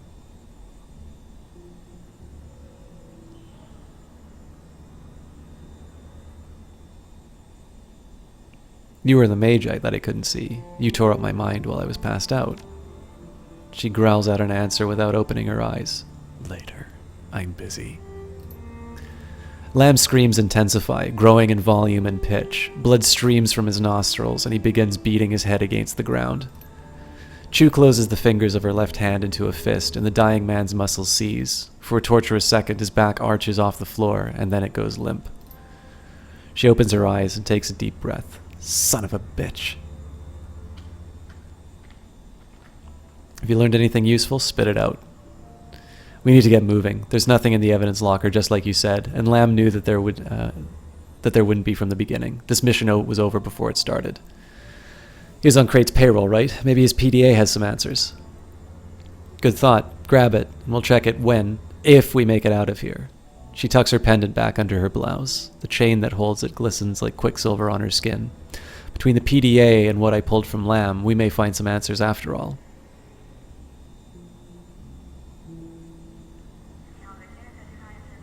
You said you were busy earlier. You weren't anymore, so talk. You were my second interrogator, weren't you? Yeah, look, 71, I had to scan you myself. I'm sorry that it hurt, but I couldn't trust the intel that Ku was feeding me. I did what I had to do. That's the truth. Take it or leave it. Do you have any idea what you put me through? Sure, I had to make sure that you were thoroughly vetted. She shrugs. It was nothing personal. Say nothing. Look, if Crate's employers could buy out the SDU, there was always a chance that they could do the same to the task force. Mitsumusha doesn't take that chance, so they sent me in to conduct my own investigation.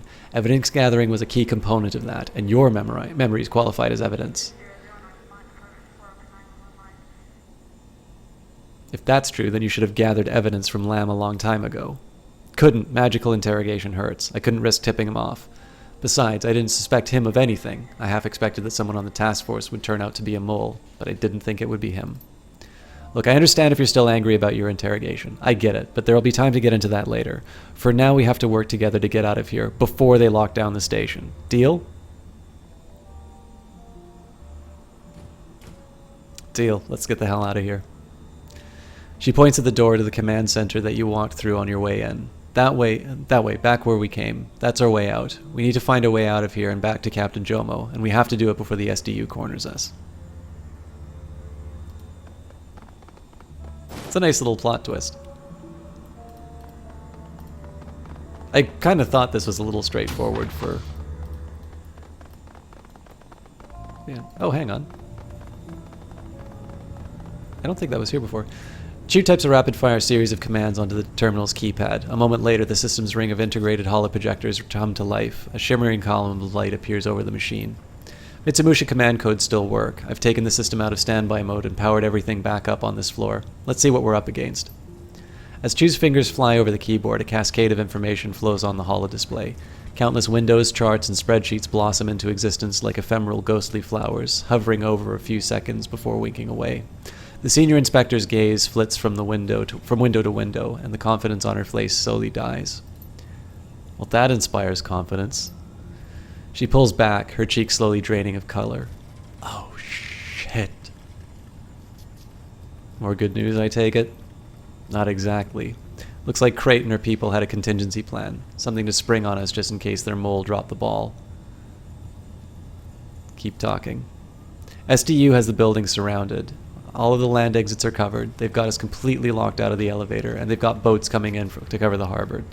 The bastards have also dispatched an HTR team to dig us out. They're already in the building, heading to this location. Getting back to Jomo is sounding pretty good to me right now. Please tell me that you have an exit strategy. Working on it. They've denied us access to every conceivable route off this level, but I might be able to bypass one of the lower security locks. Her fingers fly over the keyboard, and the menus on the holo display flicker and whirl. Yeah, that should work. There's a flight of stairs around back. It'll take us away down to the motor pool. I can try and force the lock, but it's going to take time. She slams her fist against the keyboard. Fuck! I've been booted from the system. Did you get us access to the stairs? No, I'll have to find a panel and do it manually. Listen, 71, I was able to unlock the main door to this command center, but it won't stay that way for long. On-site security initiated a protocol to seal us in here just before they booted me. I've got a couple of minutes, maybe less, before the locks re-engage and we wind up trapped in here. And then we're fish in a barrel. Right, we'd better clear out. I was able to open a matrix port in this terminal. There might be something in there that can help us. If you want to search the system, it might be worth the risk. Otherwise, we should clear out of this room before we get sealed inside.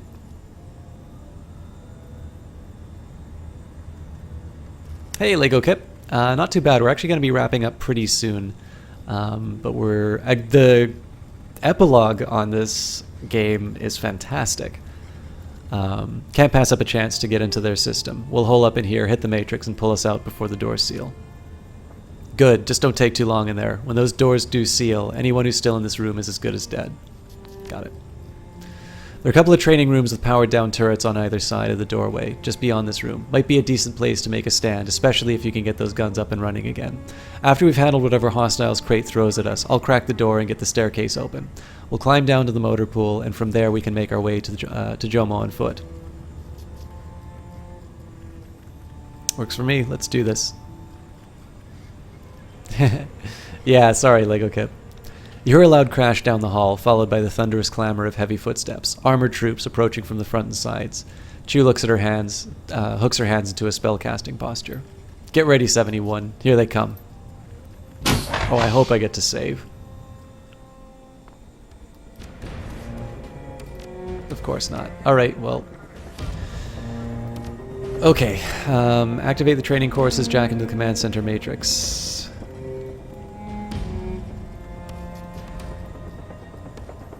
Okay, so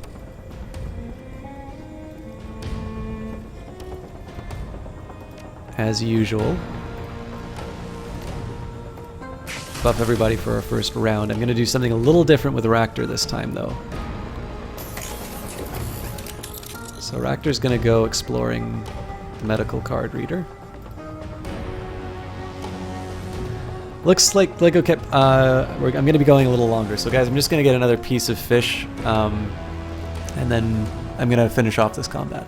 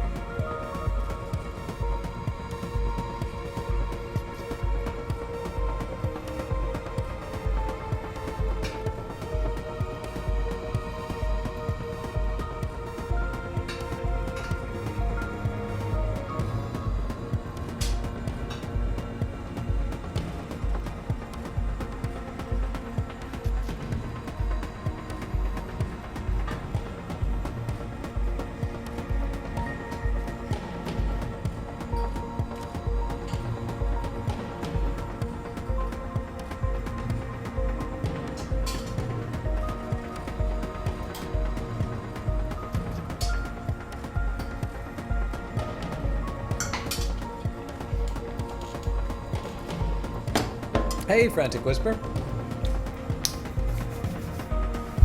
I was actually getting ready to wrap up, and then I've got a big combat ahead of me, so I'm grabbing another piece of fish just to keep me going, and we'll do a little bit more of this.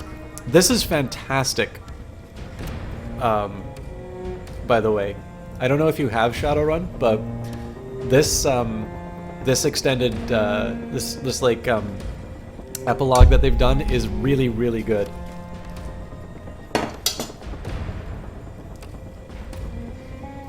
Also, that salmon's really good. All right. Goblet's going to speed up 71 as usual.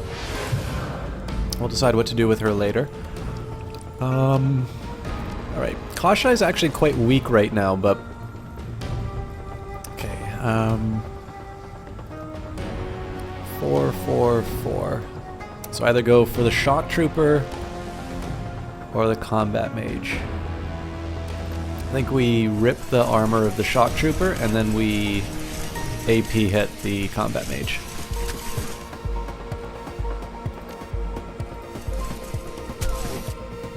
Not a chance, Joshy man. I will fight that kitty to the death for the salmon if I have to.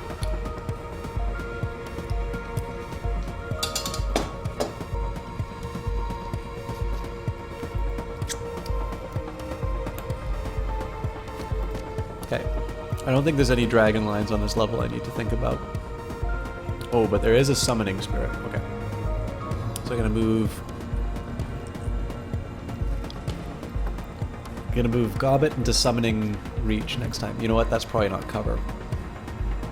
You know what? 71 can already open fire. He's already in cover, so let's just let's not waste any time. Nice. Combat mage is taken out on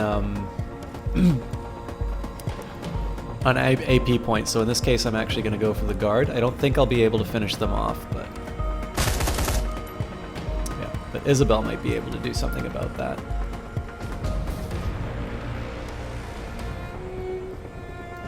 This is a bad spot for a grenade, but we might actually be able to take this guy down, so I'm willing to take that risk. I think in this case I'm going to do the double tap instead. Okay, and hopefully with an improved accuracy we can finish him off. Excellent. Oh god, Isabel's supposed to be in the Matrix. What am I doing?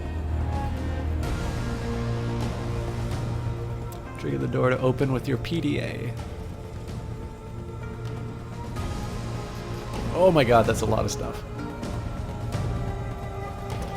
Okay, Isabel, get in the Matrix, damn it.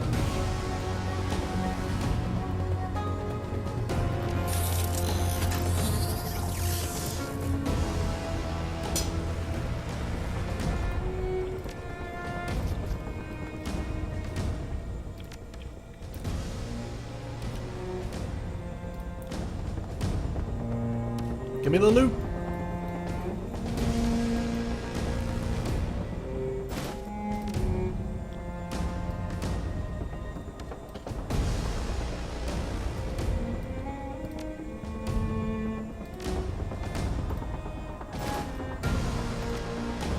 That's one that's got to go to 71.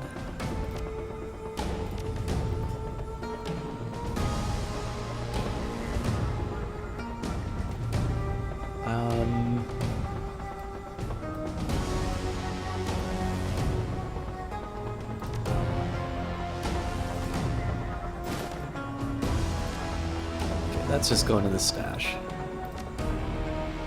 Oh, that's a good one. So let's...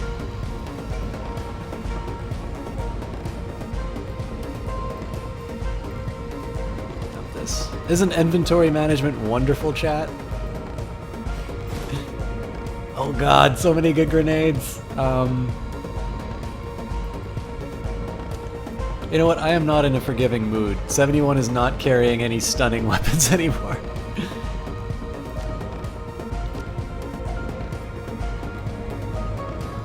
You know what? Let's spread the love.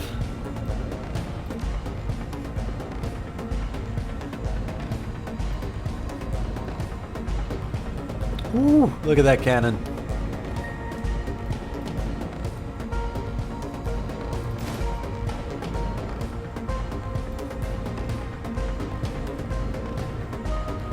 Oh, let's switch out from the HK actually, because that's my weakest weapon.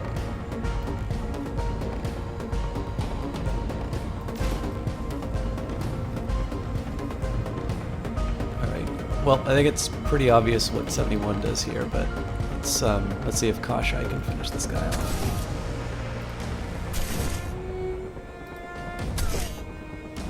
Nope. So maybe Gobbet doesn't summon the creature yet.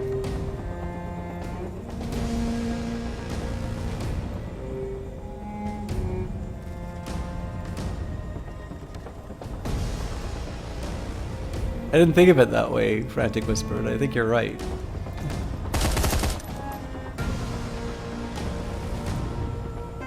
Are you thinking of the one with, who is it, Jeremy Brett?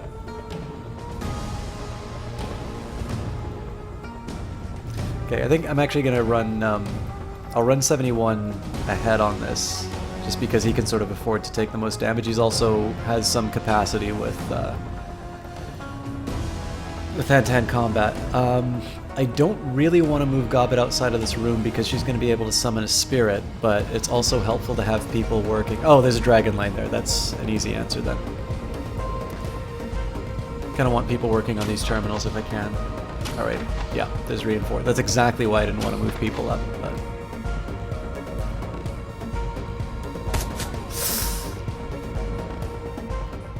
Alright. I think I'm gonna go for the low-hanging fruit first and move around the edge. Oh god damn it, come on! There we go. It's not at all clear if there's any targets there. But let's deal with what we have.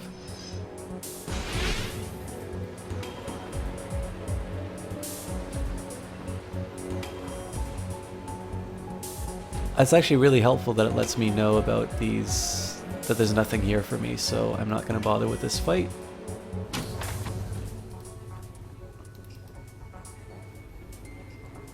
Not yet, anyway. I might turn around and, You're thinking Cumberbatch. Oh yeah, actually, sorry, what am I thinking? I saw the first two... I saw up to the point... I saw up to, I guess it's the final problem.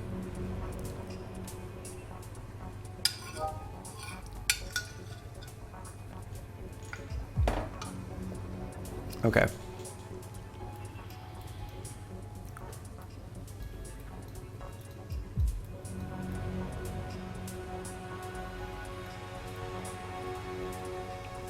I'm not convinced that this is everything. I'm going to take a look at the back. There may not be anything for me here. I am going to... Ah, there we go. Yeah, there's definitely more stuff here.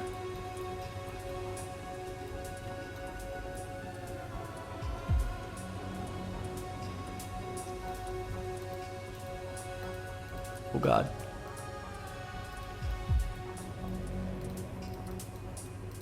Oh, God! I think we're gonna lose this, actually.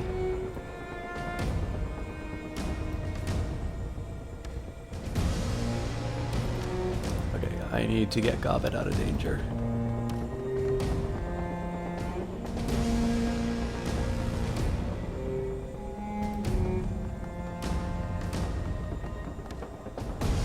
Oh my, okay. Hi guys.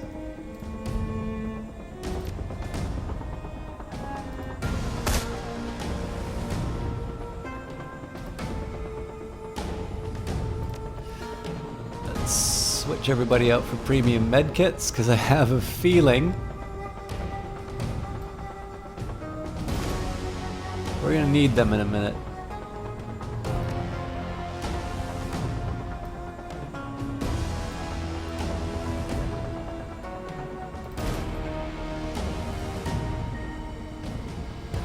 Oh, okay, another dock wagon kit. Let's hand that off to Isabel. I actually want to give it to Gobbet, but Gobbet's inventory is looking pretty full. I don't want to drop any of these. Nice, okay.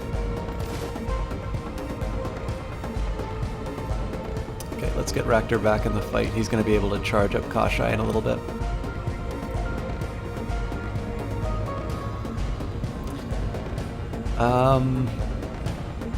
So I think in this case I'm actually going to wind up sacrificing Kashai here. 71 can handle himself. I really want to block people on this. Oh no, you know what? Let's turn on the training console because the drone can do that. Control terminal. The control terminal for the north training room winks on.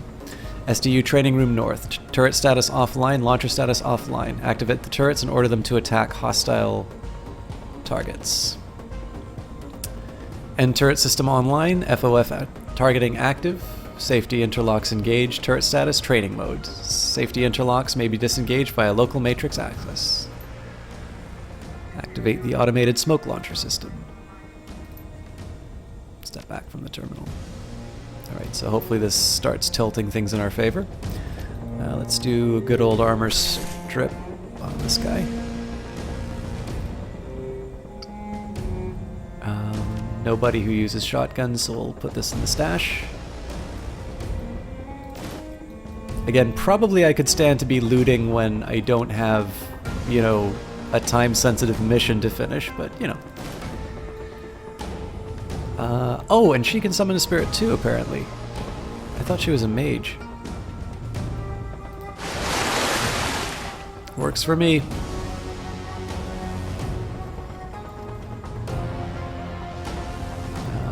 Let's do a strip.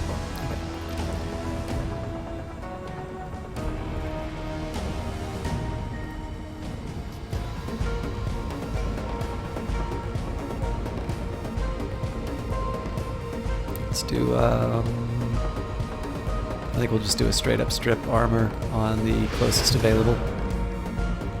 Also gives them something to shoot at.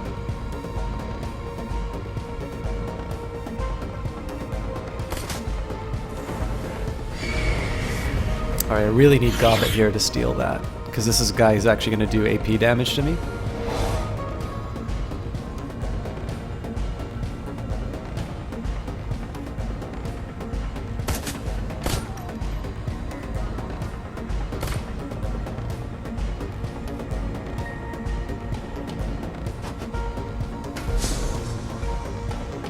Right, so I think the name of the game here... Oh, right, it's ice. Okay, so we'll do another assassin ice here, just because that was so helpful last time. It's basically giving up one move in order to gain attacks over a period of time. So it's unlikely I'm going to be able to take this thing out in one turn. And basically, even if you think of it right, if you use the ESP program, I gave up one of Isabel's moves, but I gained two attacks with the Assassin program, one of which is Assassinate 3.0, which actually I'm not going to blow on this. Let's just do some standard attacks and see if we can finish it. Yep. Okay. So... it's important to remember if I trigger any of these Watchers, I wind up having to sacrifice turns to deal with them, so... looks like it's pretty broad patrol that it has, though, so we'll move up.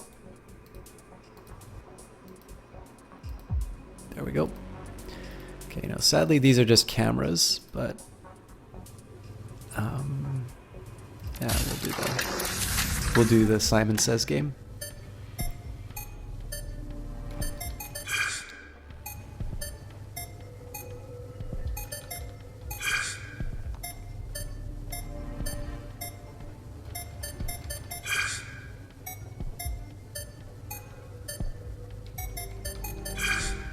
I think 50 seconds is enough.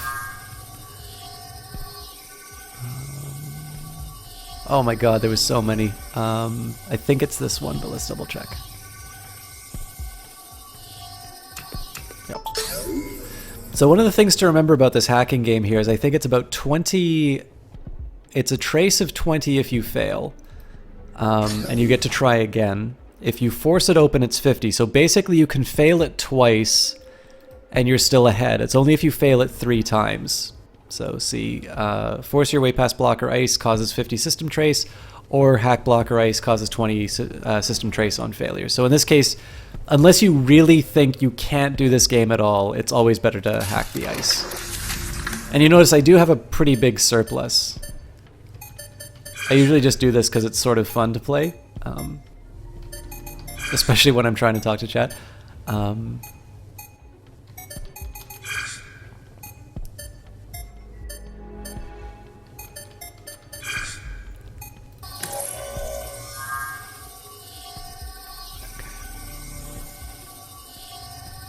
Maybe this? No.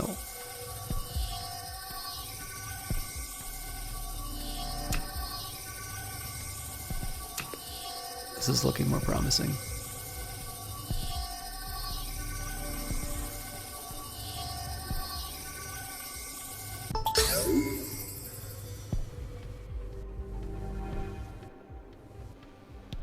Motor pool charging system.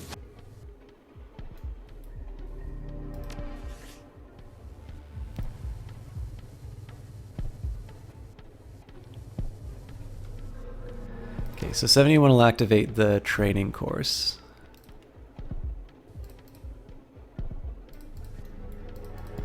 Nothing really for me here, so...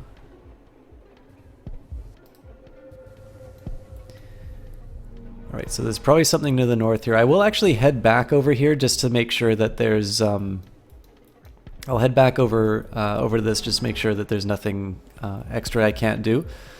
But I want to make sure that the things I can't do with my PDA have already been taken care of. So this is this one's such a pain in the ass. Let's see where my safe spots are. Okay, so I could actually sit right here. This is the real scary spot.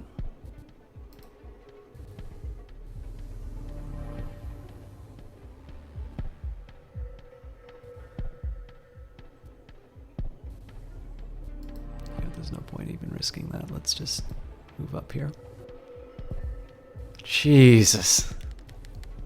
I knew I couldn't be hit there, but that's still something that curls my hair. All right. So I actually, as long as this center one isn't hitting me, if I go out and around straight like this, I'm actually in the clear. Okay, so we go now, go up like this. Carefully. I'm done. Yeah. Okay, so I actually need to run straight through to this, otherwise I'm gonna get caught in a fight that's gonna take me out.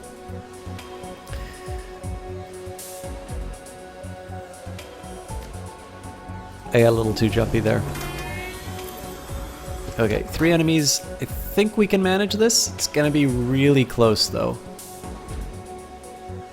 So we'll drop an assassinate on the one with the highest chance of success. Not quite enough to take it out, unfortunately, even with a crit. Bad luck.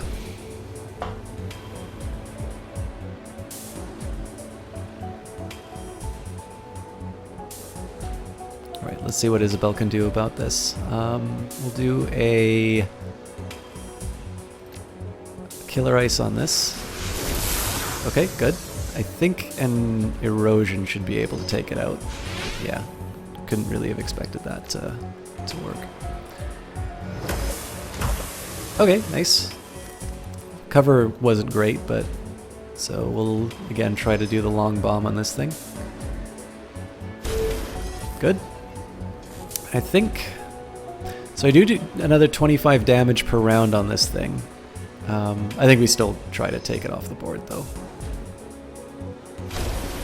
Cool.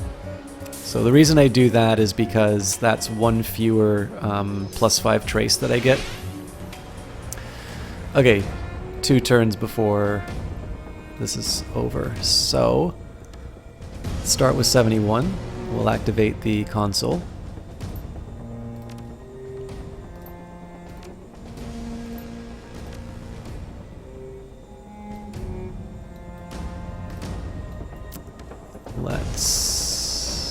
Actually, you know what? First of all, let's see if I can get Gobbet to... I can get her to steal the Primeval.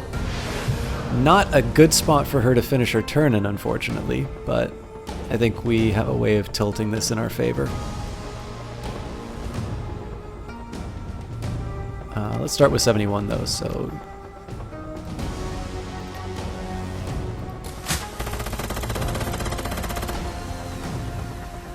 I think that's one that deserves a single shot.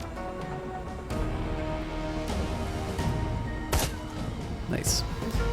Okay, I've got one more shot left. You know what, let's just hit the SDU guard.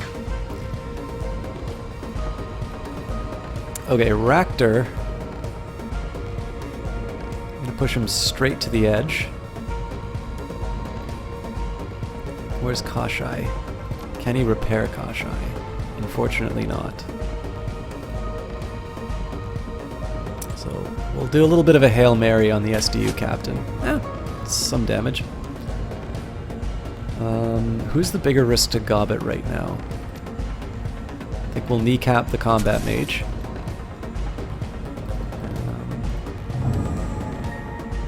Even though it's a high percentage chance of escape with the Primevals, I always kind of go... I go for the max, just in the end, because there's still a chance that somebody's going to attack them.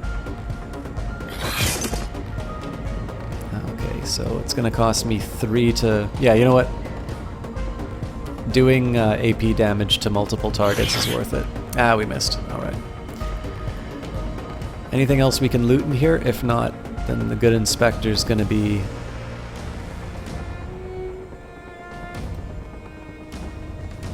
joining the fight.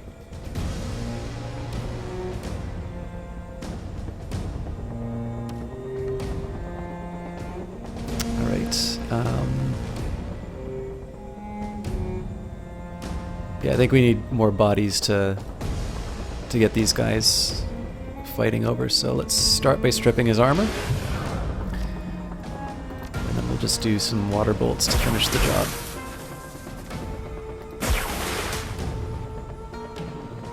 So the armor stripping is pretty similar to XCOM in this case. You can maximize your damage by quite a bit if you worry about that. Jesus, that was the right call to turn on those turrets.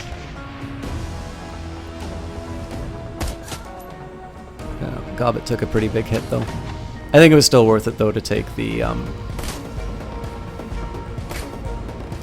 Primeval though. Okay, so we got 2 turns to get out of that room, so I definitely need to... Oops.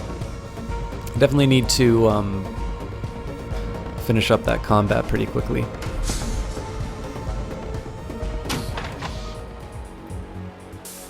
Okay, I'm paralyzed in this position. If I go anywhere else, then this white ice is going to detect me, and at that point there's going to be nothing I can do in 2 turns, so... We'll just hope for the best on our strikes. I'm actually going to go for a Tar Blaster on this one and aim just a little off to the side. That's exactly why. So basically, my to hit wasn't as bad. Now this looks like a fairly decent little run. I just need to make sure I get to this little island of safety in time, I think. Let's just double check the pattern. Yeah, so I've got nothing to help me once it moves past here, but I can make it in time. Training course control overrides. I think I've already hit that, but... Oh, you know what? It's probably to make the turrets lethal.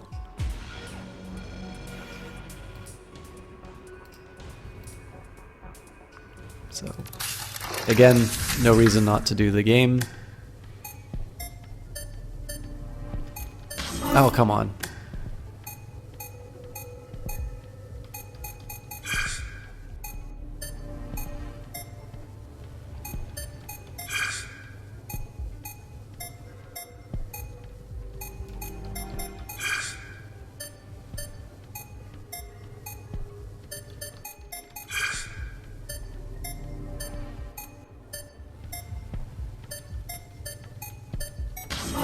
Screw it.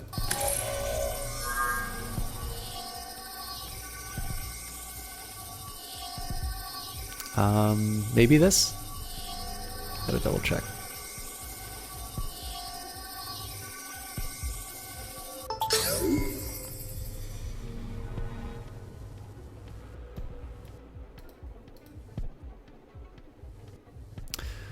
This node governed the weapon systems in the station's training rooms. A field of glowing text materializes before your eyes, taking the form of a standard menu screen.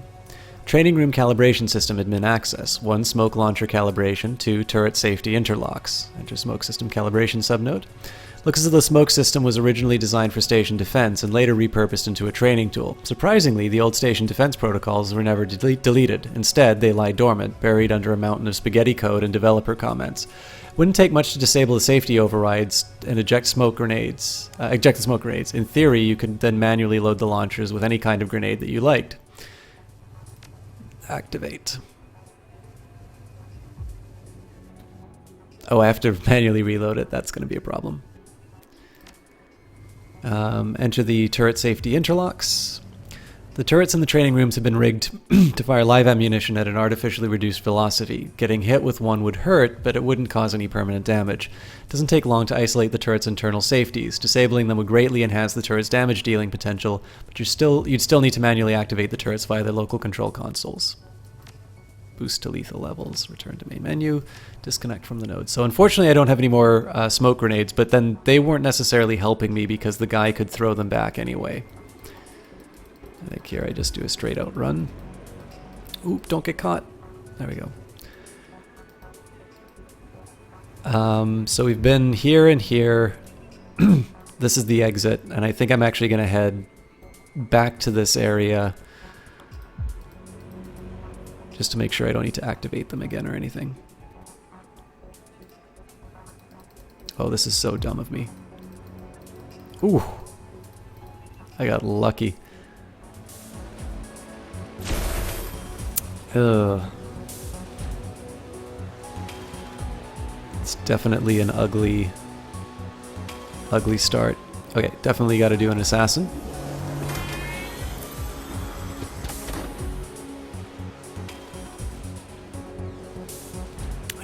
Yeah, I think I'm going to do a medic on myself just because these things can end me.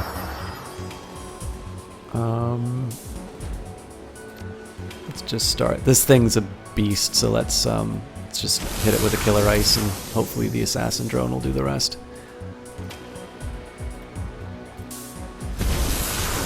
Nice. So highest expected damage would be, oh god, we've already done these accesses. It might make sense just for me to eject at this point, actually. Is there anything else that I need? So I need to eliminate the SDU and reinforcements. Need to clear the command center. Okay, so I know how I'm doing this.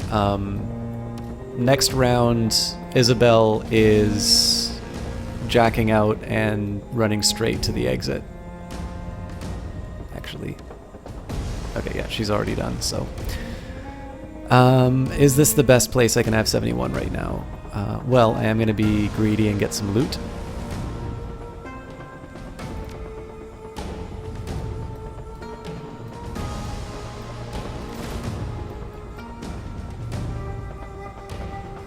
Ejected smoke grenade, ammo hopper. Yeah, these are not worth it.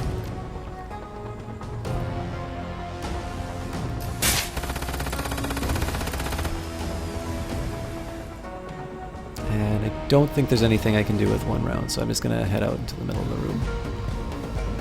Again, this guy is extremely tough, so I'm not too worried about having him stand in the middle of the room like that.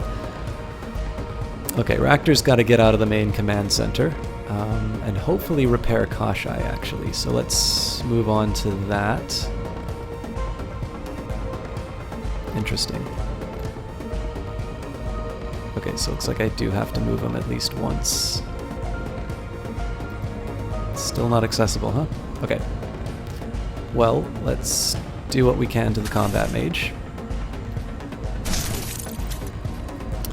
Gonna head around the corner for a second and let Dr. Raptor patch you up for a rather disappointing 6 HP. Alright. Again, tempting fate with a primeval, but we did it, so this is good.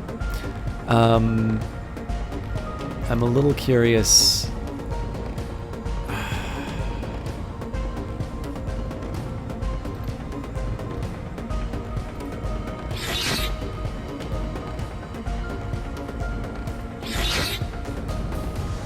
Okay. So I'm gonna take this guy around the corner. It's too tempting to get one of these chains off. So even though I'm stacking up my guys like I don't want to, that attack is just so powerful. All right, I could do heal wounds, but nobody but Kashai really needs to worry about that. So is there any crazy voodoo I can do? So dispel, don't want to do a chain lightning on this guy. A lot of these are actually very defensive. I guess that makes sense for a police officer, so let's just do a burst fire on the SDU. Well, hang on. Deadeye shot, 59% chance, but a 14 damage weapon, but a 60% chance to crit. So it's a bit of a Hail Mary, but we might actually be able to pull this off. Nope. Okay, well, we'll just do the double tap then. And that works. Why not?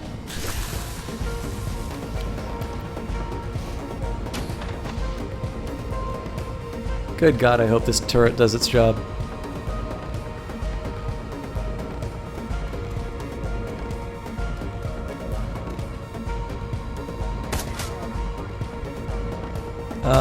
Was that the turret? I hope not.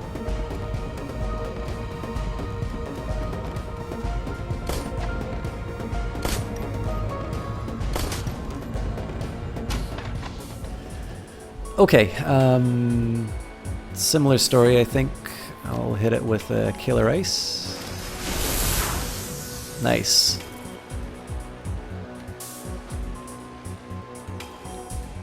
Alright, I think the Watchers are looking the wrong direction for this, so... No, you know what? I was gonna... Stunned for 5 AP and we'll do... No, I cannot afford that. Oh my god. I think I just killed Isabel. I don't think I'm going to be able to get her out in time now.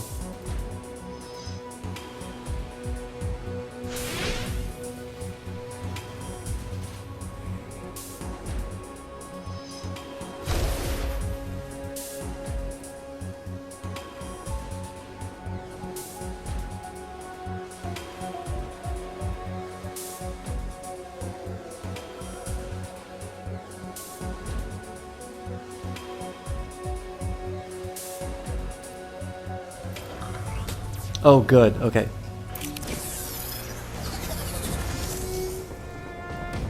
God, this is exactly the way that you want a Shadowrun level to go, too. Your Decker has, like, literally seconds to get out of the Matrix and get out of the front door.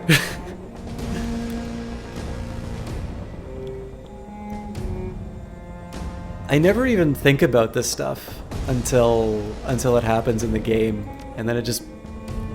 I'm really excited. Okay, let's do our crazy chain attack again. Oh, okay, well, I guess if you get a fatality on the guy, it doesn't count.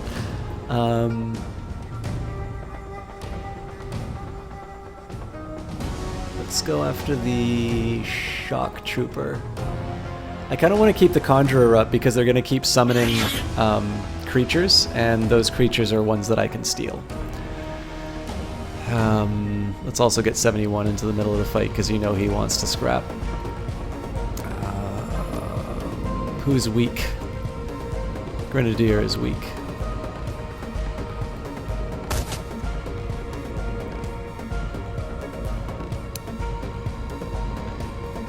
You know what? I think it's time for me to use one of these repair kits on Kashai. And I really want to get Gobbet on a dragon line, but that's suicidal to put her there. Let's get her to heal up. And I think I'm gonna get her to safety. And the right call here. Alright, those are all bad. The acidic fog would actually be the best option in this case, but let's do an aimed shot, and we'll take the combat mage, because the highest expected damage. Oh god, so the real question is, do I want to use Kashai as a bullet sponge again? The answer is yes, most definitely yes. Actually, I should have used a grenade now that I'm thinking of it. The good inspector should be able to do something really impressive.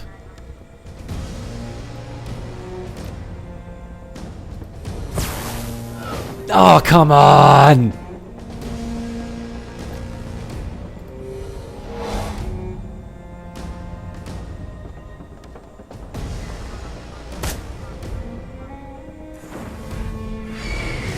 Okay, there's another creature for me to steal. Not so good.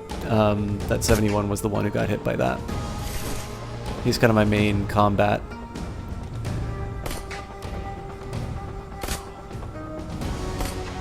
Combat bro, is that the appropriate term? Alright. Isabel is actually pretty strong in combat, so I'm going to move her in. This is a pretty good grenade spot for her, unfortunately, but we'll live with what we have. Also looks like I lost one of my spirits. So we'll do double tap, and I think we'll do it on the combat mage. Especially because they're on a dragon line. Next up, Gobbet. Let's start her by stealing... I believe the primeval that was facing out to Kashai is the one that was summoned.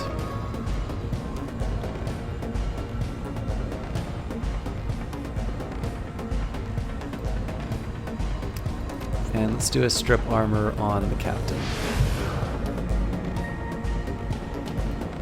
Alright, can Raktor do anything cool?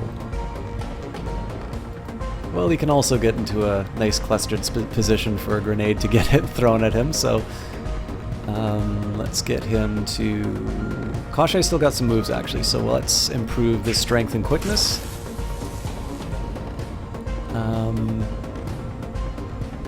Yeah, and I think the right call here will kneecap the captain.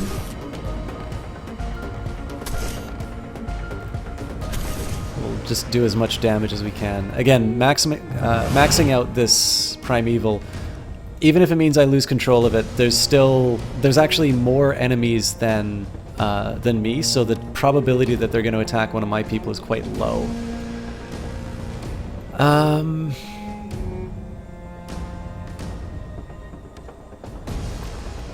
You know what? I don't really care what this thing hits, so let's just... There we go. Sorry, Kashai.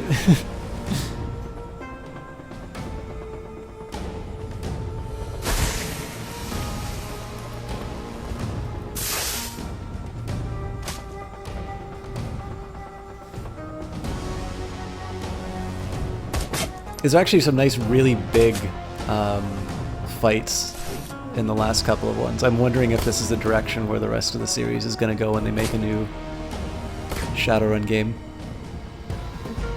It's also really nice that they've been focusing on these turrets.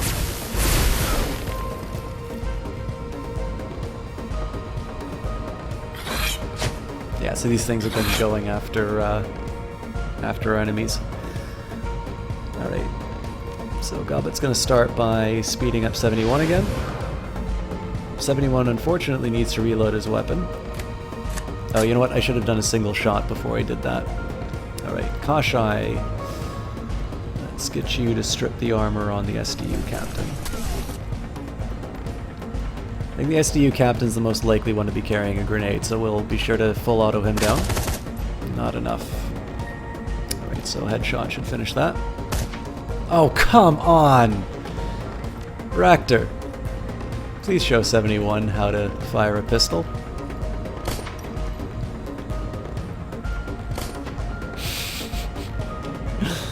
Oh dear. I don't want to waste that. Alright, now I'm willing to waste that on... Either I can take out the other captain, or I can work on the Conjurer. I think we go for the captain again.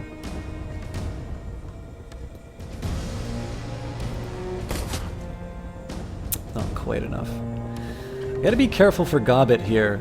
She's flanked by the combat mage, and you know what? We can just steal another one of these things. Let's take the healthy primeval.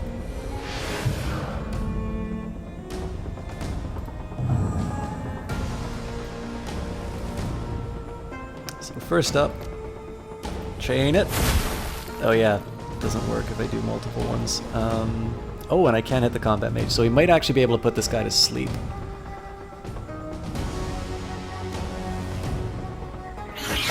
So again, even though I'm not able to do the damage to things like the captain, that's still the right call to make because it protects Gobbet, my my shaman, who might be a little bit squishier than some of the other characters. Do I really want to put... So I don't want to put her on the dragon line because 1, it's going to take 2 actions, and 2, if she dies, I actually lose the mission. So let's keep her... I should actually get her into cover at some point. But there's a chance that she takes out this SDU captain, so... Nice! Okay, that paid off. And...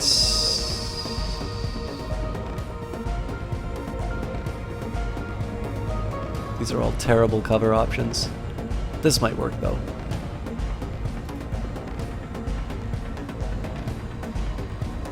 So more or less taking care of the left-hand side. That's great that they're trying to take out the primeval by killing their own guy. And then we can just move in and take care of this room. Assuming that this seemingly endless wave of bad guys stops.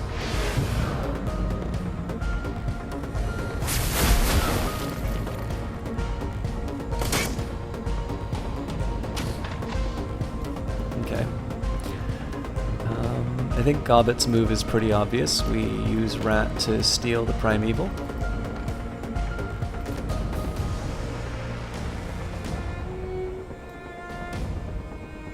Okay, let's go for Kashai first then.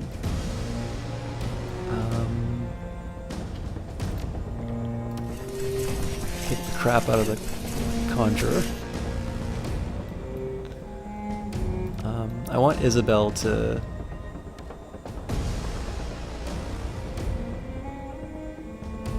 Yeah, ideally 71 moves out after this, so...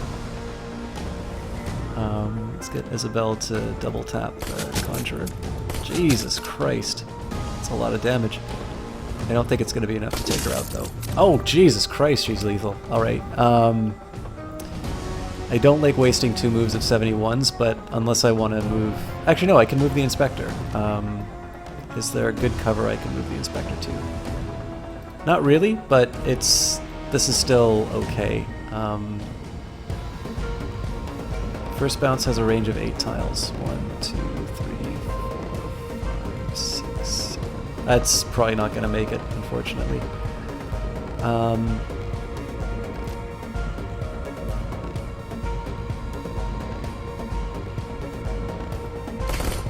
Jesus. I mean, nothing to write home about, but it frees up what I need. Yeah, you know what? Just open up. Not quite enough. I guess I have that spirit to still move, though. Okay, let's get Gobbet in the action. Again, we want to steal this primeval.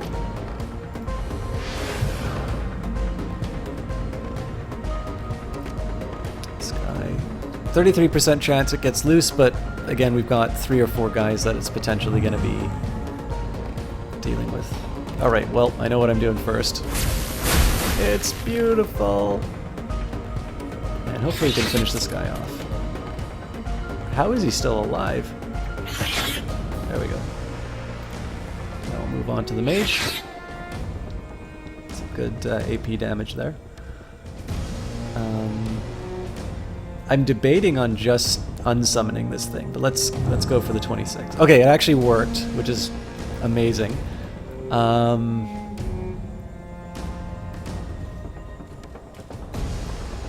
Unfortunately, all that this can really serve as is a bullet. You know what? I'm still throwing it into the middle of this room.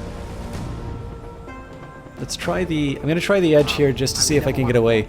Oni Yui, thank you very much for that follow. Glad you're enjoying the cast. So I want to see if I can get the... yeah, that was a little optimistic on lines of sight. So I've got two options. I can unsummon the thing right now, but again, I know I can handle these things on their own. So what I'm going to do is I'm going to throw this in just as a pure bullet sponge. Most of these guys are asleep anyway, and then I can decide later on if I want to unsummon it or if I maybe want to take the chance and do some more actions with it. Raktor. No repairs to do on Kashai, and I really don't want to spend... I don't really want to spend the turn overcharging him, so I'm going to move Raktor around the corner.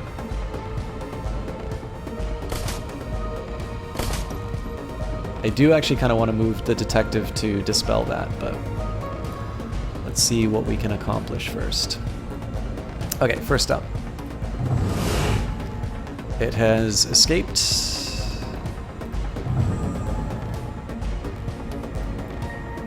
This one has not, though, so let's do my favorite spell. And then we move in for the kill.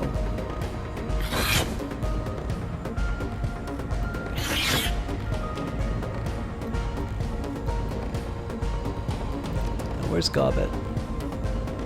Alright, so we gotta change positions again. We'll move 71 up. Actually, so the inspector. So it costs 1 to dispel. I can get 2, but she's gonna be out in the open. Is dispelling this worth it? No, it isn't.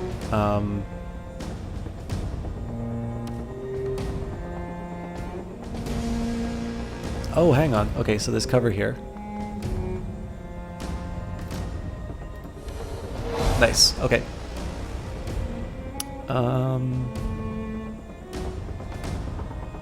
Now I'm totally fine having 71 just standing in the middle of this room taking bullets. I think that's the right call too.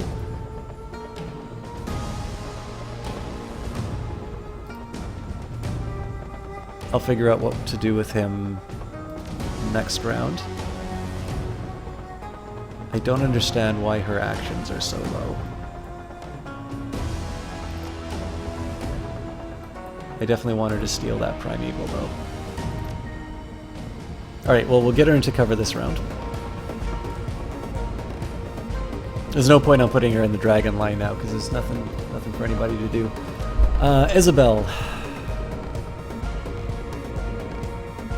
Nothing we can do this round, but let's move her up. And I'm actually going to do the burst fire on the Primeval, just in case I'm not able to take it out. And let's do a full-on burst. Let's burst down the... Grenadier's asleep, so let's burst down the captain. Not enough. Okay, Kashai, can you do anything? Nothing exciting. Nothing at all, actually. So, get him into position. It might be dumb for me to do this because he's going to wind up taking damage, which ultimately needs to be repaired at some point. But I'm fairly confident in my ability to keep this stuff contained, so we'll kind of get everybody into a slightly better position and see what happens. So unfortunately I lost a bit of an action point there, but we can reply with a burst fire. That's still not enough to take him out. Okay, well... oh, I wanted to be a badass and finish him off with my knife hands. Alright, well, I'll use the Stayerog then. And we'll... yeah, we'll do a Deadeye shot. No chances.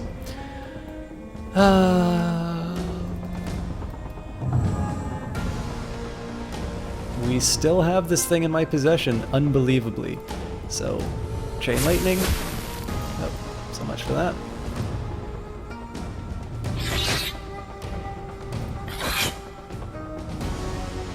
Nice. Can we unsummon it? No, we cannot.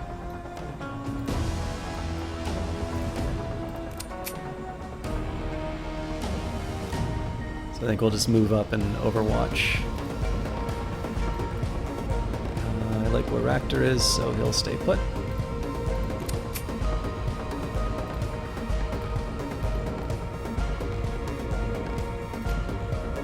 Nothing really to be stolen, but we'll move her up again.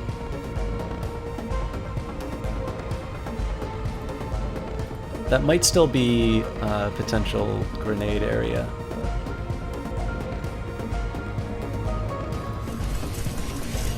I suppose I'll just move here because I don't know what else to do.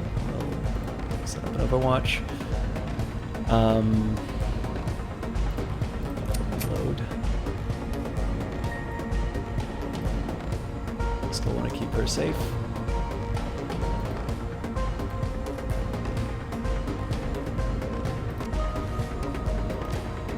Oh, we gotta get her to the door panel. I'm not paying attention.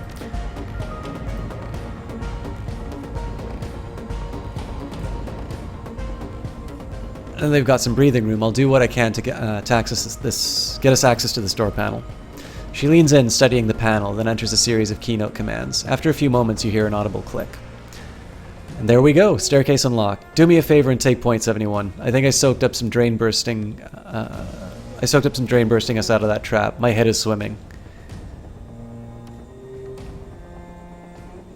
Don't worry, I've got the lead. Just don't fall too far behind.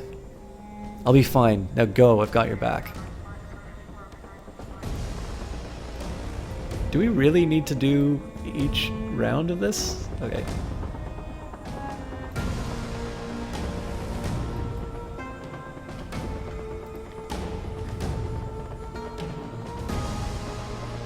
I guess there might be new reinforcements that come in or something like that.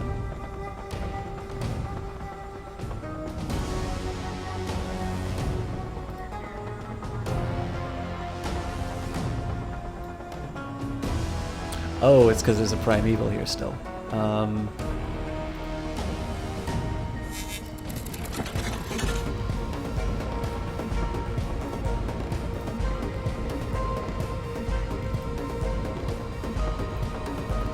I'll leave Gobbet to the very end, just because she can steal the spirit and it doesn't matter anymore.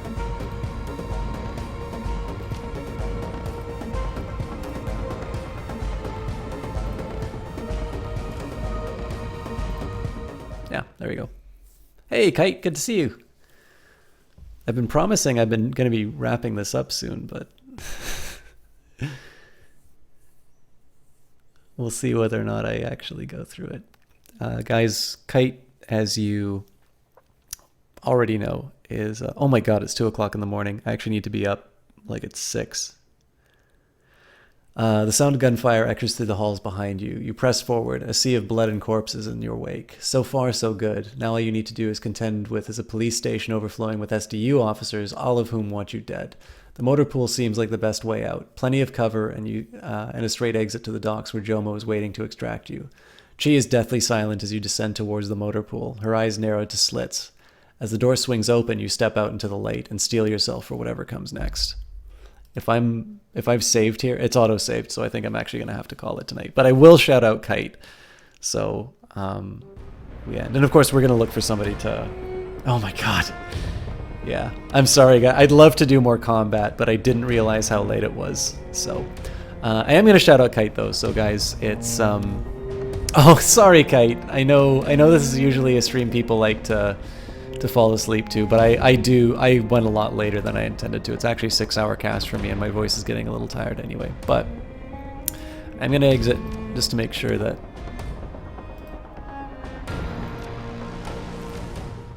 I just want to make sure that I actually load into this spot. I'm gonna be heartbroken if I don't. I could have saved it actually, so let's hope I didn't screw up, chat. But yeah, while I'm loading this, I do want to take a minute and shout out Kite. He really is a great caster, a great friend, and he is another variety caster. Again, this is a pretty common thing amongst the streamers that I watch. Actually, you know what? I didn't shout out Frantic Whisper as well. I feel like an idiot. Anyways, I'll finish Kite first. Kite is again, a variety caster, which I'll say is very common amongst the kinds of casts that I watch. But one of the things that I always notice about his casts is the focus on other people. Whether he's casting with somebody, again, I've never seen him give a bad co-cast, and that's hard to do. I am the exact opposite. I actually usually don't stream well unless I'm streaming with Jesse Quill, or I suppose because I gave that that compliment to Kite, I suppose if Kite and I were to co-cast, then I would co-cast well with him. But definitely it's hard, and Kite has actually he's made casters who I've had a hard time co-casting with look good. He's made them look like better casters than I sort of think they are, which is a little unkind to say. It's why I don't say who I'm thinking of when I say that. But Kite is a really great guy. He's really sensitive to what people need. He is great at doing, even if it's not a co-op game directly, he's great at sort of multiplayer games. He's great at bringing people into this community. He really is uniquely talented at doing that, and definitely worthy of your time. And likewise, Frantic Whisper, you don't get to see him stream as often, but he did a wonderful extra live stream, and I had a lot of fun watching it. Everybody says this about extra live streams. It's like, I am a little cash strapped at the moment, but I will say that I believe Extra Life keeps the websites up until December. So personally, I am going to be putting something in before the end of the year, and I strongly recommend that you guys do, especially if you weren't able to watch his stream as well. He's raising money for the Vancouver Children's Hospital, which I've personally benefited from myself, and I met Frantic Whisper in Vancouver, so that's a connection that we both have. But he's an absolutely outstanding caster. I'm hoping if you guys follow him, I might convince him to do a few more casts. But definitely, these are two wonderful casters, alongside some of the other people who hosted us tonight, who I deeply value. In fact, maybe it's worth mentioning them all. So Roguelite Girl gave us a host, Leah2, Mr. Franz, Johnny Big Time, The Rambler 146, Dynamike, and I know Jessie Quill hosted me at some point, but she's not listed there right now. Somebody more important probably got that host. Anyways, guys, that is it for me tonight. You guys have been really generous with your hosts, with your comments. I knew I liked Shadowrun Hong Kong, but this bonus, Shadows of Hong Kong, which comes with anybody who got the game, has access to this. It's outstanding. And it seems to be undercovered and underappreciated on Twitch. So if you're a streamer yourself and you have Shadowrun Hong Kong, definitely I would recommend streaming it. Incidentally, for those of you guys who are interested in the game, I am affiliated with, I don't know if it's affiliated or partnered with GOG, but there is an affiliate link down below. If you're interested in Hong Kong Extended Edition, you can click that link right there. It is currently full price. I would definitely say worth it. Either Shadowrun Dragonfall or Shadowrun Hong Kong are absolutely worth the full acting price. However, we are also coming up into the holiday season where there will be a few other sales. So that particular link doesn't raise any costs for yourself, but what it does do is it puts a little bit towards my towards my end. I get a small percentage of that transaction. And so if you are interested in picking up the game, GOG was one that I was very happy to be partnered with. They do DRM free games. I am slowly turning it into my primary platform. There's still a lot of stuff that I have on Steam, but slowly I'm transitioning it all over to GOG.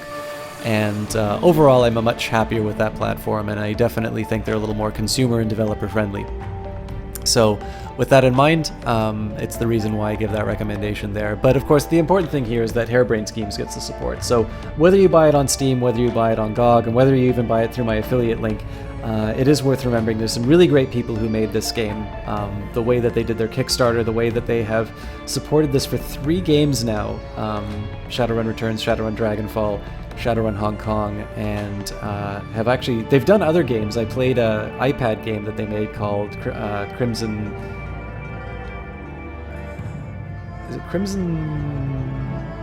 Steam Pirates, I think.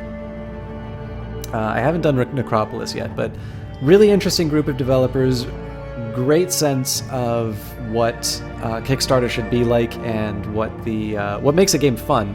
And Wiseman, of course, was the guy who made Shadowrun and Battletech. So after the long journey through a lot of other other developers' hands. It's kind of finally come home, and you can see the results right here. These are absolutely outstanding games, and I recommend them to pretty much anybody who doesn't hate CRPGs. So, easily, I mean, again, even if you're looking for Christmas gift ideas, any of the Shadowrun games, but especially Dragonfall and Hong Kong are absolutely worth it. Anyways, guys, let's find somebody to host tonight. We have got...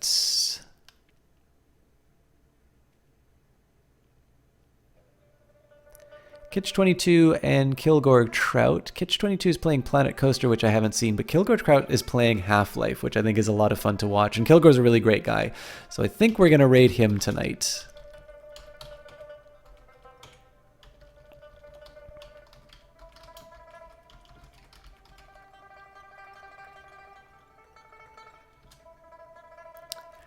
But yeah, I'll hang out for a little bit. It is 2 o'clock in the morning for me, though, so I probably won't talk too much in chat. But again, definitely recommend him. He's a lot of fun to watch. Of course, Kitch is playing Planet Coaster, so if you guys are curious what that game is, or if you like his channel, obviously that's another good option tonight. But I know I've hosted Kilgore Trout a couple of times, but I like watching him play Half-Life, so I think it's the better call. Anyways, guys, thank you very much for stopping by tonight. It was a lot of fun. I'm tired, and I'm going to leave you in the good hands of Kilgore Trout. Have a good one, guys.